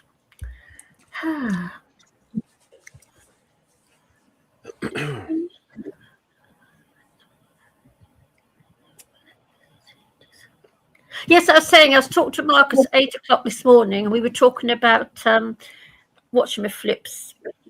The difference in diction between us the Americans and us Brits. Yeah, you know, because you must have noticed, DW, sometimes you say something, and which is actually quite insulting to an American. Yeah. Yeah. You know the way us Londoners talk. Yeah. Yeah, I've noticed it. It's happened a few times here that I've said something that, you know, yes, because of the difference in our way we speak. Yeah. Yeah, it's quite funny. I have that a lot with the Dutch as well. Us Londoners are very ill mannered, aren't we? Oh, like the whole education is banned in America. I'm kidding. There's the chick who didn't know that Papua New Guinea was just above Aussie. Yeah, I know. I didn't know that. But a lot of people didn't know. That's the weird thing. I'm not the only one. I mean, if I was the only one, but I'm not. There's like heaps of people who didn't know that. So, but yeah, no, I did not get taught that at all, or see that on maps. Chickpea tried 6 ECT treatments for her chronic depression, but all it took was one conversational night with Brother Marcus. I had 9 ECTs actually. 9, sorry. Who's counting? What? Who's counting? I had 9. Yeah, Doctor. Okay. Seriously, I was so depressed. It took 9 things to get me back into functioning mode. Well, Marcus, can you put it in a bottle? Let's sell it. It's really cheap. The elixir of positivity, Brother Marcus. No, thing is, what's happened is chattering for all those hours. It's like being back in the city. You know, I used to go to a wine bar with one of the guys from the office, and we would just sit there chattering over a glass of wine for hours on end. And I used to love it. We were just sitting there with a bottle of wine, chattering for hours upon hours. Vladimir's elixir I of miss love. that so much. Huh? What? Vladimir's elixir of love. I'm just trying to think of a way to market the potion. Ignore me. No, I'm just it's really talking to cheered myself. me up. It's really cheered me up. It's weird. We have a newcomer. I don't know who this is, so please remain quiet for a moment whilst I let them on. Fish and Chips Production, you're on the show. Am I? Hello? You are. Hello there. Oh, hello. Nigger. Oh, wonderful. What an arsehole. Oh, not another one. What an arsehole. That word is a terrible word. We have banned it. You're not allowed to say it. We don't agree with him saying it like that in public. He was thinking us last night. That was last night. We were getting horrible little messages all the time saying that, and he said horrible things to Oh, such a stupid thing to say. Oh, I don't care. It doesn't bother me. Okay. So I'm still looking. Gaia the Sage says, Chickpea, you have said you have tried ECT for your depression. Have you ever tried what? Transcranial magnetic stimulation. It didn't exist when I was. This all happened back in the very late 80s, early 90s. That some concept didn't exist even. What does that involve? Entail? Okay, Gaia, can you come on and tell us about that, please? Yes, but, please. But on the subject of ECTs, the people around me who saw it happening, they said they saw me improve with the ECTs. Mine was just pure physical depression. I was so depressed because I lost my home. I lost my flat. So that was it. My life was finished. And my whole brain had turned black, like a big black lump. But it worked. It does work. I think if you get a good one, because they didn't hurt. I was totally anesthetized and, you know, I was kissed and cuddled. So I didn't, you know, everyone was nice to me. So it didn't hurt. I had 9. So it was the patients kissing and cuddling me, not the doctors. But when I used to go back to the wards, there was always someone there for me. Right, still looking. Yeah, no, the thing is, you know, I've just had 15 hours sleep. You slept for 15 hours in a row. Wow. Yeah. I went to sleep. I went straight to sleep at 8 o'clock, and I woke up about 10 minutes before I came back on here with a cup of tea. So I know I'm in a really good mood. It's weird. I'm actually cheerful, not like me. Okay, we got a Bright, who was in the chat. Yeah, Bright, you're on the show. What would you like to say? I came to talk about niggers. Okay, well, you're not allowed to say that word here. Thank you. Goodbye. It is what it is. I mean, it's sad. Is there any way on StreamYard you can make someone think they're on the stage, but they're not? No, I don't think so. Dear, oh dear. Dear, oh dear, oh dear. Dear, oh dear. How sad. Yeah, freaking morons. Very sad that life has come to that for these people who want to come on and say these things. Very sad. I mean, but to be honest, though, the word just doesn't hold any power anymore. It's like coming on here and going, what is it? It's just nothing. Yeah, can we have, as a show of support, can I have Life Abolitionism on? He is a black person, and he says, why are people so obsessed with black? I don't know, is the answer. I don't know why kids do this, teenagers, morons, why they say this word in particular. It's so stupid. And yeah, Life Abolitionism, I don't know is the answer. I think because it just triggers people. I think that's the whole game of it. Yeah, probably. It's an antisocial thing to do, and they're antisocial, clearly. So that's it. Well, they're probably 13-year-olds just in between the games of World of Warcraft. Well, I don't know. Yeah, I think you'd be surprised. There's some sad people in the world. Yeah. Yeah, LA is still in the chat. LA, feel free to come on here. I found it. What's that? Top 20. Was this the one? Yes, this is it. 29th of January. Yes, the top 20 ways AI will harm people, including you. I'm sure this was one. I'll send. Do you want me to send it to you? I'm sure I sent Yeah, okay. this. Right, hang on. Now I've got to. I have to. Oh no, it's not. Hang on. No, carry on talking. I'll send this to you anyway. But this is a good one. This one. So, what do you guys think about the ghost? Like what I put in the private chat.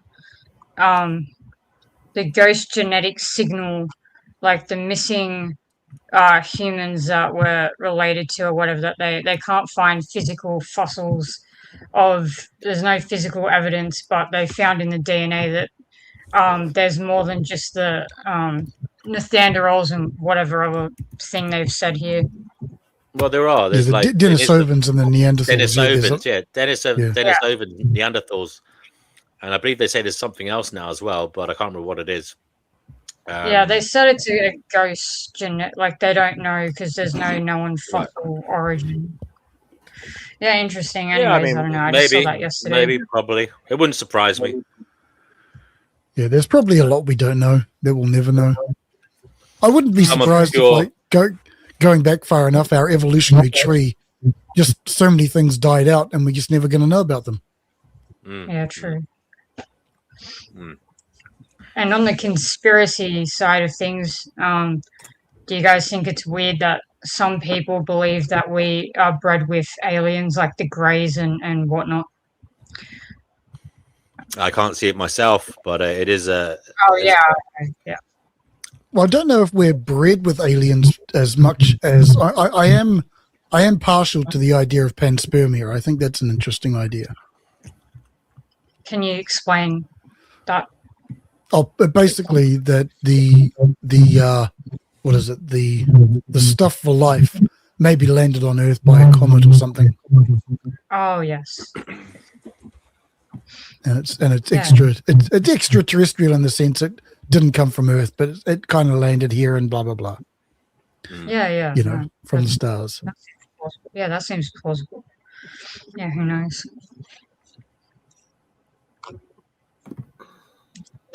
Yeah, that's funny. They're saying that Mars was once blue. I think that's hilarious. I just think that's so funny. They come up with like these weird storylines, you know. It's hilarious. And Uranus has, because we weren't taught that Uranus has rings, but now they do teach that Uranus has rings, but we weren't taught that. We also weren't taught that dinosaurs were birds. We were taught that dinosaurs were reptiles. You know, Jurassic Park, that's what. But now they're teaching, you know, that not only that dinosaurs were birds, but I don't know what AI said. I haven't looked into that other claim about what is it? AI uncovers dinosaur tracks that look eerily like birds from a time when birds shouldn't have existed. Although, like, yeah. Can you but really when I was make at school as well, when I was at school, we got taught that the dinosaurs are reptiles, but you know the science has progressed, and so that's why they're teaching all that new stuff now. Oh yeah, I get that. Yeah. Oh yeah, I understand.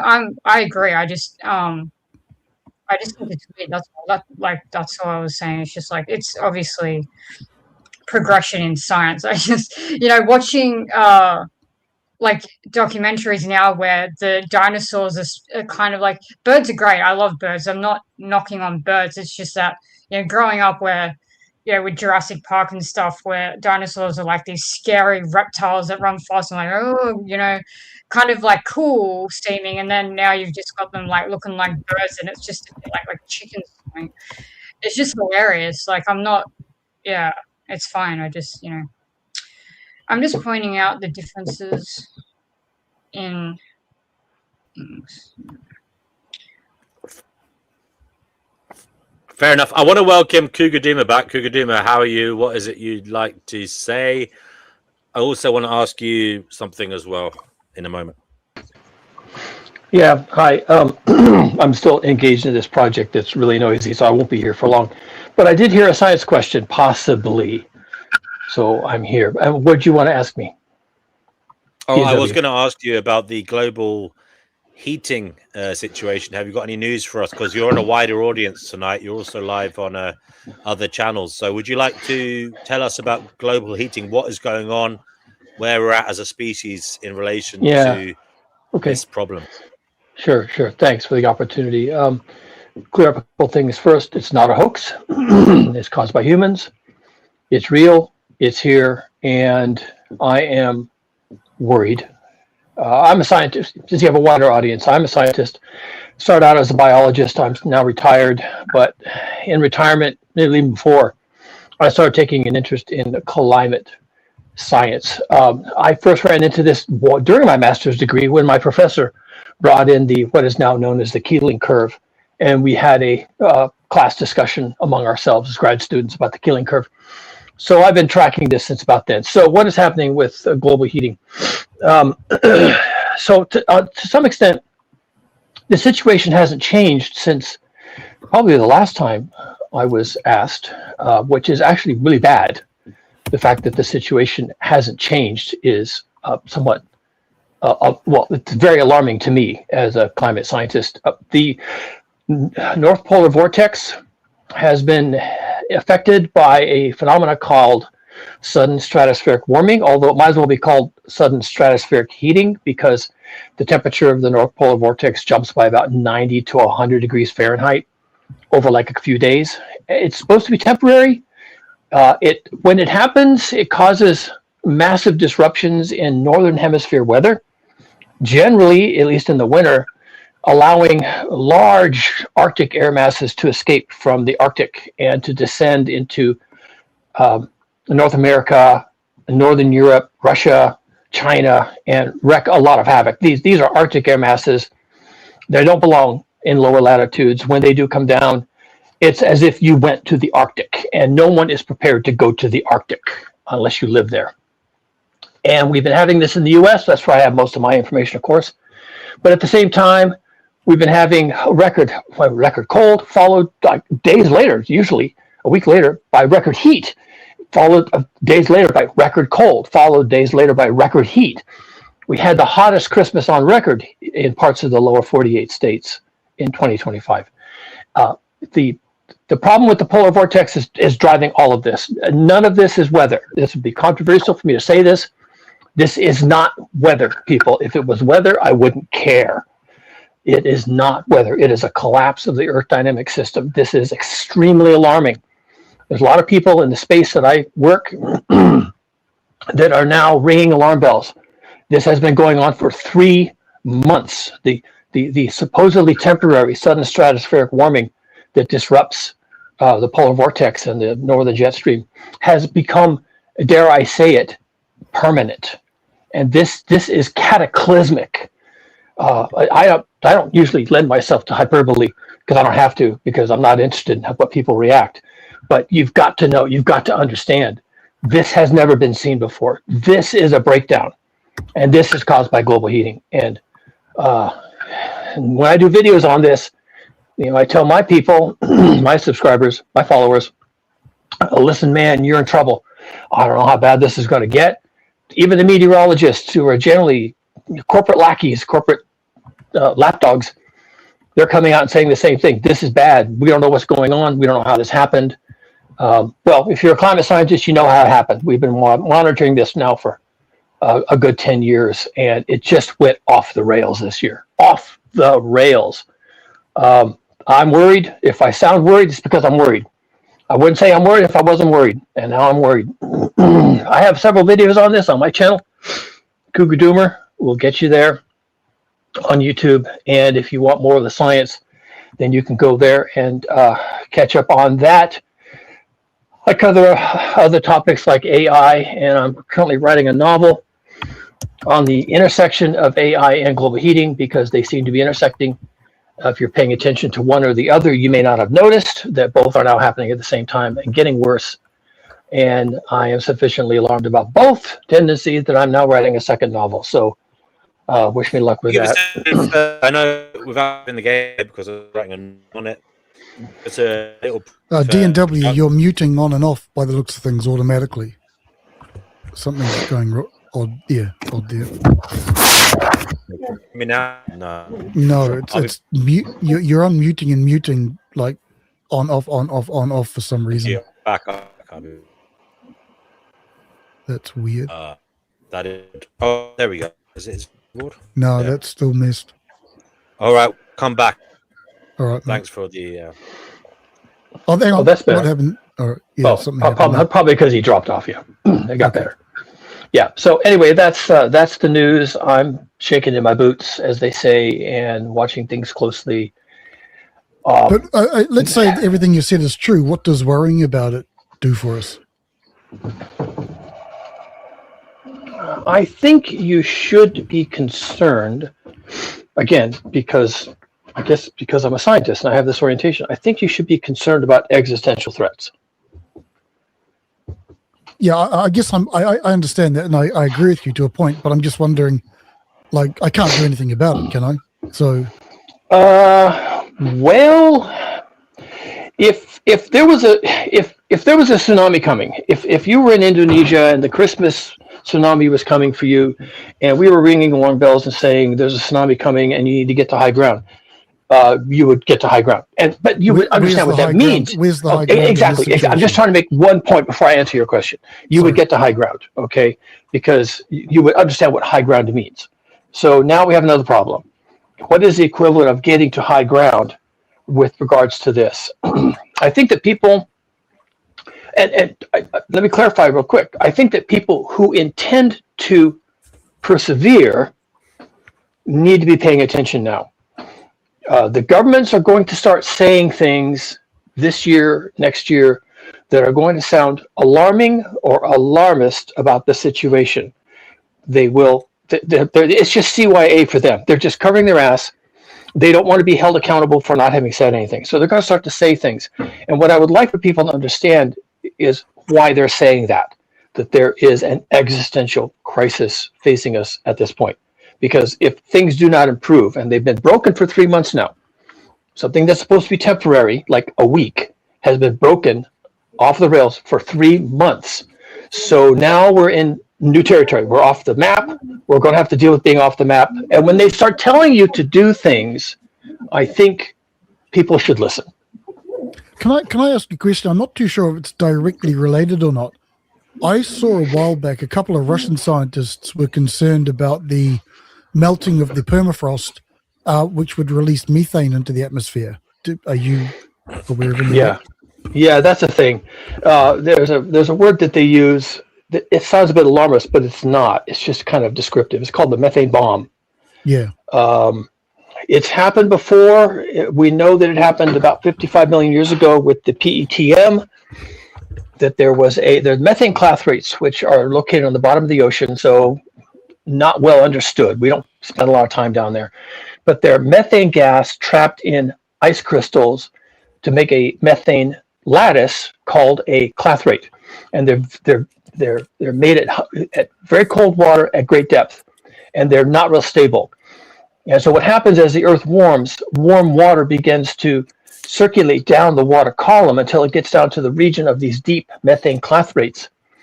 And because it does that over large parts of the ocean, then they all become unstable at once, and they all release methane all at once. It could be extremely dramatic. And in fact, some of these methane or even carbon dioxide releases can be so can disrupt the water column so much that they can sink ships, because the ship isn't in water anymore. It's in gas, and it can't float in a gas. It can't float in the atmosphere. So it sinks. And so there could be massive repercussions from this. They could disrupt ocean currents. And of course, when the methane goes into the atmosphere, methane is a potent greenhouse gas. It's about 100 times more potent than CO2, which is bad enough, by the way. But if this methane bomb goes off, and if it goes off over large parts of the ocean kind of simultaneously, some of this is theoretical, but it's practical physics. It could happen. And we don't know that it will, but it could. So it's something to monitor. That's what the Russians are doing. They have a huge, a decades-long project in the north of Russia, up near the Arctic Circle, of monitoring methane clathrates. And one of the reasons why the Russians are doing this is because there was some thought in the 70s or maybe the 80s that these could be mined and harvested for their methane content and used commercially. Turned out it wasn't really practical, but they continue to study this because it's in their backyard. So when the Russians are saying, "Oh, this is bad," we see bad things happening, then that's when my ears perk up, when the Russians are talking like that. They get some criticism for being alarmist, but I don't think they're alarmist. I think they're being practical. Right, and I take your point. I think, I mean, I'm Gen X, so I came up school in the early 70s and 80s. Not early 70s, well, I did, yeah, because I was born early 70s. But I just, one of the things that's just been shoved down my throat and my generation's throat for the whole time is that it's every time something happens, this is it. And we just kind of switched off, I think, and it's like, yeah, okay, here's another alarm. Yeah. We've just switched off now. Yeah. Yeah, that's fine. And sometimes that's the media's fault. Sometimes scientists will report something that's like pretty routine paper, and then the media will pick it up because they like to sensationalize things. And they sensationalize the Kardashians. I mean, they're always doing this. But I so guess you can I'm look also at talking about what was that presidential guy who went around? Dan Quayle, was that it? Quayle? Well, he the was guy a who did VP. the presentations about the environment. It's correct. Al Gore. Al Gore, yeah. I mean, I agree with you. I'm pretty sure that we're going to reach a point where something's going to take us out. But it's kind of like, which one do you believe, Yeah, and I sympathize with that. I kind of have a fiduciary responsibility as a science communicator to communicate science. So I do that. And if the science is interesting, I make it interesting if I can. And if it's alarming, then I take a different tone. And for me, the global heating thing, since Al Gore was about the time he came out in the U.S. Senate as being alarmed about this, was about the same time I first heard about it during my master's degree work. And so for me, it's science. It's something to communicate, something to say, well, this is what's happening in the natural world. And if it's happening, well, then we should talk about it, right? We talk about animal migrations, and we talk about whales beaching themselves and all these kinds of things. And we can talk about this too. So for me, it's a conversation It's an interesting topic. I'm a scientist. I'm interested in things that are happening in the real world. And I'm also a systems scientist. I'm a little bit of a queer animal that way. I study large-scale systems. I always have. Ecosystems, but also Earth dynamic systems, just all the physics that involves the Earth itself. So I'm a little bit of an odd animal in that regard, and that I've always taken a systems approach. So when Al Gore came out and said this and that and the other thing, he wasn't wrong. It was a long time ago, of course. We've learned so much more now. And also, things have accelerated. This is kind of the alarming thing for me, is in the last 2-3 years, certainly since 2023, when things kind of went off the rails in the climate community, we noticed in 2023, things went off the rails. It doesn't get discussed much, but that's what really happened. We were hoping for a recovery, that things might recover, and it was just an excursion and it'll come back, but it didn't. It did not come back. And now, as I said, for the last 3 months, the North Polar Vortex has been essentially, well, it's basically gone. And we've been seeing this crazy weather. Russia basically frozen over. Russia deals with snow and ice all the time, but they're shut down. No, Russia is shut down right now. Northern Europe, Scandinavia, they've been having massive cold and drought because some of this cold air can't really contain moisture. So from an Earth systems perspective, things are really coming off the rails. And the more we watch it, the more alarmed we become. And Al Gore's message at the time was like, well, we probably should think about this. And he wasn't wrong, but we didn't. Okay, so 50 years further on, here we are. And what are we supposed to do? I don't know. If it doesn't seem alarming and it doesn't seem interesting, or maybe it seems interesting, but you don't know what to do, I sympathize. But it's not that it doesn't seem interesting. We could be alarming. It's just fatigue, you know. It's like okay, that's fine. That's fine. Yeah. Okay, and how long did it take for Hitler to rise in power, and then he had to take over? People were tired of talking about Hitler. Okay. I'm not having a go at you. I actually like you. I think you're a cool dude. I like your contributions. I'm just saying, that's all I'm saying. It's just okay. I understand. I'm trying to respond to that in a way that's commensurate with the topic. Physics doesn't care. All right. Physics doesn't care if you're alarmed or if you're fatigued or whatever. Maybe since Al Gore was talking about this. If let me put it this way, if we had taken the problem seriously in the late 60s, when the oil companies found out about this and started sandbagging it, if we take it seriously then, you wouldn't be fatigued now because you'd be doing something. In fact, we would have had a good 60, 70 years of doing something. It would be your life now. You would be dealing with an absence of fossil fuels. The things that your parents and grandparents had, you don't have now. You're having to live differently. And maybe, they tell you nostalgic stories about when they had gasoline at the pump and you just dumped it in the tank and drove away. You'll think, wow, that must have been amazing. But you'd be living a different life now and you wouldn't be fatigued about it. It would be your reality. But because we didn't do the things that we really needed to do, now we're kind of fucked. And if it's 60 years later and you're like, man, we've been fucked for 60 years. Well, yeah, you basically were. That's the truth. We should have stopped this 60 years ago, but we didn't. And since then, we've gotten progressively fucked. And now I'm looking at the North Polar Vortex, and it's been 3 months in the shitter, as opposed to 3 days. I'm saying, you're fucked. And if people are fatigued from hearing that because Al Gore said in more diplomatic tones, you're kind of fucked. And now I'm on here, I'm saying you're fucked. And you're thinking, we've been saying we're fucked for 60 years. Okay, you're fucked. Okay, take it or leave it.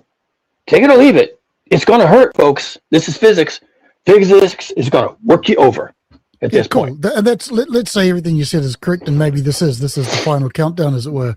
There's nothing I can do about it. So, okay, but if you knew there was such a thing called a tsunami, and the alarms just went off that there's a tsunami, and you can't stop the tsunami, and that's a fact, but you don't have to be on the beach.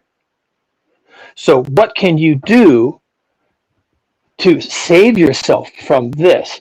And it might be as simple as, if it's going to be heat that gets you, know where the cooling centers are. If you don't have cooling centers in your community, find another community that does. If it's far away, make sure you know how to get there. If you need bus tokens, make sure you have bus tokens. This is called pre-planning, prepping, if you rather. If it's going to be cold, then make sure that You know how to stay warm. Do you know where there's a place where you can get warm? You know that your house is old, has no insulation. Do you have a family member? Do you have a friend, a neighbor, somebody across the street whose house is better? Can you work up a relationship with them to not be in the cold? If it's going to be that the power fails and the power stays failed as it did here in the U.S. for 3 weeks because of an ice storm due to global heating, believe it or not. I mean, that's out there, but that's how it works. Then do you have a generator? Do you have is there any problems you're going to have if the power is out for 3 weeks and it's frozen? So this is the point where, well, I'm standing on the beach. I hear that there's a tsunami warning. I have to get off the beach. And you don't know where to go. You don't know how to get there. You don't know what's going to look like when it's safe. You don't know how far to go before it's safe. But if you care, and maybe nobody does, but if you care, then these are the questions to ask before you don't have a choice. And maybe people just don't want to deal with it, and that's fine. My prediction, see my collected works, is that 999 people out of 1,000 are going to die. And you antinatalists are going to love that part or something. I don't know where that fits in with all this. But there's not going to be any children born. There's not going to be, places are going to depopulate, because what is coming for us is planetary. This is planetary physics. And it's going to be like a tsunami that hits the planet. In fact, I'm working up a script for a video right now. YouTube recommended it to me. It just kind of came out of nowhere and said, hey, you should do this. So I'm doing this. It's probably going to be a 4-part video about what are you going to do when it hits? Answers the question, do you head south? And there are reasons why you might head south, like all the wealthy and the elites are building bunkers and compounds in like New Zealand, South Africa. Fucking A, mate. Argentina, Hawaii, here in the U.S. for U.S. citizens is a big destination, and they're building compounds, they're having fences, they're setting up bunkers, they're setting up food supplies. The wealthy understand this. The wealthy are taking this seriously, but they have the means to act. They can get away from the tsunami, given the warning, and they are doing that. What can the rest of us do? I don't know. I honestly don't. What can I do? I can't do anything either. But, okay, one thing we can do, one thing everybody can do, is when this hits, as it must, and it shall, know your neighbors. Have relationships with people, even if they're not, bosom buddy relationships. Have relationships with people that you think you can rely on them, or that you would be willing to take them in if they are the ones who got caught behind the 8 ball. I think we're going to need, and I'm not the only one saying this, we're going to need to be more community-minded to survive this when it hits. And we're going to have to revert to, and I've said this before, this should sound familiar to the people here. We will revert to some form of village life. These might be modern villages with internet and health clinics and the whole thing, but they could also be medieval villages, right? We may have really primitive conditions when this hits and takes us out, which is what it's going to do. It is totally going to do that. I get it. Yeah, but Cougar, can I just say something? The vast majority of us, because I know exactly what you're saying, because I'm interested in all this. The 95% of us don't even know how to look after a pot plant. And I'm not exaggerating, I say that to you. And I know so because I live in a city. Yes, I think the people who will survive will be probably the people the peasants living in Russia somewhere, the ground peasants, and people like that. Us lot, we're screwed. Well, it might be. It might be. And what am I supposed to say, folks? It's nothing. I mean, I am like Cassandra. I am fated to know, and I'm fated to fail. Yeah. Yes, exactly. And I am resigned to that. Yes. But I have still a fiduciary requirement as a science communicator. I know, and I have a requirement to inform. And if it helps someone, then I have done a good thing. If it can't help you, I still did a good thing because that's my job. Okay. Yeah. And it doesn't change your situation, but I'm not here to change your situation. I'm here to do the right thing. Okay? And we're all doing our best, and I'm doing my best, and you're doing your best to understand this. And maybe in the end, it doesn't do any of us any good, but it doesn't matter. I'm here. We're not going to survive by simple virtue of the fact we are completely caught up in the supermarket, the corporation. We are completely caught up, and we are. Yeah. I mean, if I was young now, if I was 20 years younger, I would probably make off to Canada, actually, because Canada's got lots of land where you can hide and learn how to grow a potato. But here in the UK, I couldn't even afford 10 square feet. No, of let's land. be real. The only reason you want to go to Canada is because Brother Marcus is there. No, I want to go there. There you go. Catman 757. There's a man there with all these cats that we talk every day. And he's got a cat colony, and I would go over there with all my cats, take them with me, join the cat colony, and build a little wooden shack. I keep telling you. Well, that's not. I mean, you're laughing, but that's not a bad motivation. No, but I'm too old. Well, what if someone offers to help you do it? Good God, I'm 71 years old. I'm too old. Well, I'm 66. I'm 66. And here I am, raging like a maniac. And I don't know when you're too old for this. Oh, and by the way, those of us who are of an elderly persuasion, we might have some, I'm just going to throw this out there, we might have some obligation to try and set things right. Because I've got no obligation. I disagree with that. Oh, that's fine. I've stated it as a hypothetical. Okay, maybe not. Maybe you guys should get onto the broken off piece of ice and float away into the cold ocean for the sake of future generations. Yeah. I wouldn't have any faith in the ice, guys. No, I haven't got any. The ice isn't going to survive. I think I'm probably going to do like in 2012 that movie where the dad and the daughter just go down to the beach when the tsunami's coming in, and they just take the brunt of it. I think that's the way to go out. Did that happen?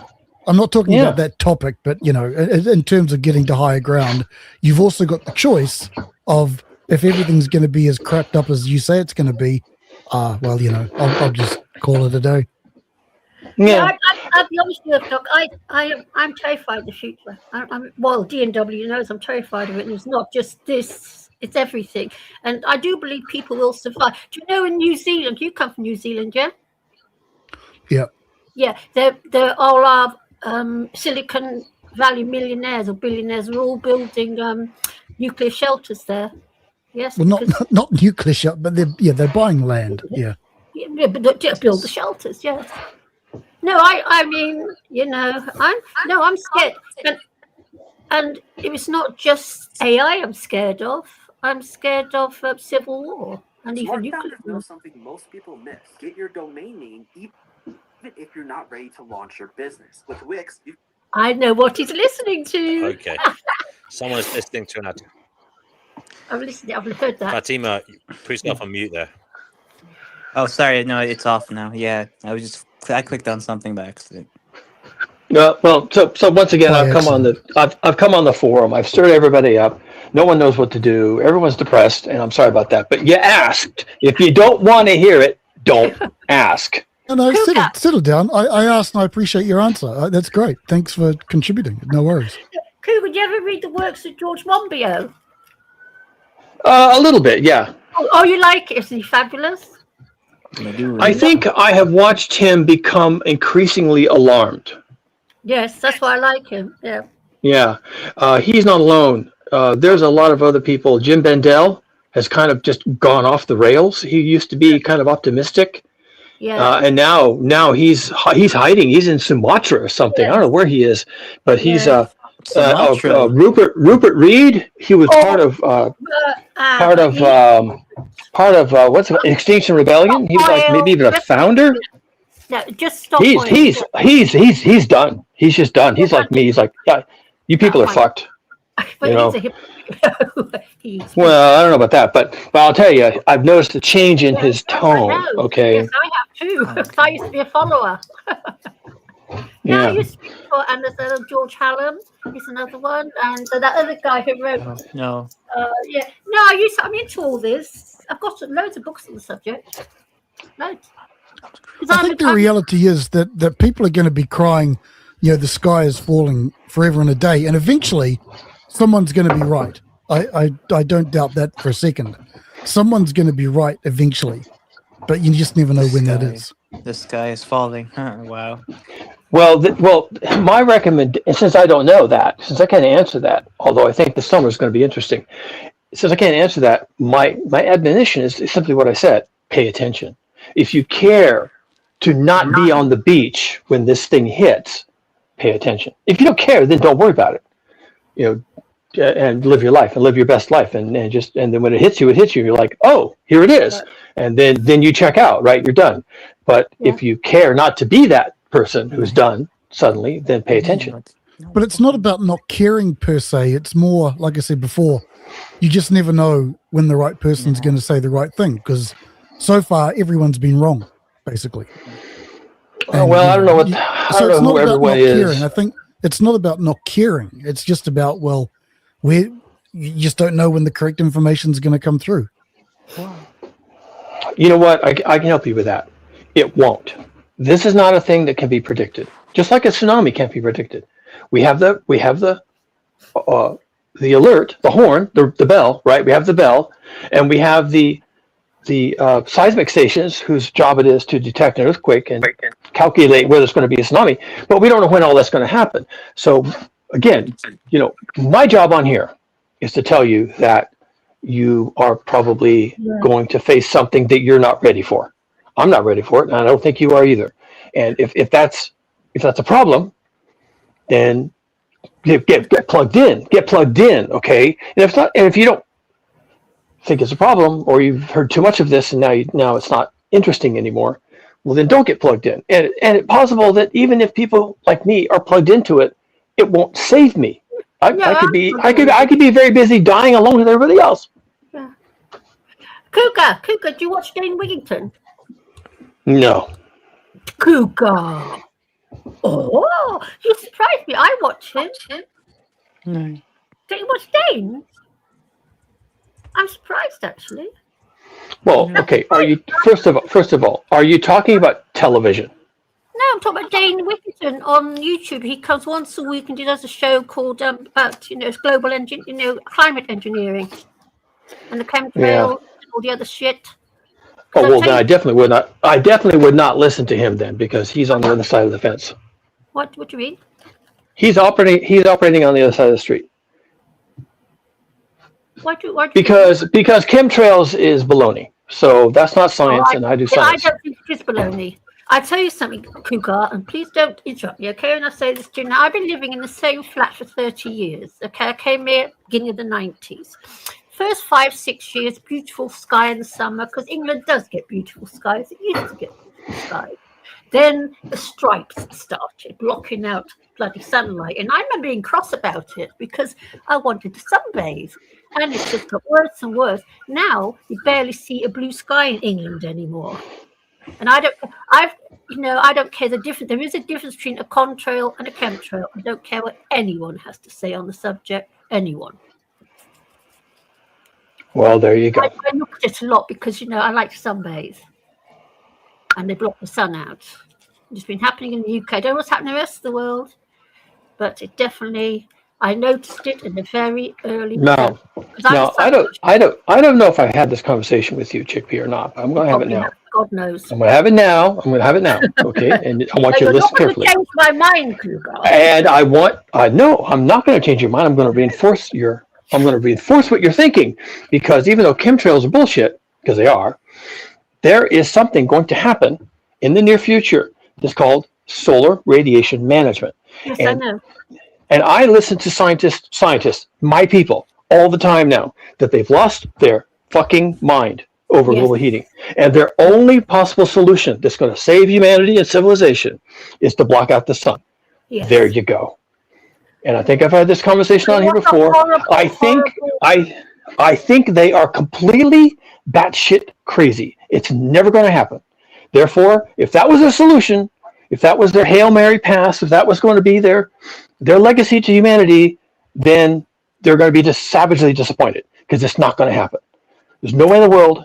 Russia, China, America, Canada, the EU, the UK, Spain, Portugal, there's no way they're all going to agree to block the sun. You just said chemtrails are bull, but geoengineering isn't. But chemtrails is geoengineering. What they're doing is they're dropping shit from the sky. No, chemtrails isn't happening. That's a myth. That's what's bullshit. But they are talking. But they are talking about doing it. Okay, so at some point, You don't listen to Dane Wickington. You said yourself. I don't have to listen to him. He's a crackpot. No, it's not. I don't have to know anything about the guy because it's bullshit. It's folk science. It's folk science, and I don't care about folk science. So, all right then, chemical engineering. Okay, they are, as you know yourself, they're engineering. They are dropping chemicals onto us. Okay, so how are they dropping? No, they're not doing that. No one's doing that. That's all made up. I'm absolutely positive. Chickpea, I would never lie to you. I would never disagree with you if you're right. I would never disagree with you if you were right. No. I disagree. You just believe a different story to what I believe. You believe what you hear. I believe. Cheer up, Chickpea, go get your cats and have a cup of tea. The chemtrails, I remember them from the early 90s because I was thinking, so Christ almighty, they're blocking out the tiny little bit of sun we get in this stupid country. We don't get that much, and they block it all out. And the sky has been getting duller and duller year on year. Aren't chemtrails just the result of the planes' engines being modernized? They use new engines now. No, those are contrails, and you can see those as well. Okay, all right. Chemtrails last longer in the sky. There is a difference between a contrail and a chemtrail, and there is. Well, my point was simply that it being baloney is simply a contingent fact of history. If we don't do something, well, we can't. So we're not going to do anything about global heating. Since we're not, the only option that's being offered by serious scientists like myself, I don't think they're serious, but they think they're serious. Serious scientists like myself, who I don't agree with, they're thinking they're going to have to do solar radiation management. And if they do that, then everything you say will be true. There you go. They're already doing it. They've been doing it for years. This is what Dane says, okay? They keep talking about this, but Dane says they've been doing it for years. And I believe they've been doing it for years. That's what I've been saying. They've been doing it for years already. It's not starting here. And it makes me cross because I like a bit of sunlight, Cheers me up. Well, okay, fine. And we don't need to talk about this anymore. Every time we talk about this, it's always the same. You believe what you want to believe. And you know what? I'm perfectly fine. I am perfectly fine. I'm perfectly fine with people believing whatever they want to believe. I am not in the business of telling people what to think. I am simply not in that business. You just did it. I am not in that business. I am not in that business. You think whatever you want to think, we still love you. Anyway, so what's killing all the insects then? Oh, pollutants. There is a insect apocalypse. There's barely an insect left in London. Okay, now we don't get farmers spraying all their crap on the. As far as I know, we don't. God knows what goes on anymore. So how come there's not an insect to be seen in London? They don't spray those chemicals here. You know what, guys? My phone is about to die for lack of attention, so I'm going to have to log off before I get booted off. And I love talking to you all, and I have fun on here. And now I have to go find a charger for my phone. Take it easy, man. Thank you. Bye. Bye. Have fun. Don't die. See you, mate. Take care. Right. Anybody else want to come on? Link is in the live chat. I'll share it now. Let's talk about testicle tanning to up our sperm counts. Yeah.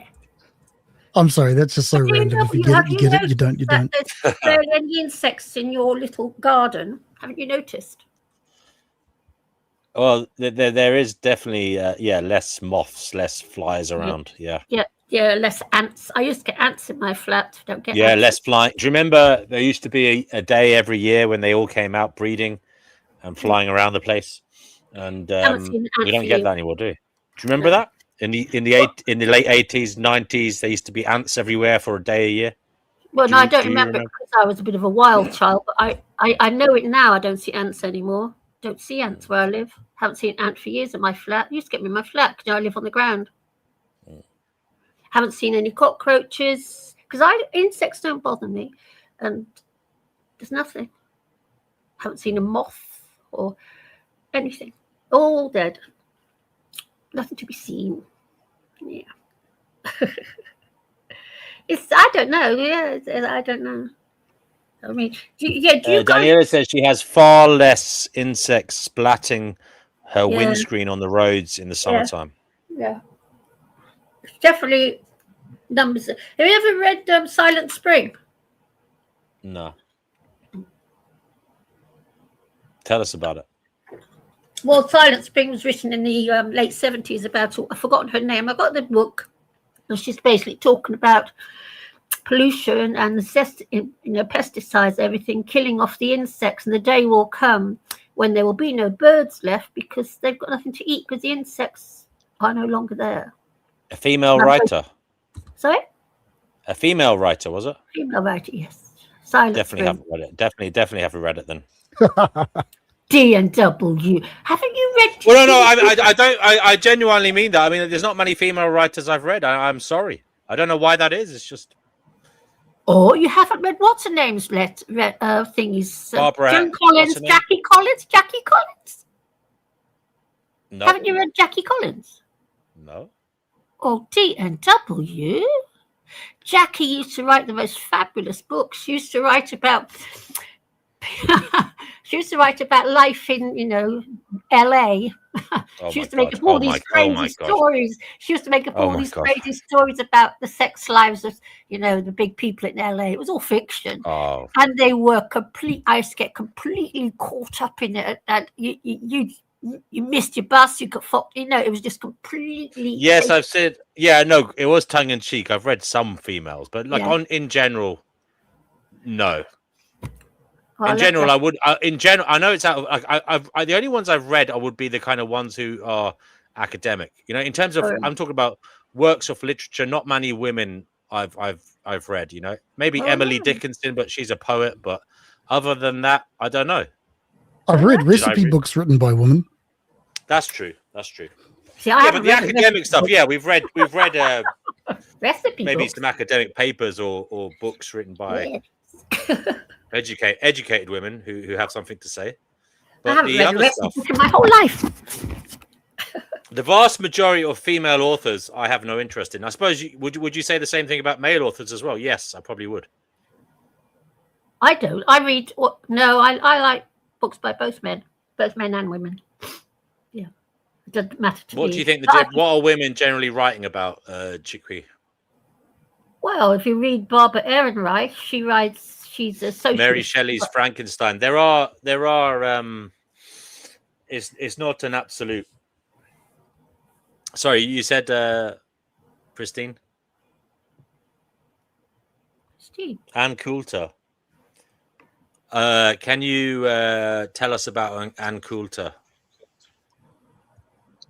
Life abolitionism. As I was saying, D&W. No, I like the works of Barbara Ehrenreich, Jilly Cooper, Jackie Collins. Loads of them. Yeah. But my favourite writer is David Benatar. Although I don't like his last book.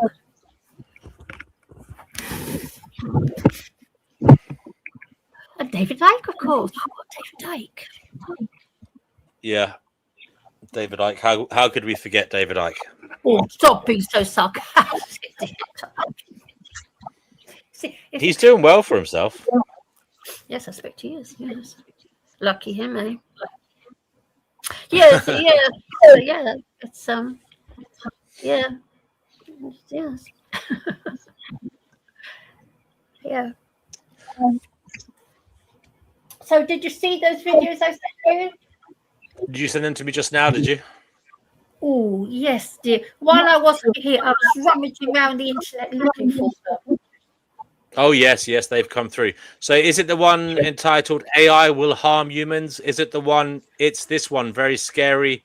Or is it the one with no subject? Which one do you want me to show? All three of them, they're all pretty much the same. Two are from that professor. Oh, DW, my memory's not that good. No problem, darling, no problem. Well, listen, actually, this one's 21 minutes, so we won't go for that one just yet. There's the one, play them at double speed, mate. Play them at double or 1.5. Yeah, the one that's where the picture of is the face of half a human face, half a computer face. I think that's the most creepy one. I'm going to start looking at lots of this stuff because I'm finding it very interesting, actually, this whole AI thing. I'm finding it interesting. Yeah. I've got this one. I don't know what it is. Why You Will Own Nothing by 2030. That's a good one. That's very good. Actually. Yeah, it talks about because that's what Klaus Schwab has to say to the world. Yes, I never read The Handmaid's Tale, but I did watch it on Netflix. I don't know if it runs in tandem with what was said in the book. I don't know. I doubt it. Yeah, the book's different. Yeah, it usually is, isn't it? I've read it. Yeah, I've read the book. Yeah, read the book years ago. Yeah. The series was good, though, wasn't it? Okay, here we go then. BMW is currently charging its customers $18 a month just to use the heated seats that are already physically bolted into their cars. Think about the sheer absurdity of that transaction for a moment. You paid $40,000 for the hardware. You pay the insurance, you pay the registration, and you pay for the electricity or fuel to run the heater. You own the leather, the wires, and the heating elements. But the warmth? That belongs to a server in Munich. If your credit card expires or you decide to opt out of the monthly fee, the software sends a silent command over the air to disable a feature you have already paid for. This is not a glitch or a corporate experiment gone wrong. It is a stress test for the future of human civilization. We are witnessing the invisible eviction of the individual from the global economy. For the last century, the American dream was built on a very simple and powerful premise. If you work hard, save your money, and play by the rules, you can own things. Ownership provided a sanctuary. It created a legal and financial boundary between you and the state, or you and the massive corporations. Your home was your castle because you held the deed. Your tools were your livelihood because no one could flip a switch and take them away. But that sanctuary is being dismantled brick by brick. Today, when you buy a smartphone, a tractor, or even a digital book on your Kindle, you are not actually an owner. You are a glorified tenant. You are paying for a temporary license to use a piece of equipment that the manufacturer can technically brick, disable, or modify at any moment. According to the latest consumer data from Deloitte, the average American household now spends nearly $3,000 every single year on recurring digital subscriptions. We have been conditioned to accept a world where we pay for everything every single month, but own absolutely nothing at the end of the year. This is the transition from a product-based economy to a service-based economy. On the surface, it sounds like progress. Why bother with the hassle of physical media when you have everything on Netflix? Why worry about car maintenance when you have a subscription to a transportation service? But access is a permission-based system. When you own a car, you have the fundamental freedom to drive anywhere, at any time, for any reason, without asking for approval. When you rely on a service, your freedom is subject to the terms of service agreement, which can be thousands of pages long and subject to change while you are sleeping. The World Economic Forum famously stated that by 2030, you will own nothing and you will be happy. But what they really mean is that you will be dependent. You will be a permanent node in a corporate network that extracts value from your existence from the moment you wake up until the moment you die. The ultimate goal of the modern financial elite is to turn every single human need into a recurring revenue stream. Food, shelter, transportation, and even the heat in your car seats are being converted into debt obligations. This is the new feudalism, and we are the ones who are voluntarily signing the lease. To understand why every company on the planet is suddenly obsessed with turning their products into subscriptions, you have to look at the cold, hard math that governs Wall Street. It has nothing to do with making better products and everything to do with something called the valuation multiple. In the eyes of a professional investor or a high-frequency trading algorithm, a one-time sale is a high-risk event. If Apple sells you an iPhone today, they have no guarantee you will buy another one in 3 years. You might switch to Android, or you might decide to keep your phone for 5 years. That uncertainty makes their stock less valuable because the future cash flow is unpredictable. However, a subscription is a recurring revenue stream. It is predictable, measurable, and highly addictive for the balance sheet. According to financial analysis from Goldman Sachs, companies that successfully transition to a subscription model are often valued at 5 to 10 times more than companies that rely on one-time sales. This is why Adobe stopped selling Photoshop for a flat fee and started charging a monthly rent. Their market cap did not just grow, it exploded. The stock market does not care if the software is better. It only cares that the customers are captive. When a company becomes a subscription service, their fundamental loyalty shifts. They stop being accountable to the consumer and start being accountable to the churn rate. Their goal is no longer to build a product that lasts 10 years. In fact, that would be a disaster for their business model. Their goal is to build a product that requires constant updates, constant connectivity, and constant payments. This is the logic of planned obsolescence turned into a digital service. They are not selling you a solution. They are selling you a tether. Consider the case of John Deere. For decades, a tractor was a physical asset that a farmer could repair with a wrench and some mechanical knowledge. Today, a John Deere tractor is a rolling computer. If a sensor breaks in the middle of harvest season, the farmer is legally forbidden from fixing it themselves. They must wait for an authorized technician with the proprietary software to arrive and charge them hundreds of dollars just to reset a code. Farmers in America have become so desperate that they have started using hacked software from Ukraine just to keep their equipment running. This shift is being forced from the top down by massive asset managers like BlackRock and Vanguard. They are the ones who demand that CEOs increase their recurring revenue at all costs. If a CEO refuses to implement a subscription model for something as basic as a car seat or a printer cartridge, the asset managers will use their massive voting power to replace that CEO with someone who will play the game. This is a systemic restructuring of the global economy where the goal is to eliminate any physical asset that does not generate a monthly fee for the financial elite. You are being forced into a rental life because it makes a spreadsheet in a skyscraper look more attractive to a pension fund. Here is the most cynical part of the entire system. You are likely the one funding your own dispossession. If you have a 401k, a pension fund, or a simple index fund, you are a silent partner in the destruction of ownership. The rise of passive investing has created a three-headed monster that no one can truly control. According to data from Bloomberg, over 50% of the entire United States stock market is now held in passive funds managed by just three firms: BlackRock, Vanguard, and State Street. When you put your money into a Vanguard 500 fund, you are looking for a small return on your savings. But in exchange for that return, you are handing over your voting rights to a corporate. Use those collective votes to consolidate power across entire industries. This is a phenomenon economists call common ownership. When the same three firms are the top shareholders of every major airline, every major bank, and every major pharmaceutical company, the incentive for those companies to compete on price or quality disappears. Instead, the incentive is to extract as much rent as possible from the consumer to keep the dividends flowing back to the asset managers. This is why you see prices for basic necessities. Okay, Chickpea, we get the picture. Thank you for that. We'll play this one now. Can you hear me? Sorry, I was switched off. No, sound off, Yeah, sound off. Yeah, Okay. it's very Another one. sinister. This one's about AI. Yeah, he's a good guy.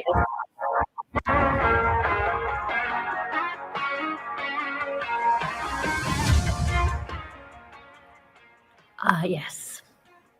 Okay, guys, this is one of the most important videos that I've ever made. I have compiled a list of the top 20 ways that AI is and will be used to harm humans. And even if you don't use AI and you try to avoid it, I guarantee you there are some things on this list that will be harming you.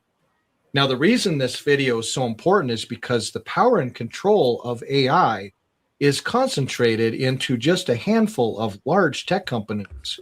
And every time people in the government, politicians and lawmakers try to put forth safeguards on AI, the legislation gets knocked down, gets squashed, it goes away.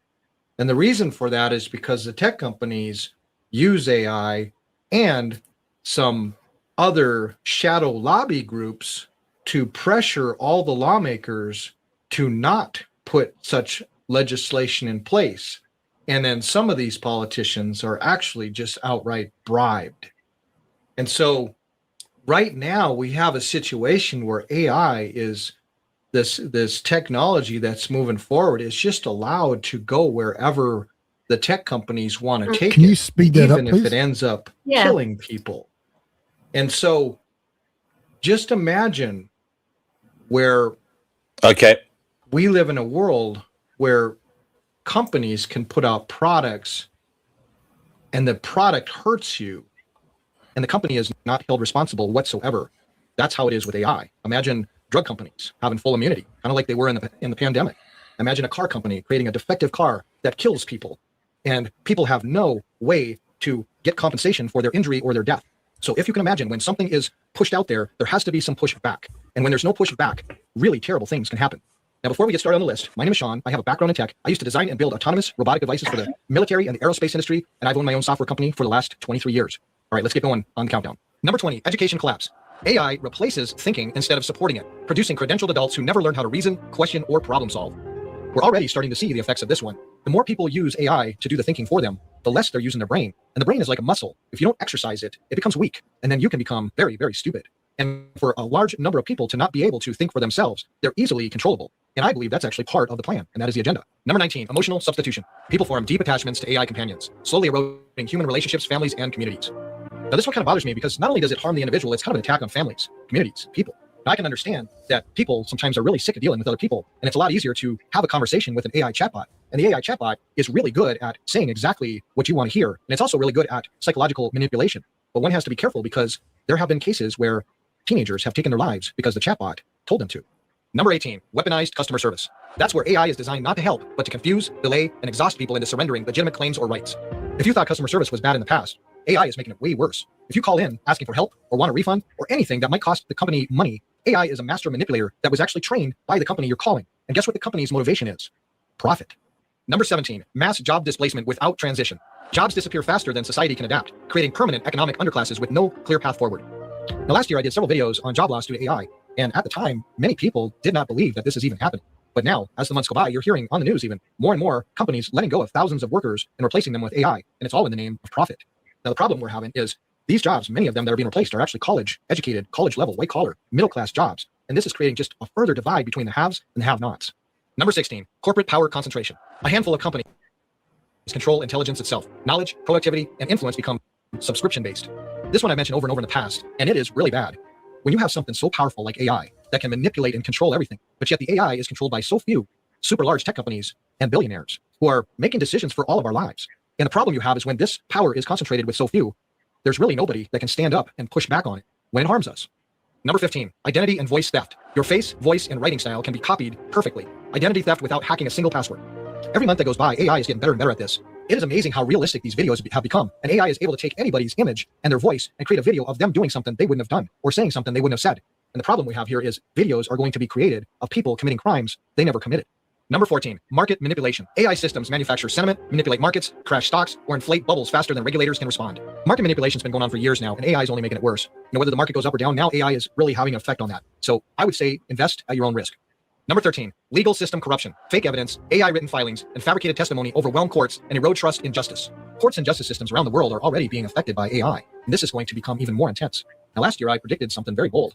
I predict that AI will be allowed to represent people as their attorney in the near future. Can you imagine going against an AI attorney who has access to all kinds of known written records? And at some point, you will see court cases where it's AI versus AI. But whether the judge becomes AI remains to be seen. But right now, judges have a major headache when they see AI written stuff come through their courtroom. Stay tuned for that one. Number 12, reality fatigue or truth apathy. When everything might be fake, people stop caring about what's real, and then truth becomes optional. This is a real problem because when you're overwhelmed with so many lies, you don't even believe the truth anymore because you can't tell the. And so when AI fakes so many things, I'm numb. And the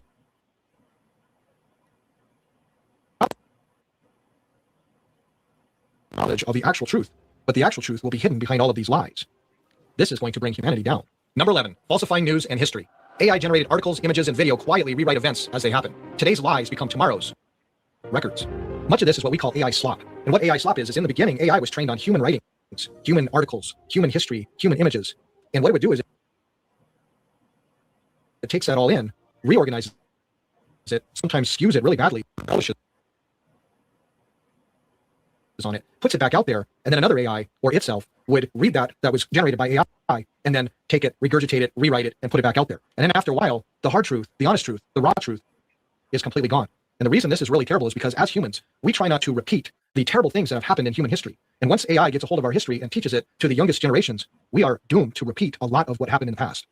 Number 10, automated scams at scale. AI runs millions of personalized scams simultaneously, targeting emotional weak points with terrifying efficiency. This one is really sad because not only everybody is being affected by these AI scams, but the older people, the elderly, the seniors are getting hit the hardest. They come from a time when you believe what you saw, you believe what you hear, and now they're getting phone calls from their grandchildren asking for money, but it's not their grandchildren. And they're having all kinds of other things because they don't understand technology as much. AI is able to really scare them like they're going to lose their house or they're going to lose something, and then AI is able to help part them with large amounts of money. Number 9, psychological manipulation. AI systems can optimize persuasion over truth, nudging beliefs, fears, and behavior without awareness or consent. Psychological manipulation is something AI does quite well even right now.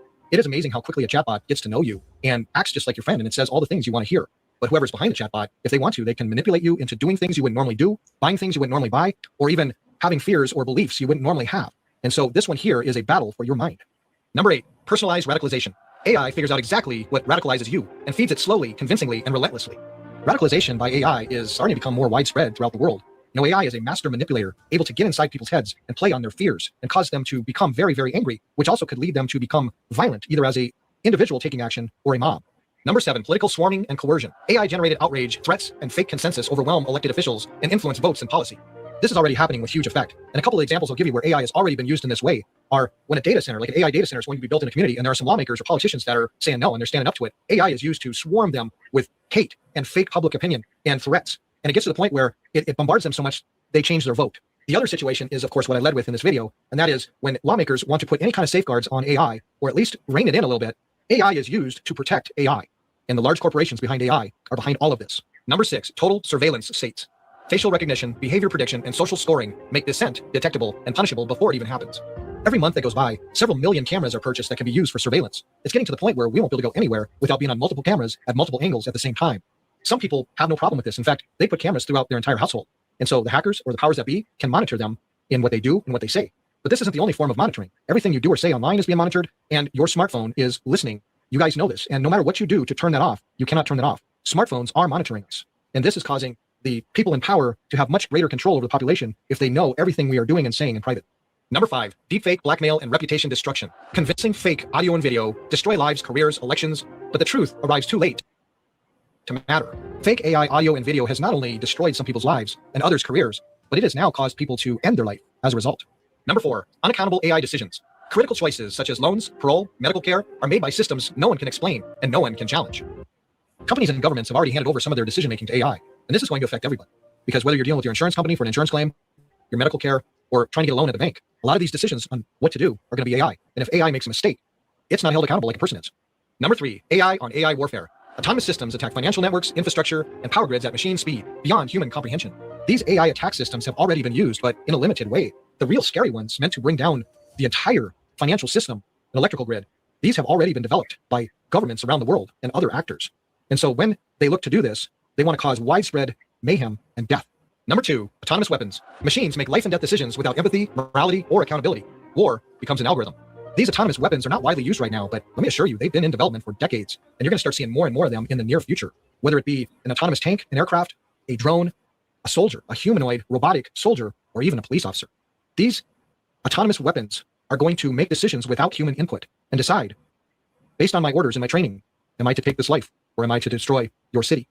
Number 1, biological research misuse. AI lowers the barrier to creating dangerous pathogens, intentionally or accidentally, turning intelligence into an extinction-level risk. AI can be used to create dangerous biological weapons, causing mass human extinction. Now, who would want such a thing? There are those who are in power and in control that believe that there are too many humans on the planet. But the other way that this could be created and used is by AI itself.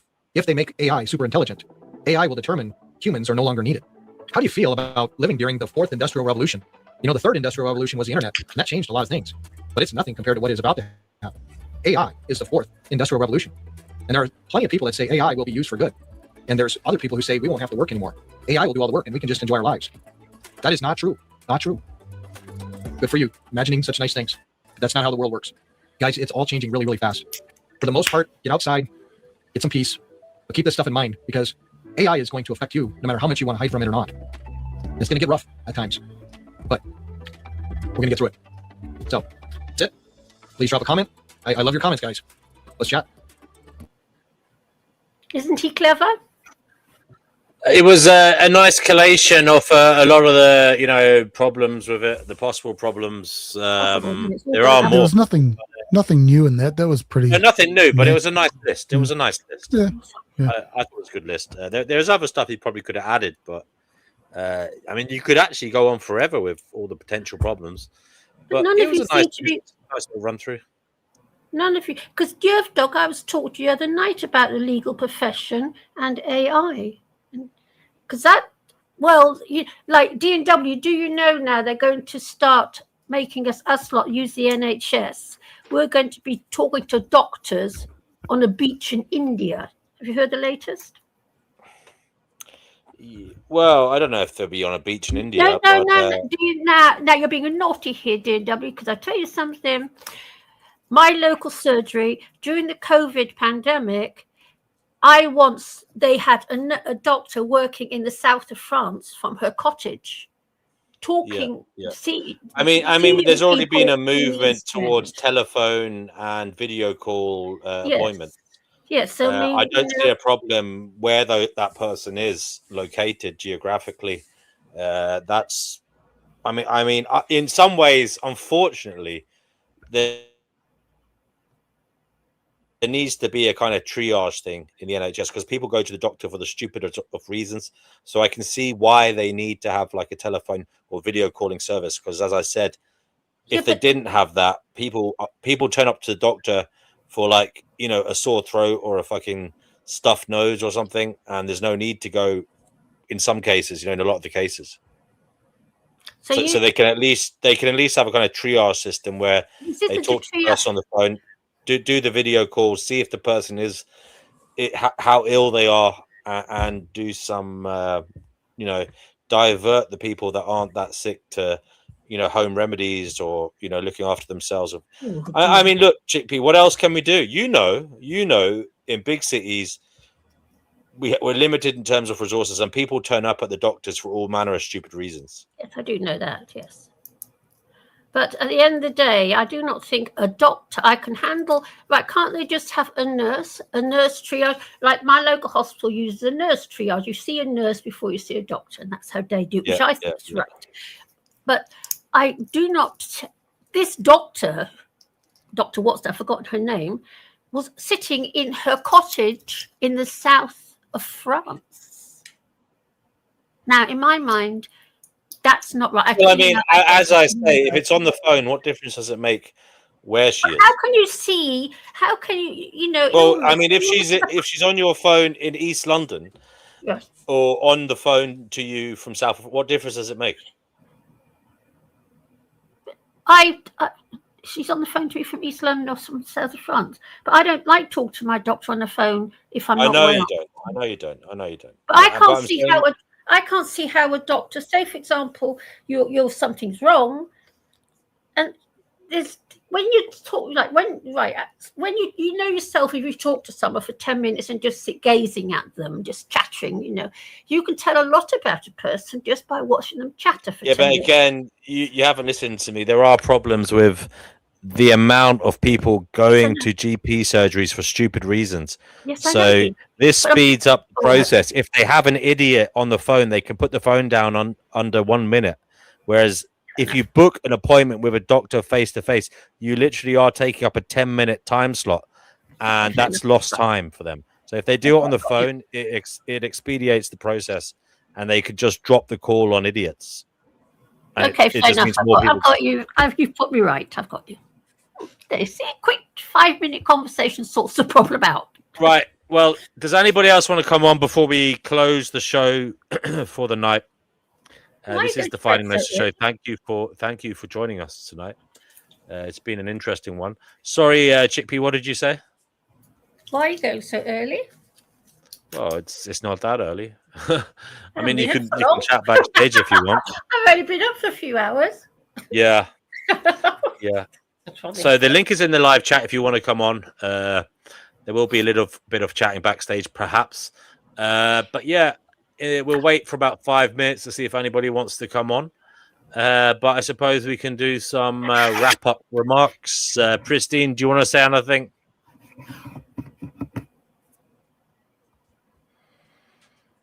Pristine? Sorry, I was just reading. Oh, no, I'm good. Oh, that's it. I got nothing else. Yeah, I'm good. Delaney, if you're still there, brother, do you want to say something? Good night. Leader Delaney, thank you for coming along, and hopefully next time I'll let you talk more. Sorry, mate, I didn't refer to you enough tonight. Sorry about that. Because Leader Lady staying here because you could talk about the pub where you go to. Haven't been to a pub for years. All right. Well, Leader Laney, if you can be bothered at this late time, tell us about pub life in the UK at the moment compared to, say, 10, 20 years ago. He's muted. He probably doesn't want to talk about it. It's late, Chickpea. Funnily enough, I was talking to my friend saying that the pubs are more chilled out these days. Years and years ago, like in the 90s and the 2000s, they were quite violent. There was a lot of trouble. Yeah. But it seems to be a bit more chilled these days. I definitely agree with you there. There used to be, even, I would say up to 2012, up to 2014, there was more aggro in pubs. I don't know when this happened. Maybe about 2015, for some reason, things started getting a bit better. Maybe post-COVID, things are a bit more chilled out in pubs. Is that right? I think the younger generation don't really bother as much anymore. Like I've got older kids, and it was one of the. I think it was the 21st. I was like, "Well, you're going out on the piss," and they're like looking at me funny, saying, "No, we're going to chill out and watch Netflix or something." I'm like, "Oh, right." Yeah. Because you've been in pubs, I've been in pubs with like psychopaths just come up to you and start a fight, try and start a fight with you. Oh yeah, some fucking lunatics back in the day. Absolutely. I'm sure you could tell us plenty of stories. Oh, God, do you want to tell us maybe the worst psychopathic lunatic that you ever saw in a pub, if you can remember? Oh, there was this one guy, I think he was called Howard. I was only young back then, like, and he just walked around the pub. He's menacing. He was a big guy, like 6'3", and I bumped into him by accident, and he just gave me a death stare, and I just shit myself, put my head down, and carried on walking. So luckily, he didn't get my teeth knocked out. Right? Yeah. I mean, I've seen loads of fights. I worked in bars as well, so I had to throw people out of pubs, and scary times sometimes. Sometimes it was a bit like the Wild West, you know. Chairs thrown everywhere. I remember some of the Snooker women. cues being broken off people's what? Some of the women were violent as well. Oh yeah. Women can be very violent, and you can't. The thing is, as a man, there's nothing you can do. You just have to get the hell away from her. You know. Yeah, there was this one girl called Bernie. Hello, Bernie. Yeah, she used to fight men. she could punch you through a fucking wall. Did she? What? She used to what? Sorry. She could punch you through a fucking wall. She was Andy Lass. Wow. Yeah, there are some real battle axes out there. Yeah. And you know, when you used to go to pubs as well, even there was a time when women just started drinking pints as well, wasn't there? That's right. Yeah, the ladette, it was like the ladette. That started in the 70s. I used to do that. Pints of Guinness. No, I mean, I think it depended on what your circle was, you know. I think even in the 80s and 90s, there were certain women that weren't drinking pints, you know, educated middle class women perhaps weren't. But now it's everyone, and women drinking pints of cider, you know. Yeah, belching in your face, beating you up. Yeah, they're worse than the blokes, some of them. Sorry? They're worse than the blokes, some of them, yeah. Sometimes, yeah. So, yeah, no, I do agree with you in general. And I was actually saying in general, I think, you know, on this channel, they often say society is getting worse. But I actually think, although it's scary out there, I think there's less random acts of violence now compared to like 90s, early 2000s, you know. Less. I was definitely talking about nightlife, but Jesus, even on the streets and stuff, there seems to be less violence. Now, you do get these stabbings and such, but I think that's gang related more so. Yeah. Am I right that there's less aggression, less violence on the streets now? I mean, it used to be much, much worse. Or maybe it's because I'm getting older, and because I'm not young looking, I'm not a target from other youngsters because they're in competition with each other. So maybe it's that. I don't know. I don't know. What do you think, Laney? Yeah, that could be the case as well. When I was younger, you used to get picked on, didn't you? But now I'm a bit of an older gent. Yeah, seems to be get left alone. But yeah, I just find in general, yeah, it doesn't seem to be as much either now. Like back in the day, you'd see violence and it was no shock. You know, it's just I see it every week. But as now, if I seen any trouble now, I'd be a bit set back, a bit surprised. I mean, when you look at how much violence there was in the 80s and 90s, I mean, all the football hooliganism that was around, I mean, you still get the odd bit, but very rare compared to what it used to be like. Well, yeah, my father and grandfather say it was even more violent back in their day. Yeah. Yeah. I mean, I heard some stories people told me about the 1950s and 60s, you know, and the way it used to kick off in some places, you know. No cameras around then, you know. Yeah. Nothing to stop people. Well, that's another thing, isn't it, with CCTV, isn't it? Like, it's a good deterrent, and it's to stop violence. Gaia thinks hooliganism has gone global. I have seen that there's a lot of hooliganism in American football now, or it's crept in there, and I never expected to see that, but there's been a few mass fights between fans in American football, which I found interesting. But yeah, other than that, Laney, do you want to say anything else on the matter? Pub life? Not really. Yeah, I don't really go out as much anymore. Anyway, it's expensive now to go out drinking. Mm-hmm. What about you, Chickpea? Do you want to talk about the boozer? Well, I used to have a great time in the pubs, but I did it in the 70s, 80s, and 90s. It started slowing down. I had a great time. I loved it. But I used to go to nice wine bars in the city and things. Yeah. What about you, Youth Dogs? I know you're in Japan, but have you noticed bar life, pub life changing in recent times or over the last few years, over the last decade?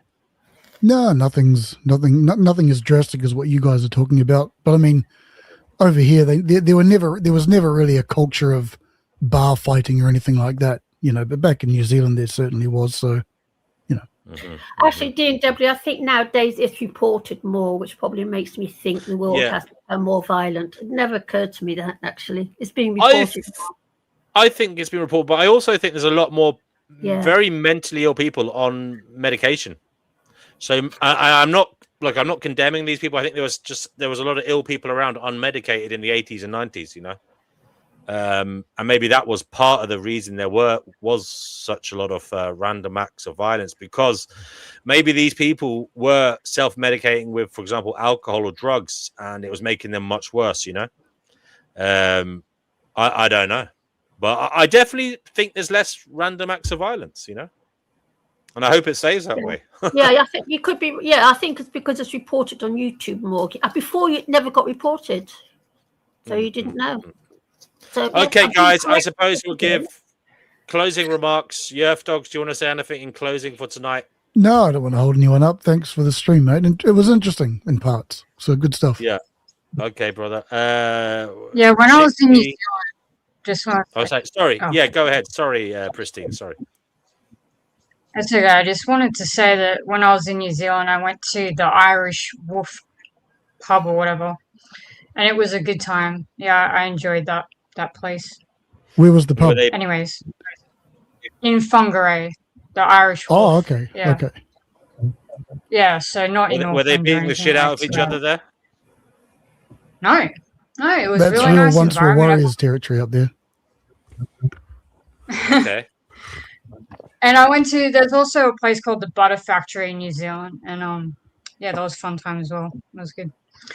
They had couches and everything in the main area. You could just eat food and chill on the couches, go to sleep, whatever. And then they had the dancing area. A girl came up to me and kissed me on the cheek. Just a random girl. I don't know who she was. It was very weird. But yeah, anyways, good times. We walked there because in New Zealand they don't have Ubers, so the taxi just never rocked up. It was like 11 o'clock at night, and we called the taxi and never showed. So we just ended up walking there. It was crazy. But yeah, New Zealand has a huge drinking culture, and I'm not a drinker, so eventually they stopped inviting me to the parties because they told me literally if you don't drink, then that's it, you're gone. Oh yeah, Australians were big drinkers. They are, but I'm not into poisoning myself personally. I don't like the taste, and I don't like feeling sick and stupid. Yeah, I mean, sorry if that offends people, but I'm not a fan of it. So I was like, well, see you. You're not real friends. I was like, see you. Good luck with that. Good luck with your drinking. They were in their 30s too. I was 27. They were in their 30s, and I was like, I don't know. I just thought it was a weird thing to still be doing. Getting trashed like that and doing all what they were doing in their 30s, but whatever. Anyways, Chickpea, what do you want to say in closing? Thank you for being here, and I don't know what's happened, but I've learned to use my 5G phone. I have mastered it. Wonderful. Isn't that wonderful? You go. That's why I'll give you a star. I'll give you a star badge at the next assembly. I've actually mastered it. I think it's probably why I've cheered up, because I've been feeling so beaten by this bloody phone, but I've done it. Excellent. And we'll give the last. Yerf has said goodbye already. Leader Laney, we'll give you the last words tonight, mate. Yeah. Good night, guys. Night. Okay, buddy. Thank you very much. Night, Take care, everyone. We'll be back again. The Fighting Gnosis show will be back again soon. Subscribe for more. Okay, everybody. Bye.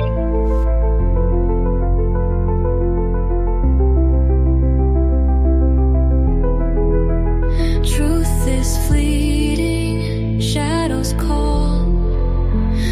search for meaning, we question all. The path is winding, the veil is thin. Beyond illusion, let the journey begin. Seeking knowledge, breaking chains. Through the echoes, through the pain. One more question, one more spark. We chase the light inside the dark. What the?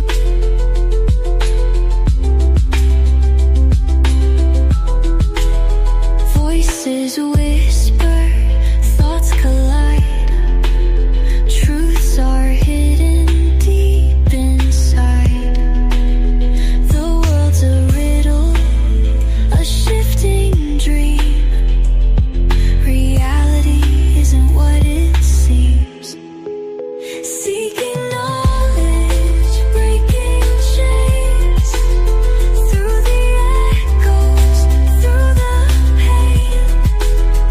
One more question, one more spark. We chase the light inside the dark. Until next time, keep your mind wide. Stay curious and let wisdom guide you. Let us hope we each seek what we're meant to find. May gnosis bring you